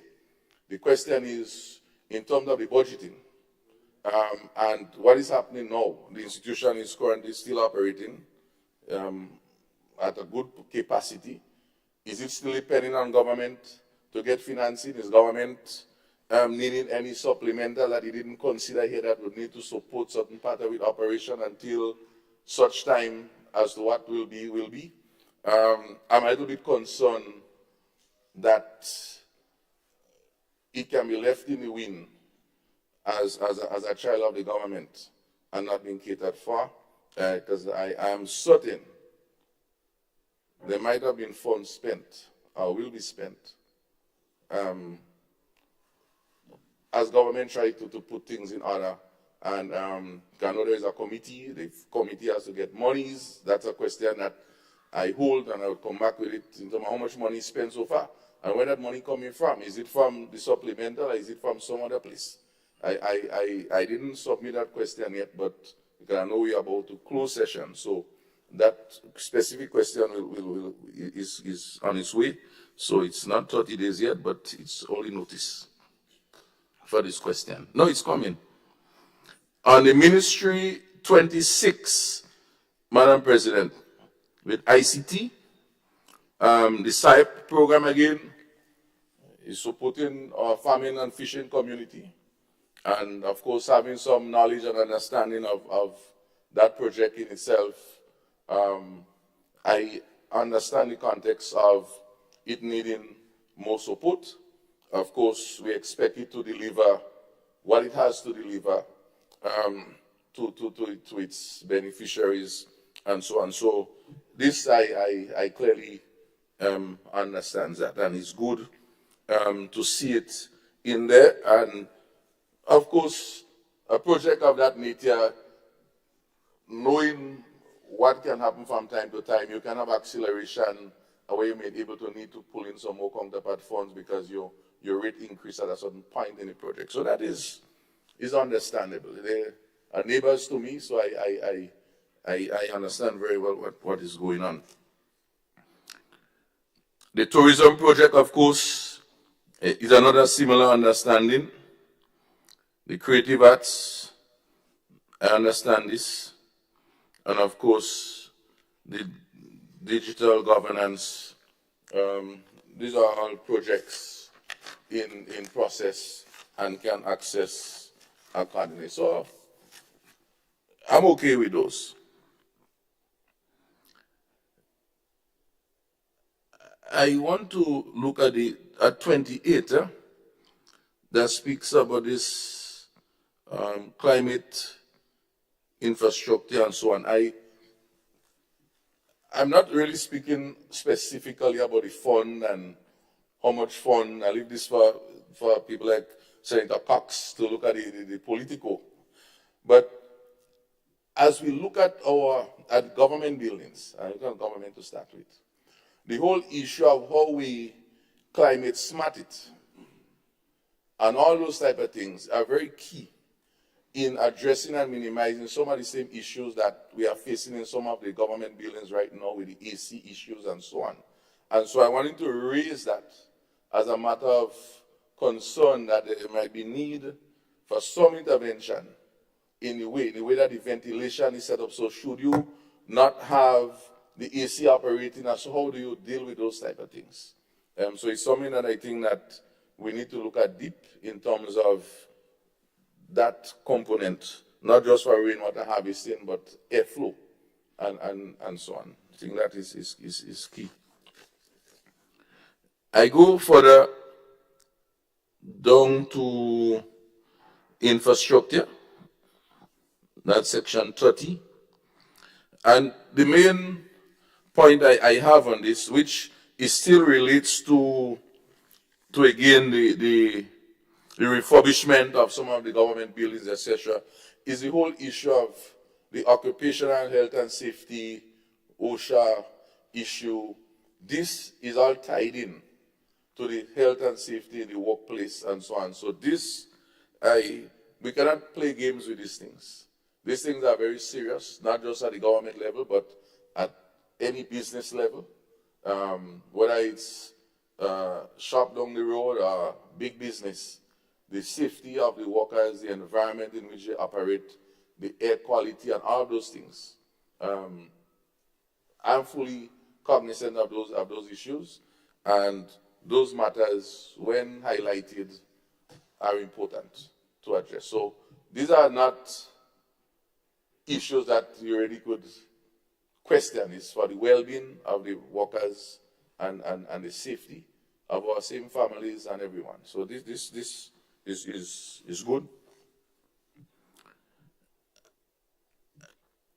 As I go further, so I'm just going, right, the Tia Marisho Community College, Madam President, and the issue of this free, I'm not sure what is free, but I don't know why we don't just call it a scholarship to students attending the schools, because actually it's a scholarship that is being provided under this, what we call tuition. Is really a scholarship that is quantified to pay in it, because the question would arise, would there be a minimum quota in terms of the class size, in terms of the amount of persons signing up to the TAM CC? Because when you look at the amount of students who would be leaving secondary school and who might have even left secondary school 1 or 2 years ago and decide, well, no, it's free tuition, so it's affordable. So now I will join on with those new students so then you end up having much more than you really think you may have in anticipation. Then your class size become bigger, and then you realize you need more tutors. And then that becomes a new emerging issue. I say this as a planner, right? I'm speaking here as a planner, because those are possibilities that can happen. And then what do? Do we tell the children, oh, you all come late, did the registration full up, we're going to only take 35. So this is key, because you see, I like to look ahead, not positive, I look ahead. I looking at in September that we have enough classroom, we have enough teachers to facilitate this influx, because education is important. I went to the same, IFE, Institute of Foreign Education, just as that. We had no tuition, so I understand the benefit of those things. And maybe if I had to pay tuition, I may not have even ended up in that place to even able to improve myself. So I understand the value of what this means for a lot of persons. In fact, I further endorse Senator Cox's point with the students from Carriacou, with some consideration be given in some way. It doesn't have to be 100%, because I have been to school with guys from Carriacou. They come down they didn't have a speed at that time. They had a fishing boat, and you wonder, they'll come down and they try to find a place where to lodge for the week, and then they head back up on the weekend and stuff like that. So I'm not speaking about things I'm feeling about that. I'm speaking about real things I've experienced. And so some help in that way would go a long way. Maybe if it just means that they get a spirit ticket to go up once a month to see their family, some facilitation, because I've seen that, because I've been there in that same journey with many of them. Okay? Some of us may not have been the journey, but I've been the journey. So I could speak and tell you that this would be very helpful. So, Madam President, this would have taken me through some of the key points I wanted to raise as it relates to some of the concerns that I would have had, or some of the comments. I want to not forget my good friend in Social Security, Senator Thomas, because I know I had some notes pertaining to some matters I wanted to speak on from her presentation. I always like to present the last time the bill, and even now, very clear, precise, and straightforward. So I could listen very clearly what she's saying. The Child Protection Authority, the issue of the home for the elderly and so on. These are very important issues for our parents, grandparents, aunties, and even ourselves at some point. And so if we don't seize this opportunity now to help to make today good for us and others who will come in the future, then the question is, what future are we creating for Grenada? Not for us, what are we creating for Grenada? So that is the context of the speech. So when I hear that we need to get, I think, some $5 more million to do with housing and all of these things. My question went, because of the demand, is how much really of this $9 million that was originally budgeted was spent to date, approximate, such that this other $5 million can really accelerate quickly because there's an important need, such that we can be able to achieve that goal. I will support that fully, that the housing stock facilitation is important, and the fact that there's a need, we have to support it. The next question I also had to do with the whole issue of the recertification as it relates to the seed program. And I understand all the context, the procedure, recertification. Those are standard operations in any project, any activity.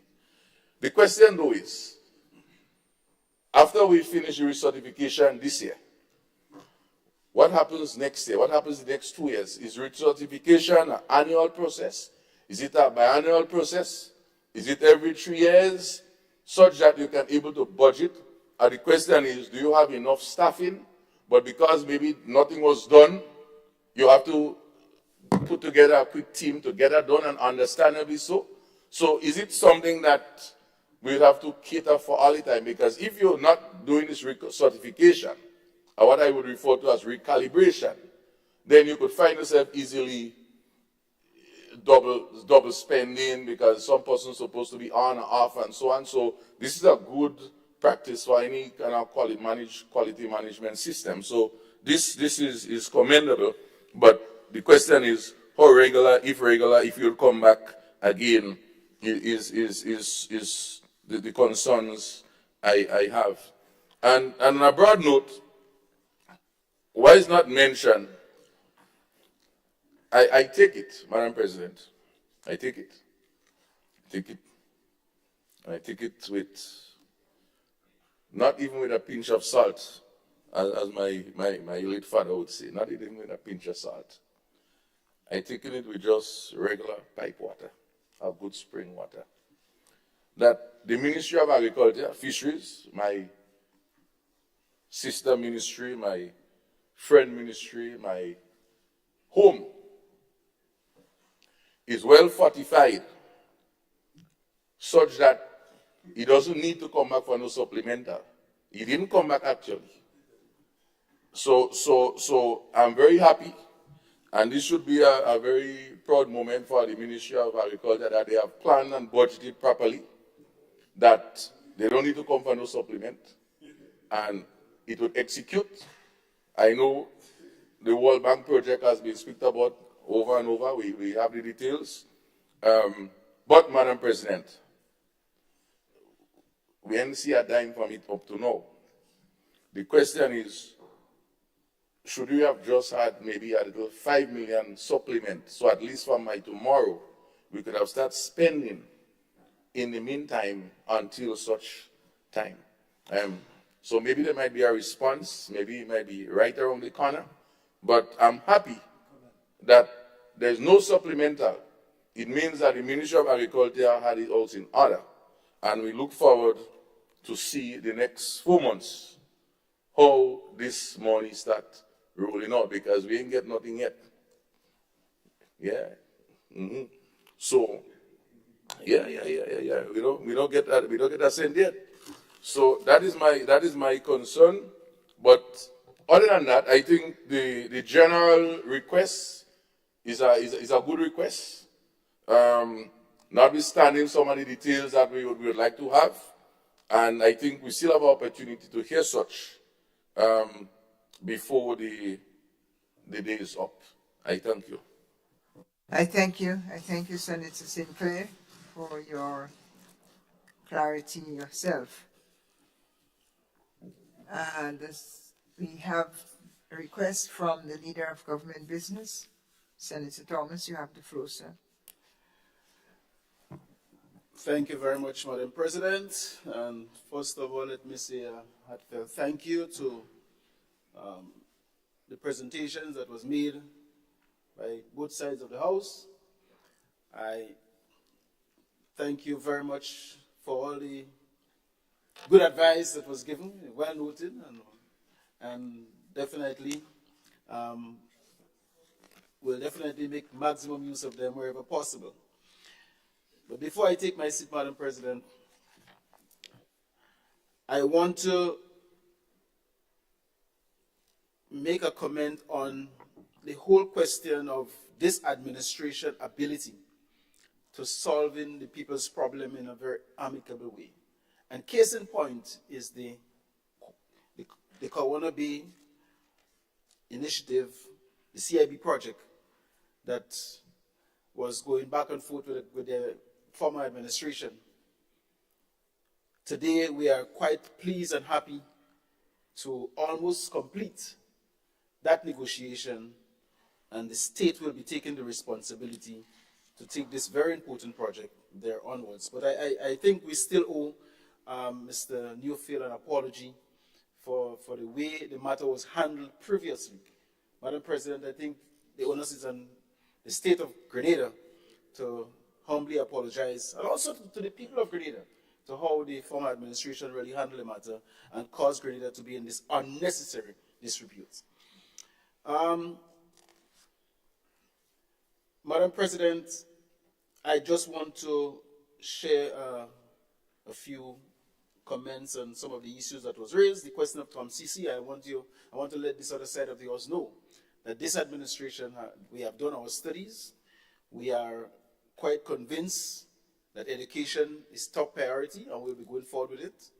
The whole question of people having access to Tom Cici and NULO is an initiative that are going to further enhance. Those are initiatives that are going to further enhance the whole question of training our people technically. We are embarking on a serious skill training program, and we anticipate that there will be an increase in the number of people responding to that. Because we know for a fact there are a lot of people in Grenada who are certified from an academic point of view, and they don't have the necessary skill, and so it is difficult for them to find employment. Madam President, Tom Cici and NULO will answer some of these problems, and we are prepared for when the influx comes. Madam President, I know in the other place the issue of the 50th anniversary Jubilee celebration was a big issue. I think everybody supports the whole question of the Jubilee celebration. I'm happy that the other side here is demonstrating that also. Madam President, but I did not hesitate to make the point. We are not perfect, but the norm is, for the last 50 years, we have been having one-day celebrations. And many governments would not have been talking about independence so early as we are talking about it now. As a matter of fact, our administration, we are quite aware in terms of what many of us may have in our minds to do. But this is not about this administration. It's not about this political party.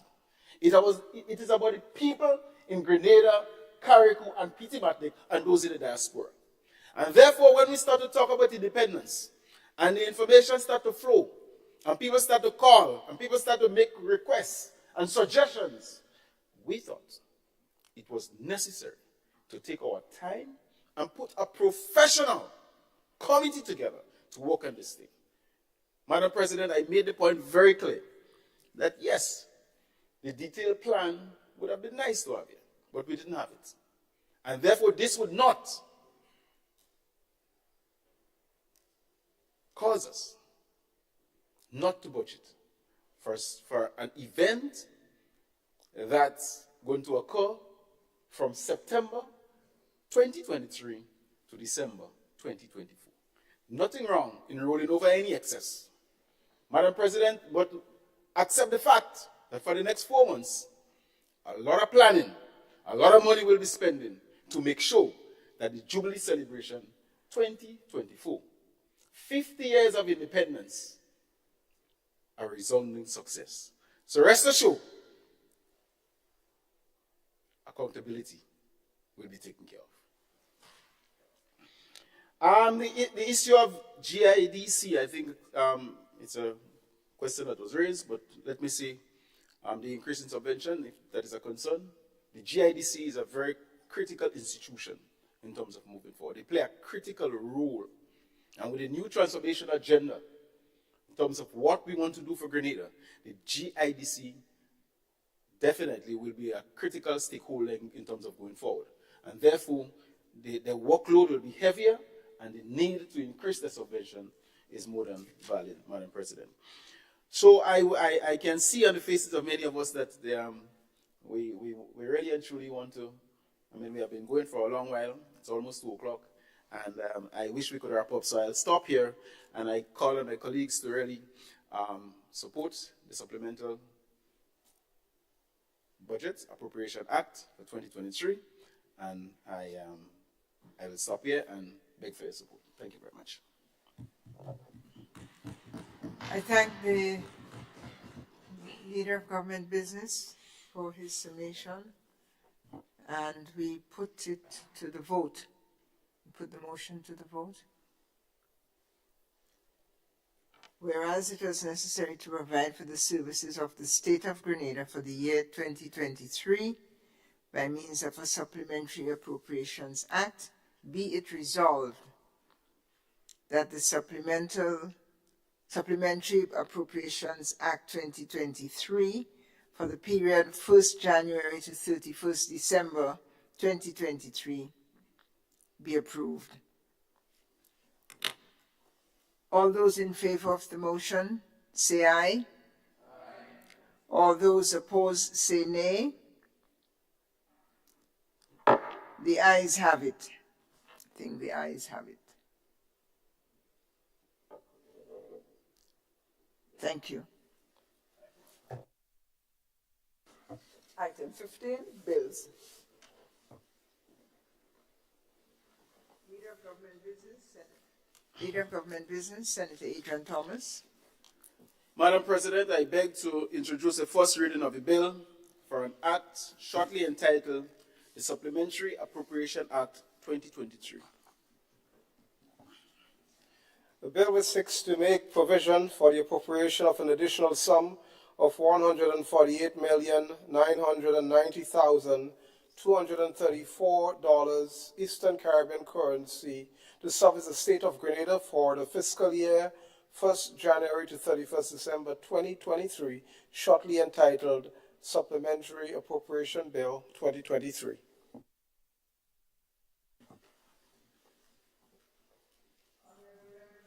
Honourable members, the question is that the I missed my cue. Yeah. Sorry, the Leader of Government Business. Madam President, I beg to move that the relevant standing orders of the Senate be suspended to enable the bill to be taken through all its stages at this sitting. Thank you. Honourable members, the question is that the relevant standing orders of the Senate be suspended to enable the bill to be taken through all its stages at this sitting. All those who are of that opinion say aye. All those opposed say nay. The ayes have it. I believe the ayes have it. Leader of Government Business. Madam President, I beg to move that the second reading of the bill be taken. I have the Speaker's certificate to proceed with the bill. I'm sorry. Honourable members, with the Speaker's certificate in hand, the bill is placed before you, and therefore the question proposed is that the bill be read a second time.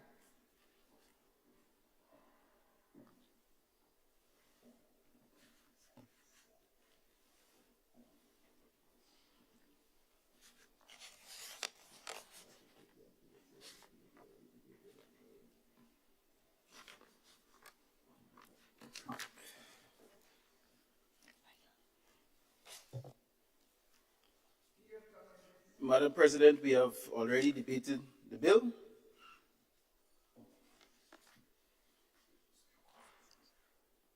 So we go to the second reading, to the vote, sorry.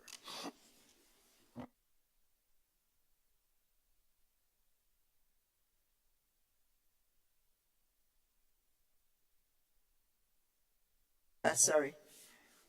Honourable members, the question proposes that the bill be read a second time. And so the question is that the bill be read a second time, and all those who are of that opinion say aye. Of the contrary opinion say nay. I think the ayes have it. A bill for an act shortly entitled Supplementary Appropriation Bill 2023.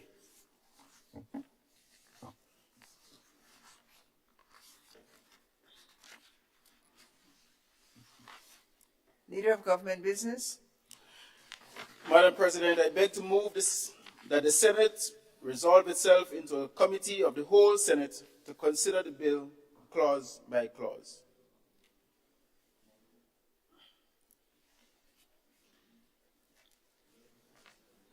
The question in this Honourable House is that it be resolved into a committee of the whole Senate to consider the bill clause by clause.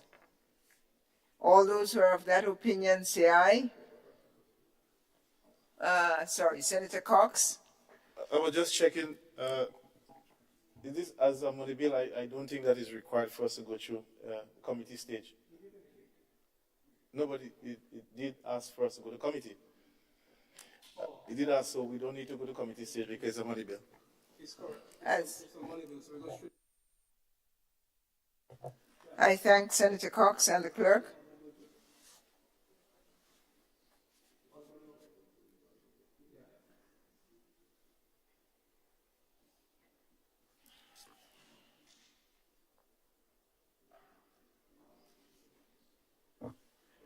Madam President, I beg to move that the third reading of the bill be taken.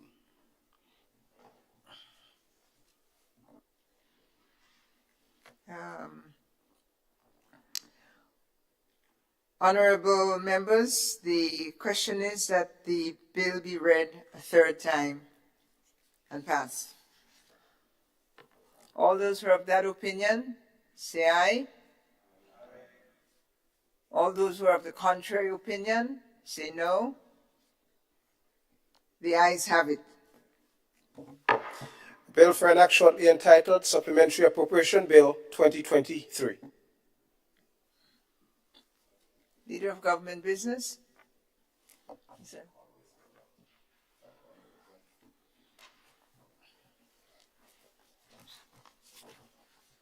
Senator Andrews. Thank you, Madam President. Madam President, I beg to introduce for the first reading a bill for an act shortly entitled Bank Holiday Amendment Act 2023. A bill which seeks to amend the schedule to the Bank Holidays Act, Cap 25, the Principal Act, to provide for the Tuesday following the second Monday in August to be observed as a bank holiday in Grenada, shortly entitled Bank Holidays Amendment Bill 2023.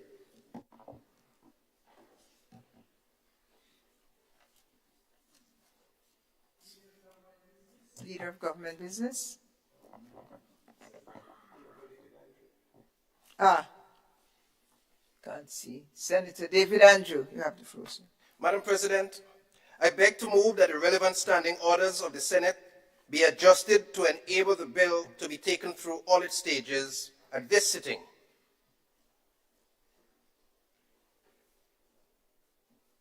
Honourable members, the question is that the relevant standing orders of the Senate be suspended to enable the bill to be taken through all its stages at this sitting. All those who are of that opinion say aye.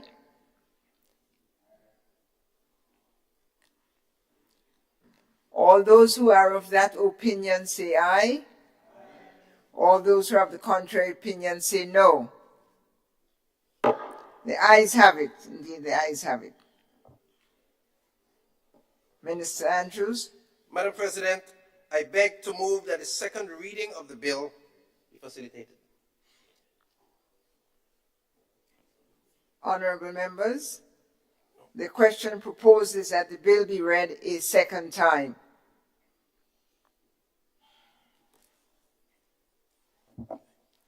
Madam President, this bank holiday amendment that we seek to propose, Bill 2023, seeks to amend the Bank Holiday Act, Chapter 25, I beg your pardon. The Act declares that the second Monday in August from noon the following day, which is the Tuesday, as bank holidays, to be known as Carnival August celebrations. Every year, pursuant to Section 7 of the Act, a proclamation is made by the Governor General to also declare the morning period of the Tuesday as a holiday. The Bank Holiday Amendment Bill 2023, therefore, seeks to amend the Principal Act to make the Tuesday, the entire day, following the second Monday in August, a bank holiday, so that the yearly proclamation as executed by the Governor General will no longer be required. And it is in this spirit that we make the recommendation that this bill be passed.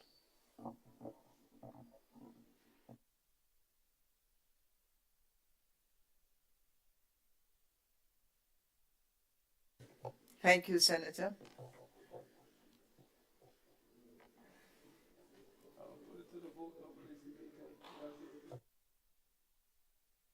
I have a question.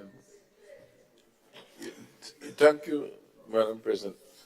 It's just I'm trying to get some clarity in terms of what obtains with Carriacou. Because I know Carriacou has Carnival. I'm not too sure if it's half day on the same Monday or if Tuesday. I'm not too sure what is happening there. If the member can maybe help me if that information is available, such that at some point in time, all of these things can be properly regularized. So I'm not too sure exactly what obtaining Carriacou. I understand the wisdom, and it's makes sense for the revelers. I know businesses sometimes have challenges, but these days businesses open every single day in Grenada, and some of them even 24 hours. So and ATM and all of those things are functioning. It's a matter of making sure that those ATM has the required funds. They will say, well, you have your card, so you're mobile. So as business changes, and I would say local business, because international business also can be affected, sometimes depend on what you're doing internationally. But I understand the wisdom. My question is how should we Carriacou in that it doesn't become disadvantaged in the spirit of the same celebrations which we are discussing also, because they are no lesser in any way in this context.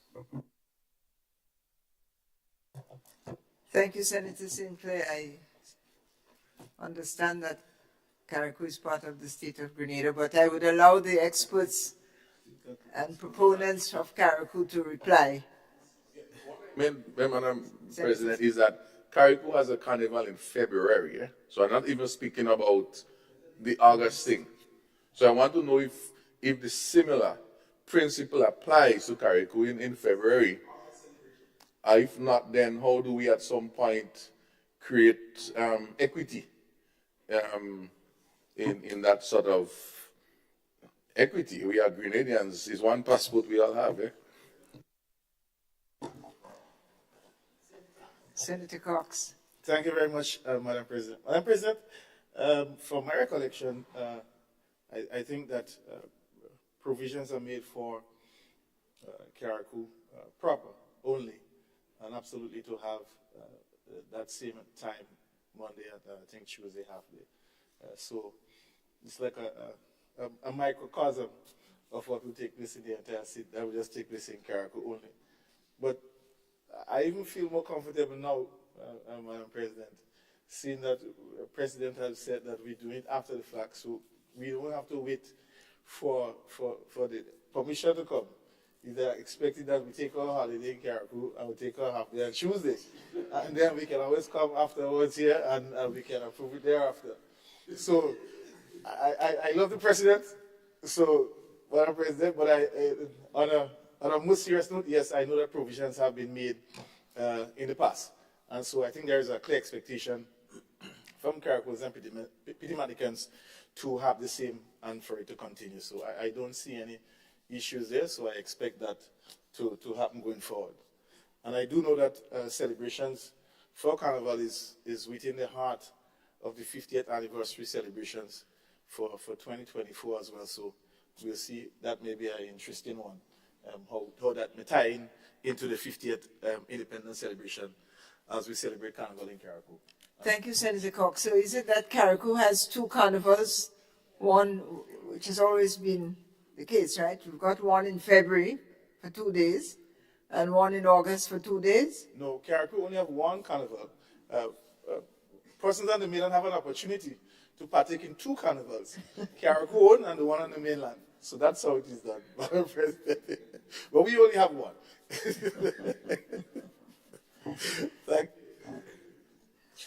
Thank you, Senator Cox and Senator Sinclair. You've got your question answered, yeah? So we have a request from the Leader of Government Business. Thank you very much, Madam President.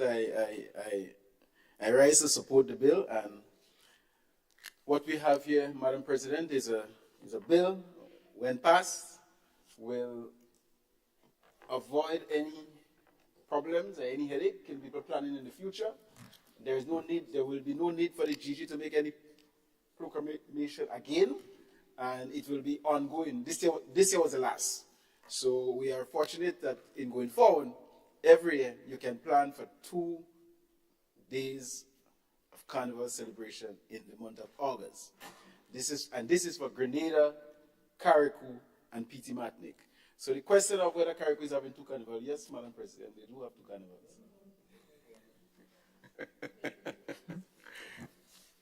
Thank you, Senator.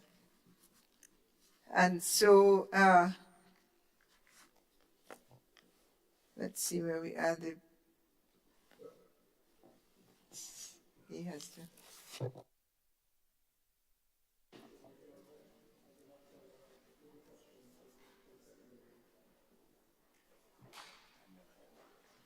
Senator Andrews. Thank you, Madam President. Indeed, let me thank my colleagues on the other side for the brief but spirited debate towards this bank holiday amendment bill. I think in spirit we all agree that this is something that needs to happen. And Honorable Cox, it's not that we doing it after the fact. In fact, we did have the Governor General proclaim for this year's celebration, but we are ensuring that going forward, we don't have to have such a repetitive action for such a prominent activity across our cultural landscape. So hence we are coming ahead of time to make sure that this doesn't have to repeat itself over time. But nonetheless, we thank you. We thank you all very, very much for your contribution and support to this motion. And I pass to the... Yes, and Madam President, I beg to move that the second reading of the bill be taken. Thanks. Thank you.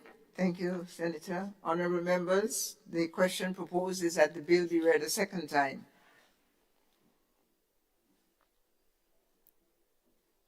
Honorable members, the question is that the bill be read a second time. All those who are of that opinion, say aye. Of the contrary opinion, say no. I think the ayes have it. The bill for an act shortly entitled Bank Holidays Amendment Bill 2023.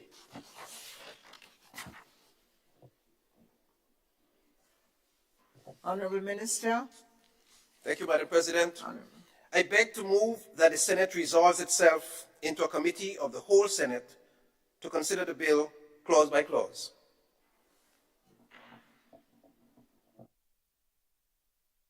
The question is that this Honorable House resolves itself into a committee of the whole Senate to consider the bill clause by clause. All those who are of that opinion say aye.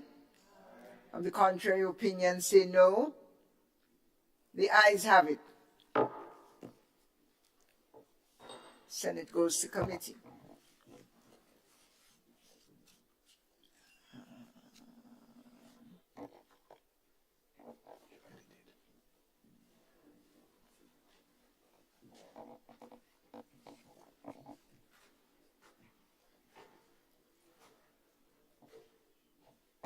Clause 2, amendment of schedule to the Principal Act.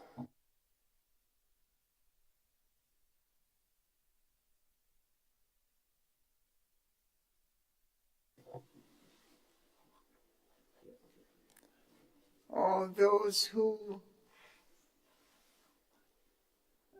support the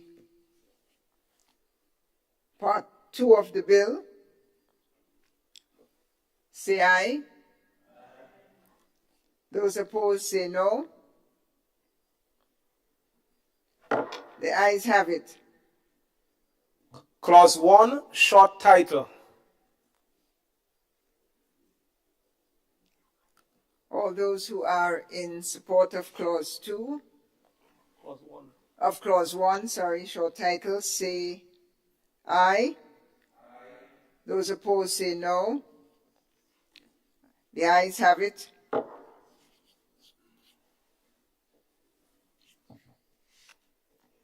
Minister Andrew. Madam Chair, I beg to move that the Senate resumes and the Chair of Committee reports progress on the bill. Honourable members, the question is that the Senate resumes and that the Chair of the committee report progress on the bill. As many as are of the opinion say aye. Of the contrary say no. I think the ayes have it. Honourable Senate resumes. I have the honour to report that the bill was considered by a committee of the whole Senate and passed without amendment. Minister David Andrew. Madam President, I beg to move that the Chair's report be adopted. Honourable Senators, the question is that the Chair's report be adopted. As many are of that opinion, say aye. Of the contrary, say no. The ayes have it. Minister David Andrew. Madam President, I beg to move that the third reading of the bill be had. Honourable House, the question is that the bill be read a third time. All those who are of that opinion say aye. Of the contrary view say no. The ayes have it. I think the ayes have it. A bill for an act shortly entitled Bank Holidays Amendment Bill 2023.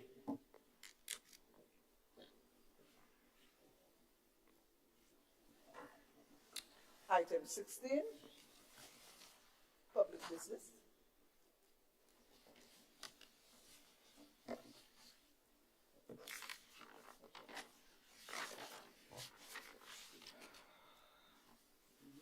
Public business.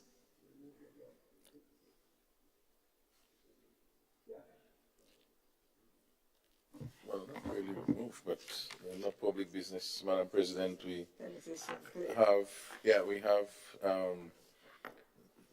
that private member's bill regarding the crop compensation, and it's in position there that I would address it at the right time. So I'm not going to address it today. Senator, you were inaudible. Please repeat yourself in an audible. Sorry. Yeah, I'm saying that maybe I'm a little bit hungry. I'm saying that pertaining to the private members' bill on crop compensation, which we have had on the paper a while now, I said this matter into the second reading, I would forego that in this sitting, and I would re-look it at the appropriate time for the records. Thank you. Thank you, Senator, for the withdrawal and the commitment to revisit. Item 17, adjournment.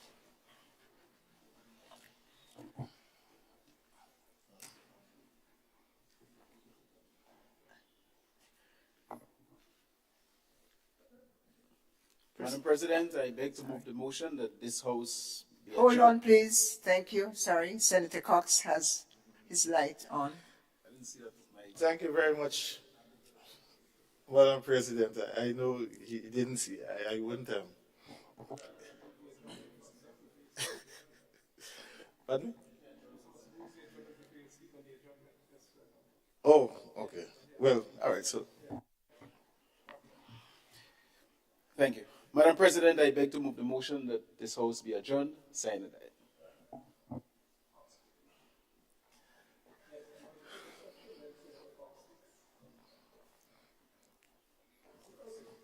thank you very much, Madam President.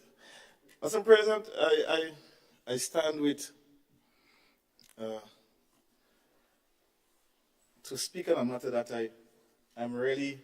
it's really unfortunate that I have to speak of this as a Caracuan and what we been seeing taking place on the island of Carriacou as regards to some of the policies of the transformational agenda. And it speaks to the whole issue of the severing of workers, taking away people's livelihoods. And a most recent one that I have to speak about, which also create a significant discomfort throughout the length and breadth of Carriacou a couple of days ago, when we were informed that a senior coach in the Ministry of Carriacou and Diplomatic Affairs services were terminated. And not just a senior coach, Madam President, but what is most unexplainable is that this coach has a certification, 3-star certification, the highest certification from the International Boxing Association. And he is the only coach in Grenada, in the state of Grenada, with that certification, who have served in that position for a number of years, who have been coaching since 2000, who is a former national boxer for this country, representing this country. And it pains me to speak about this. I don't understand, why is it that in this day and age that persons are treating that way because of a perceived particular political preference. And I speak of this before, and the question is, when will it end? Is this something that we want to perpetuate going forward, that every time we have the reins of power, that we do this to people who have been making significant contribution to the development of young people in this country? And it's something that I personally will speak more about going forward, and it's something that I detest, and I just had to raise this here today, Madam President. I don't think that this is right. And I don't think that is what I want to see or think about my home island.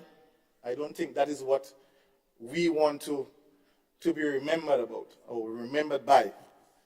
And it's something that is very, very, very disturbing and unsettling for me. So I just want to raise this, but I'll speak more about this going forward. I could say more, but I will deal with it going forward at a different forum.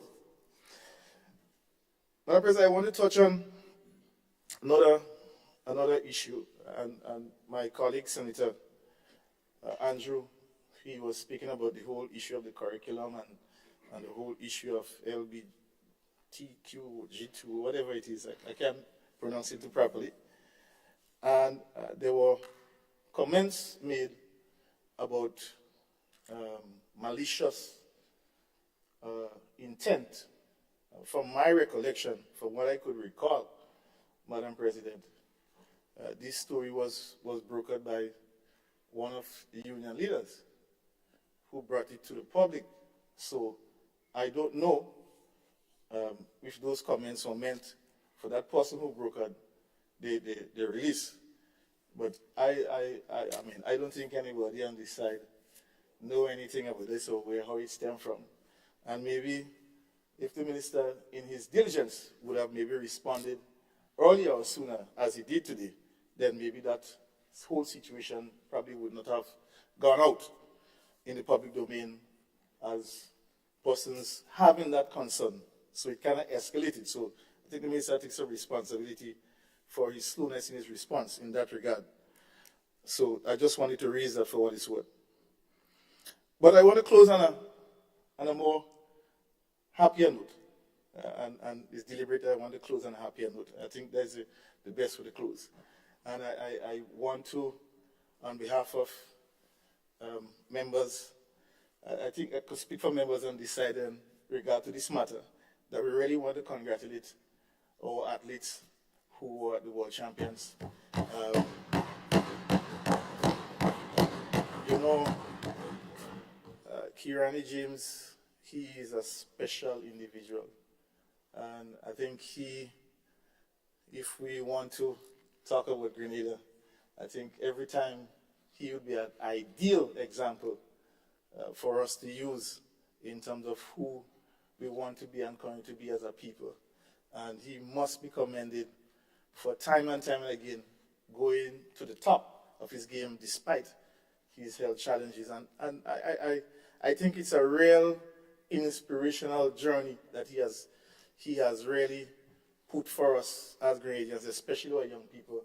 And I think an opportunity for him to speak about his life, and maybe he might put that in a book or something, writing going forward, can be part of our history, as spoken of earlier by the Minister for Education. So I really want to commend him, while he didn't give us a medal this time, but just him being there gave us the hope that we can win. I think that is what is most important. Lyndon Victor, who is a dear friend of mine, you know, when last year when he flopped at the discus, you know, and he said to me, when we spoke, he said, man, I don't know what happened, but I just realized if I just throw this discus, I am going to be the world champ. And that just knowing that he has it right in the palm of his hand, he threw 3-4 throws, you know, and he was really devastated. And to see him come back this year and medal, I think that is a testament of who he is. And I must commend him. Our javelin world champion didn't do so well this time, but we know that he is a strong soldier. For a small man, he really kicked a powerful punch with a javelin. So we expect to see great things from Anderson going forward, and we wish all of them all the best. And so I just wanted to close on this important note. So thank you very much.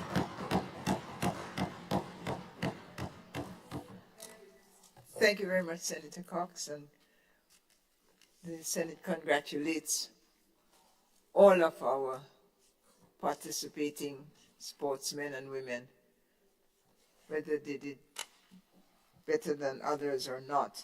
They did their best and raised the collective nose of our country. Congratulations to them all.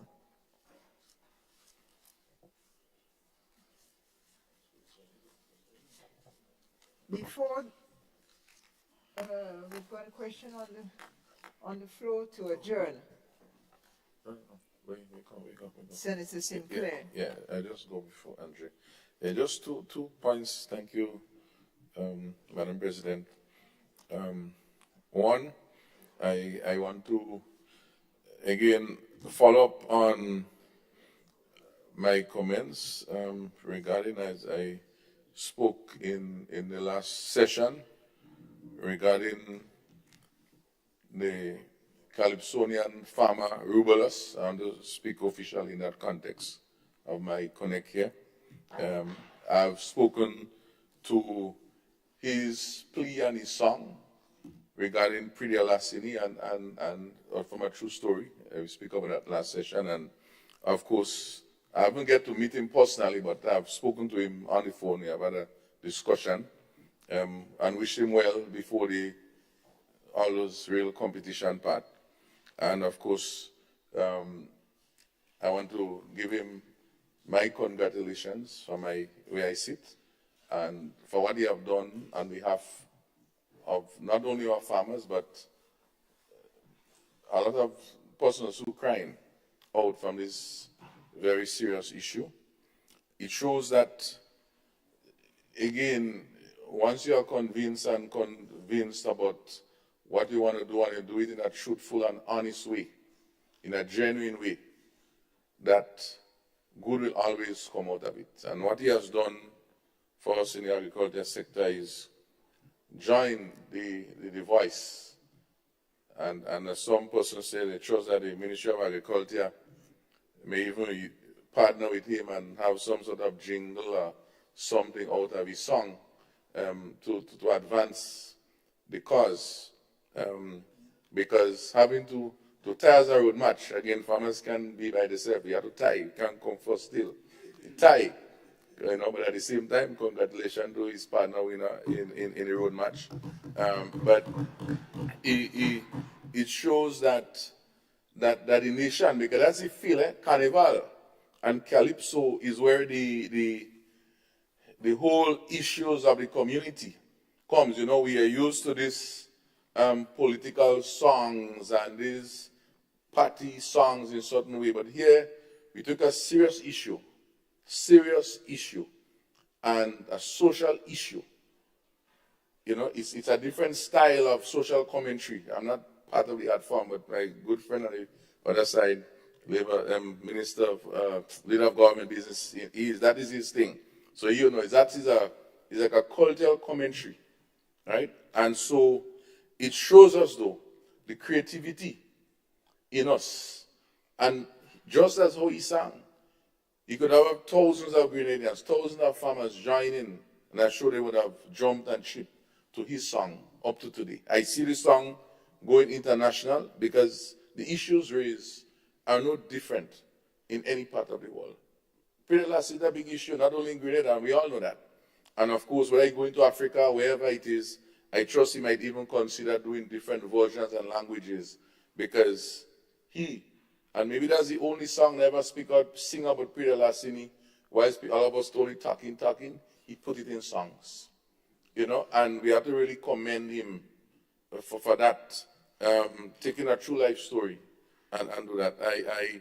I want to connect with that at the same time to show that the agriculture and even this issue of the Peter Lass, if you listen some of the top songs, the Kelly Grossman, his song was about agriculture. Again, the two of them, in one figuratively and one he had other issues speaking about that.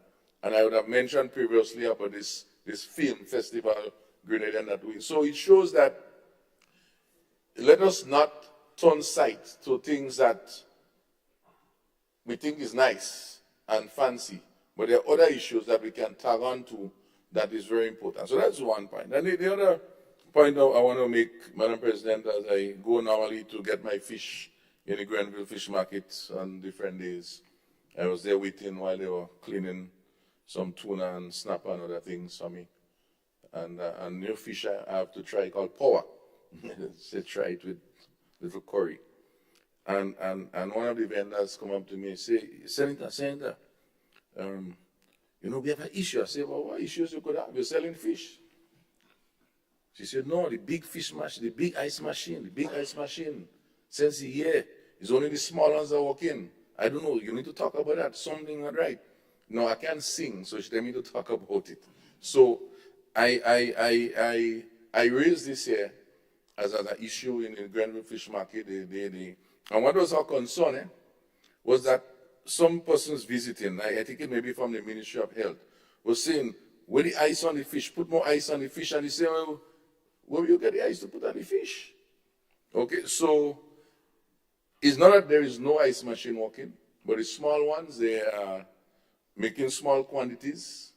So the demand, and then even when it make it, my understanding is that when they remove it, they have to remove it for it to make more. And so that rate is a challenge.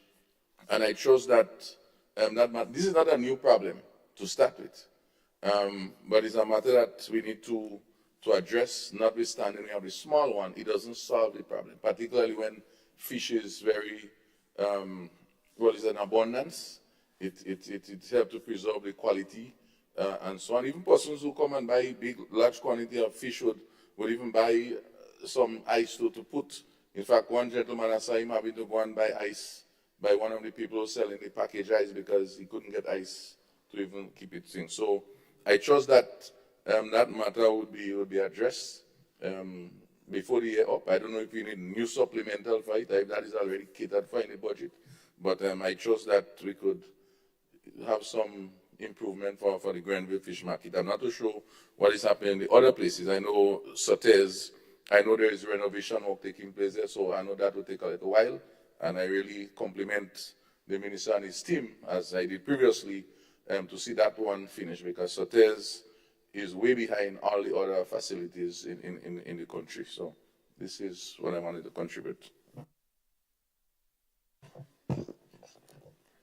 Thank you, Senator Sinclair. Senator Andrew Lewis, you have the floor, sir. Thank you very much, Madam President.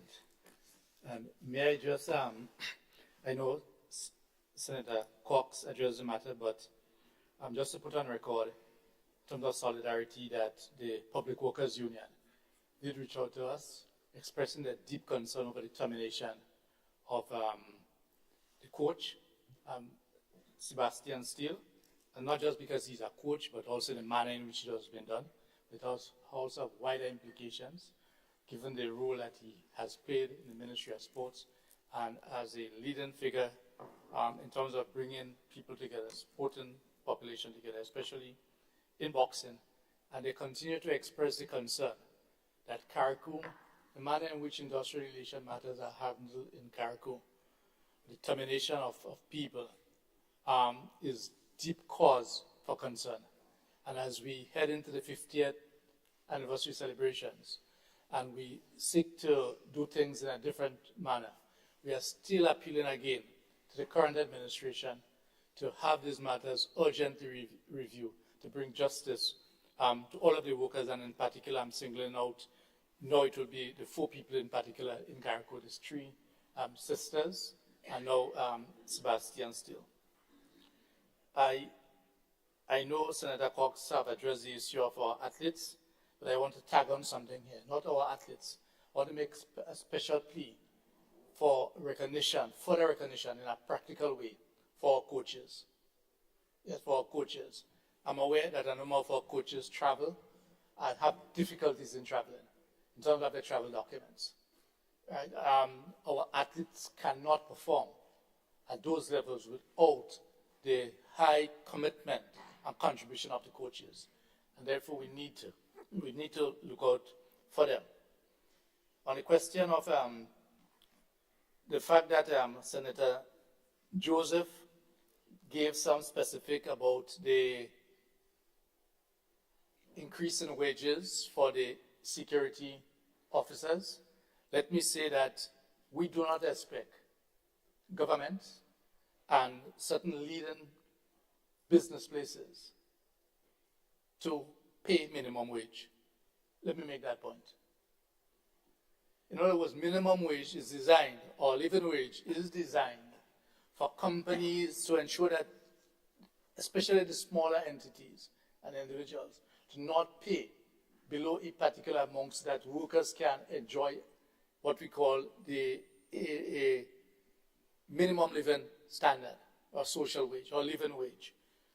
And I do hope that in this new arrangement, based on the answer given, we can develop that further, that where the security arrangement have been changed in the public sector, in terms of new contractors coming on board, that it is not just a case where we have seen that there's an increase for the contract price, and it is a matter where the contractors, the private contractors, get an increase in their monies where their business flourishes, but nothing is passed on to the worker. Because that is possible.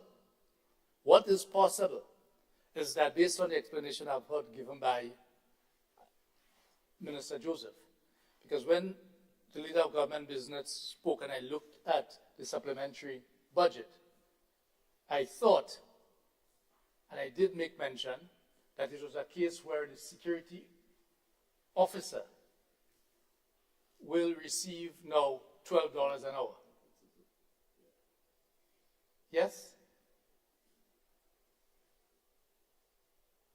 It may appear that that may not be the case. And I do hope that where the government has now, because it is not just a matter of what the security officer receives, because there are other overhead costs that the contractor has to bear.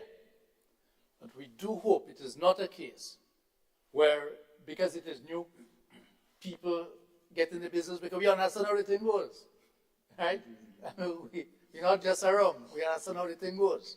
I hope it is not a negotiation that will just result in the people that inherit, that get the new contracts, get an increase so that their business or the income for themselves increases, but the take-home pay for the security officer is kept at the barest minimum, because the state must not get involved, in our view, of paying what you call the barest minimum. We do not expect large companies to pay minimum wage. It's just a fact. So I just thought I should put on notice so that our colleagues on the other side, because sometimes the negotiation may not involve them, but pay particular attention. So it's not just a case of where somebody that we know gets a contract, the new people who runs the business now gets an increase. So the business is more lucrative for them, and the worker does not benefit. I just wanted to bring this because I know that it is potential, there's a potential for that to happen given the nature of our local politics.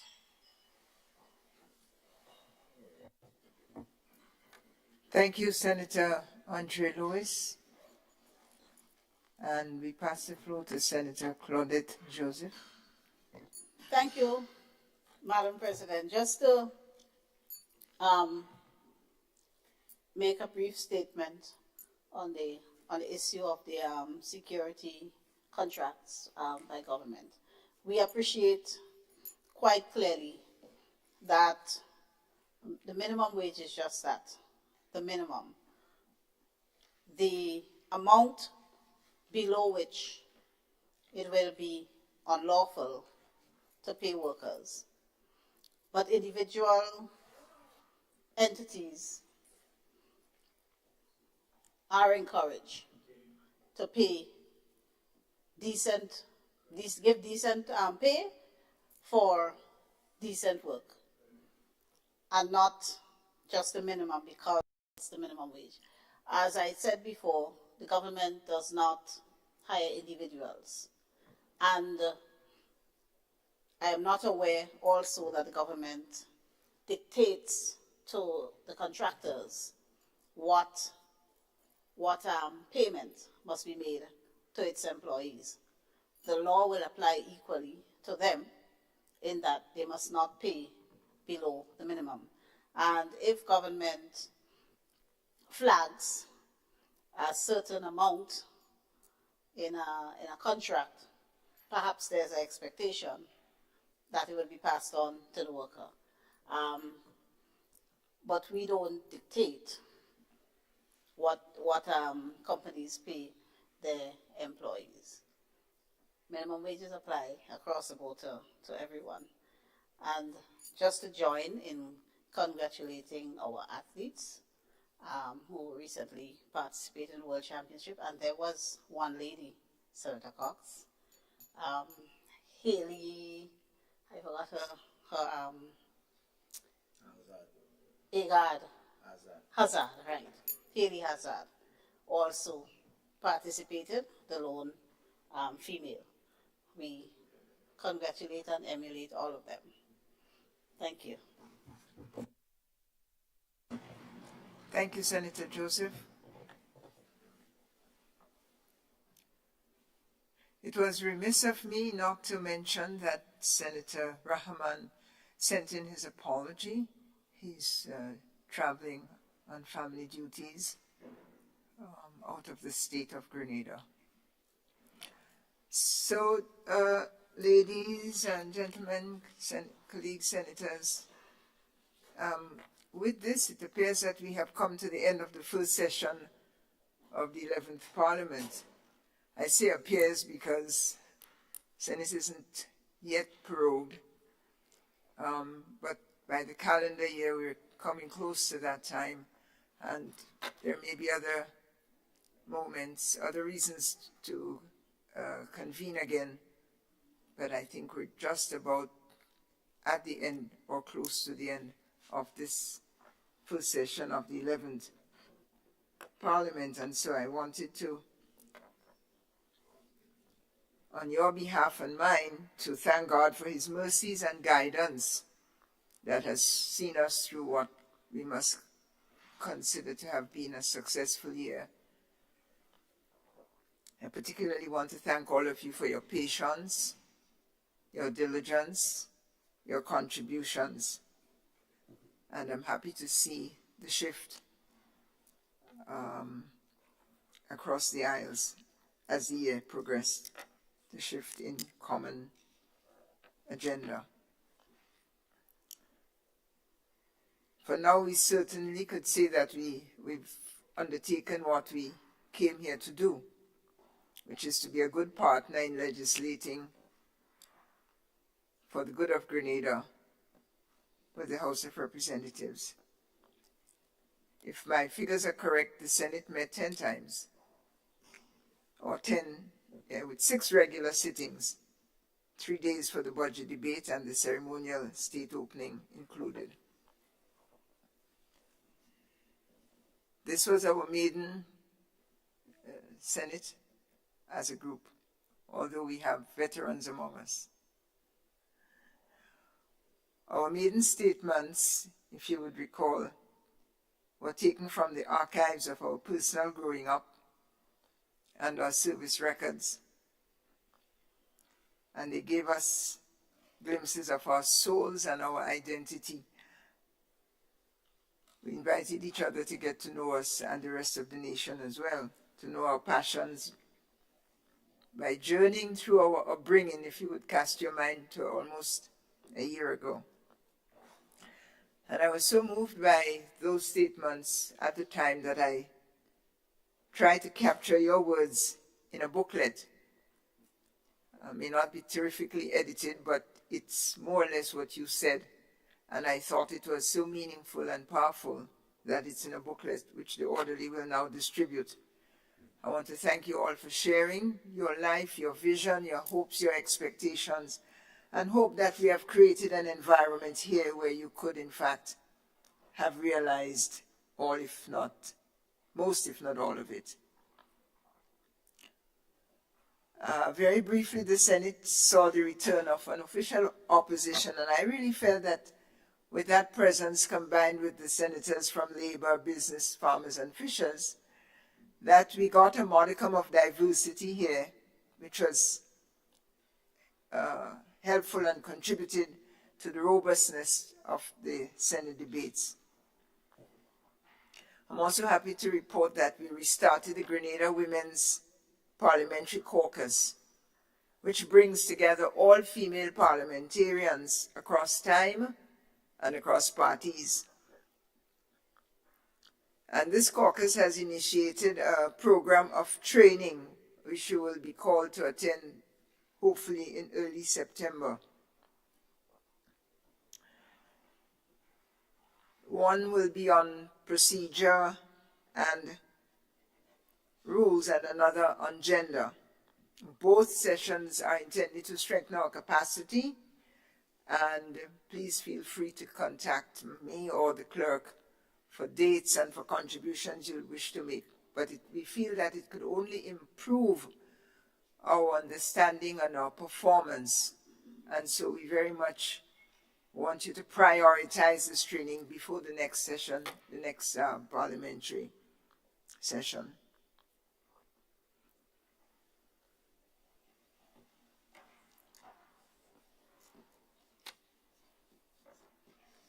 Colleagues, we have done quite a bit, and I think there's quite a bit we did not do.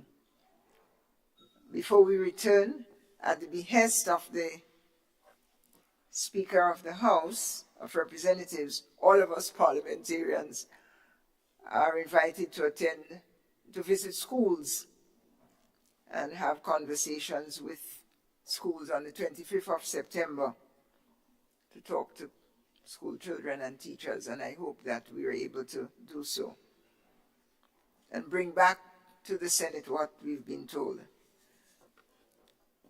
So I think we've had a long and interesting, fruitful journey. We've certainly gotten a glimpse of the direction of travel of the new administration. We want to thank and congratulate them for their accommodations here. 30-day rule standing. And to say that, you know, this morning, for example, we could see the commonality in the way people felt about health, the way they felt about independence, the way we feel about sports, even the Prager larceny, recognition of coaches. There's so many common ground agenda items that it makes the year worthwhile that we are pushing in the common direction. And I would close by saying that we have one common label in addition to senator. The common label that has emerged this year is patriot. Each of you have expressed yourself, your vision, and your constituents' agenda as a patriot, for which I'm sure the country thanks you. And I certainly do, and wish us well as we continue our work of governance in the highest institution of Grenada.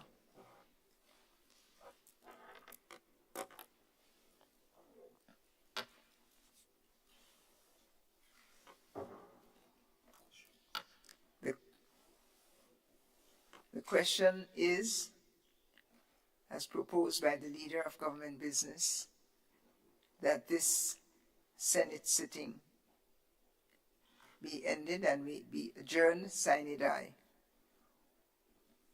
All those in favor, say aye. Those opposed, say no. Senate is ended to lunch.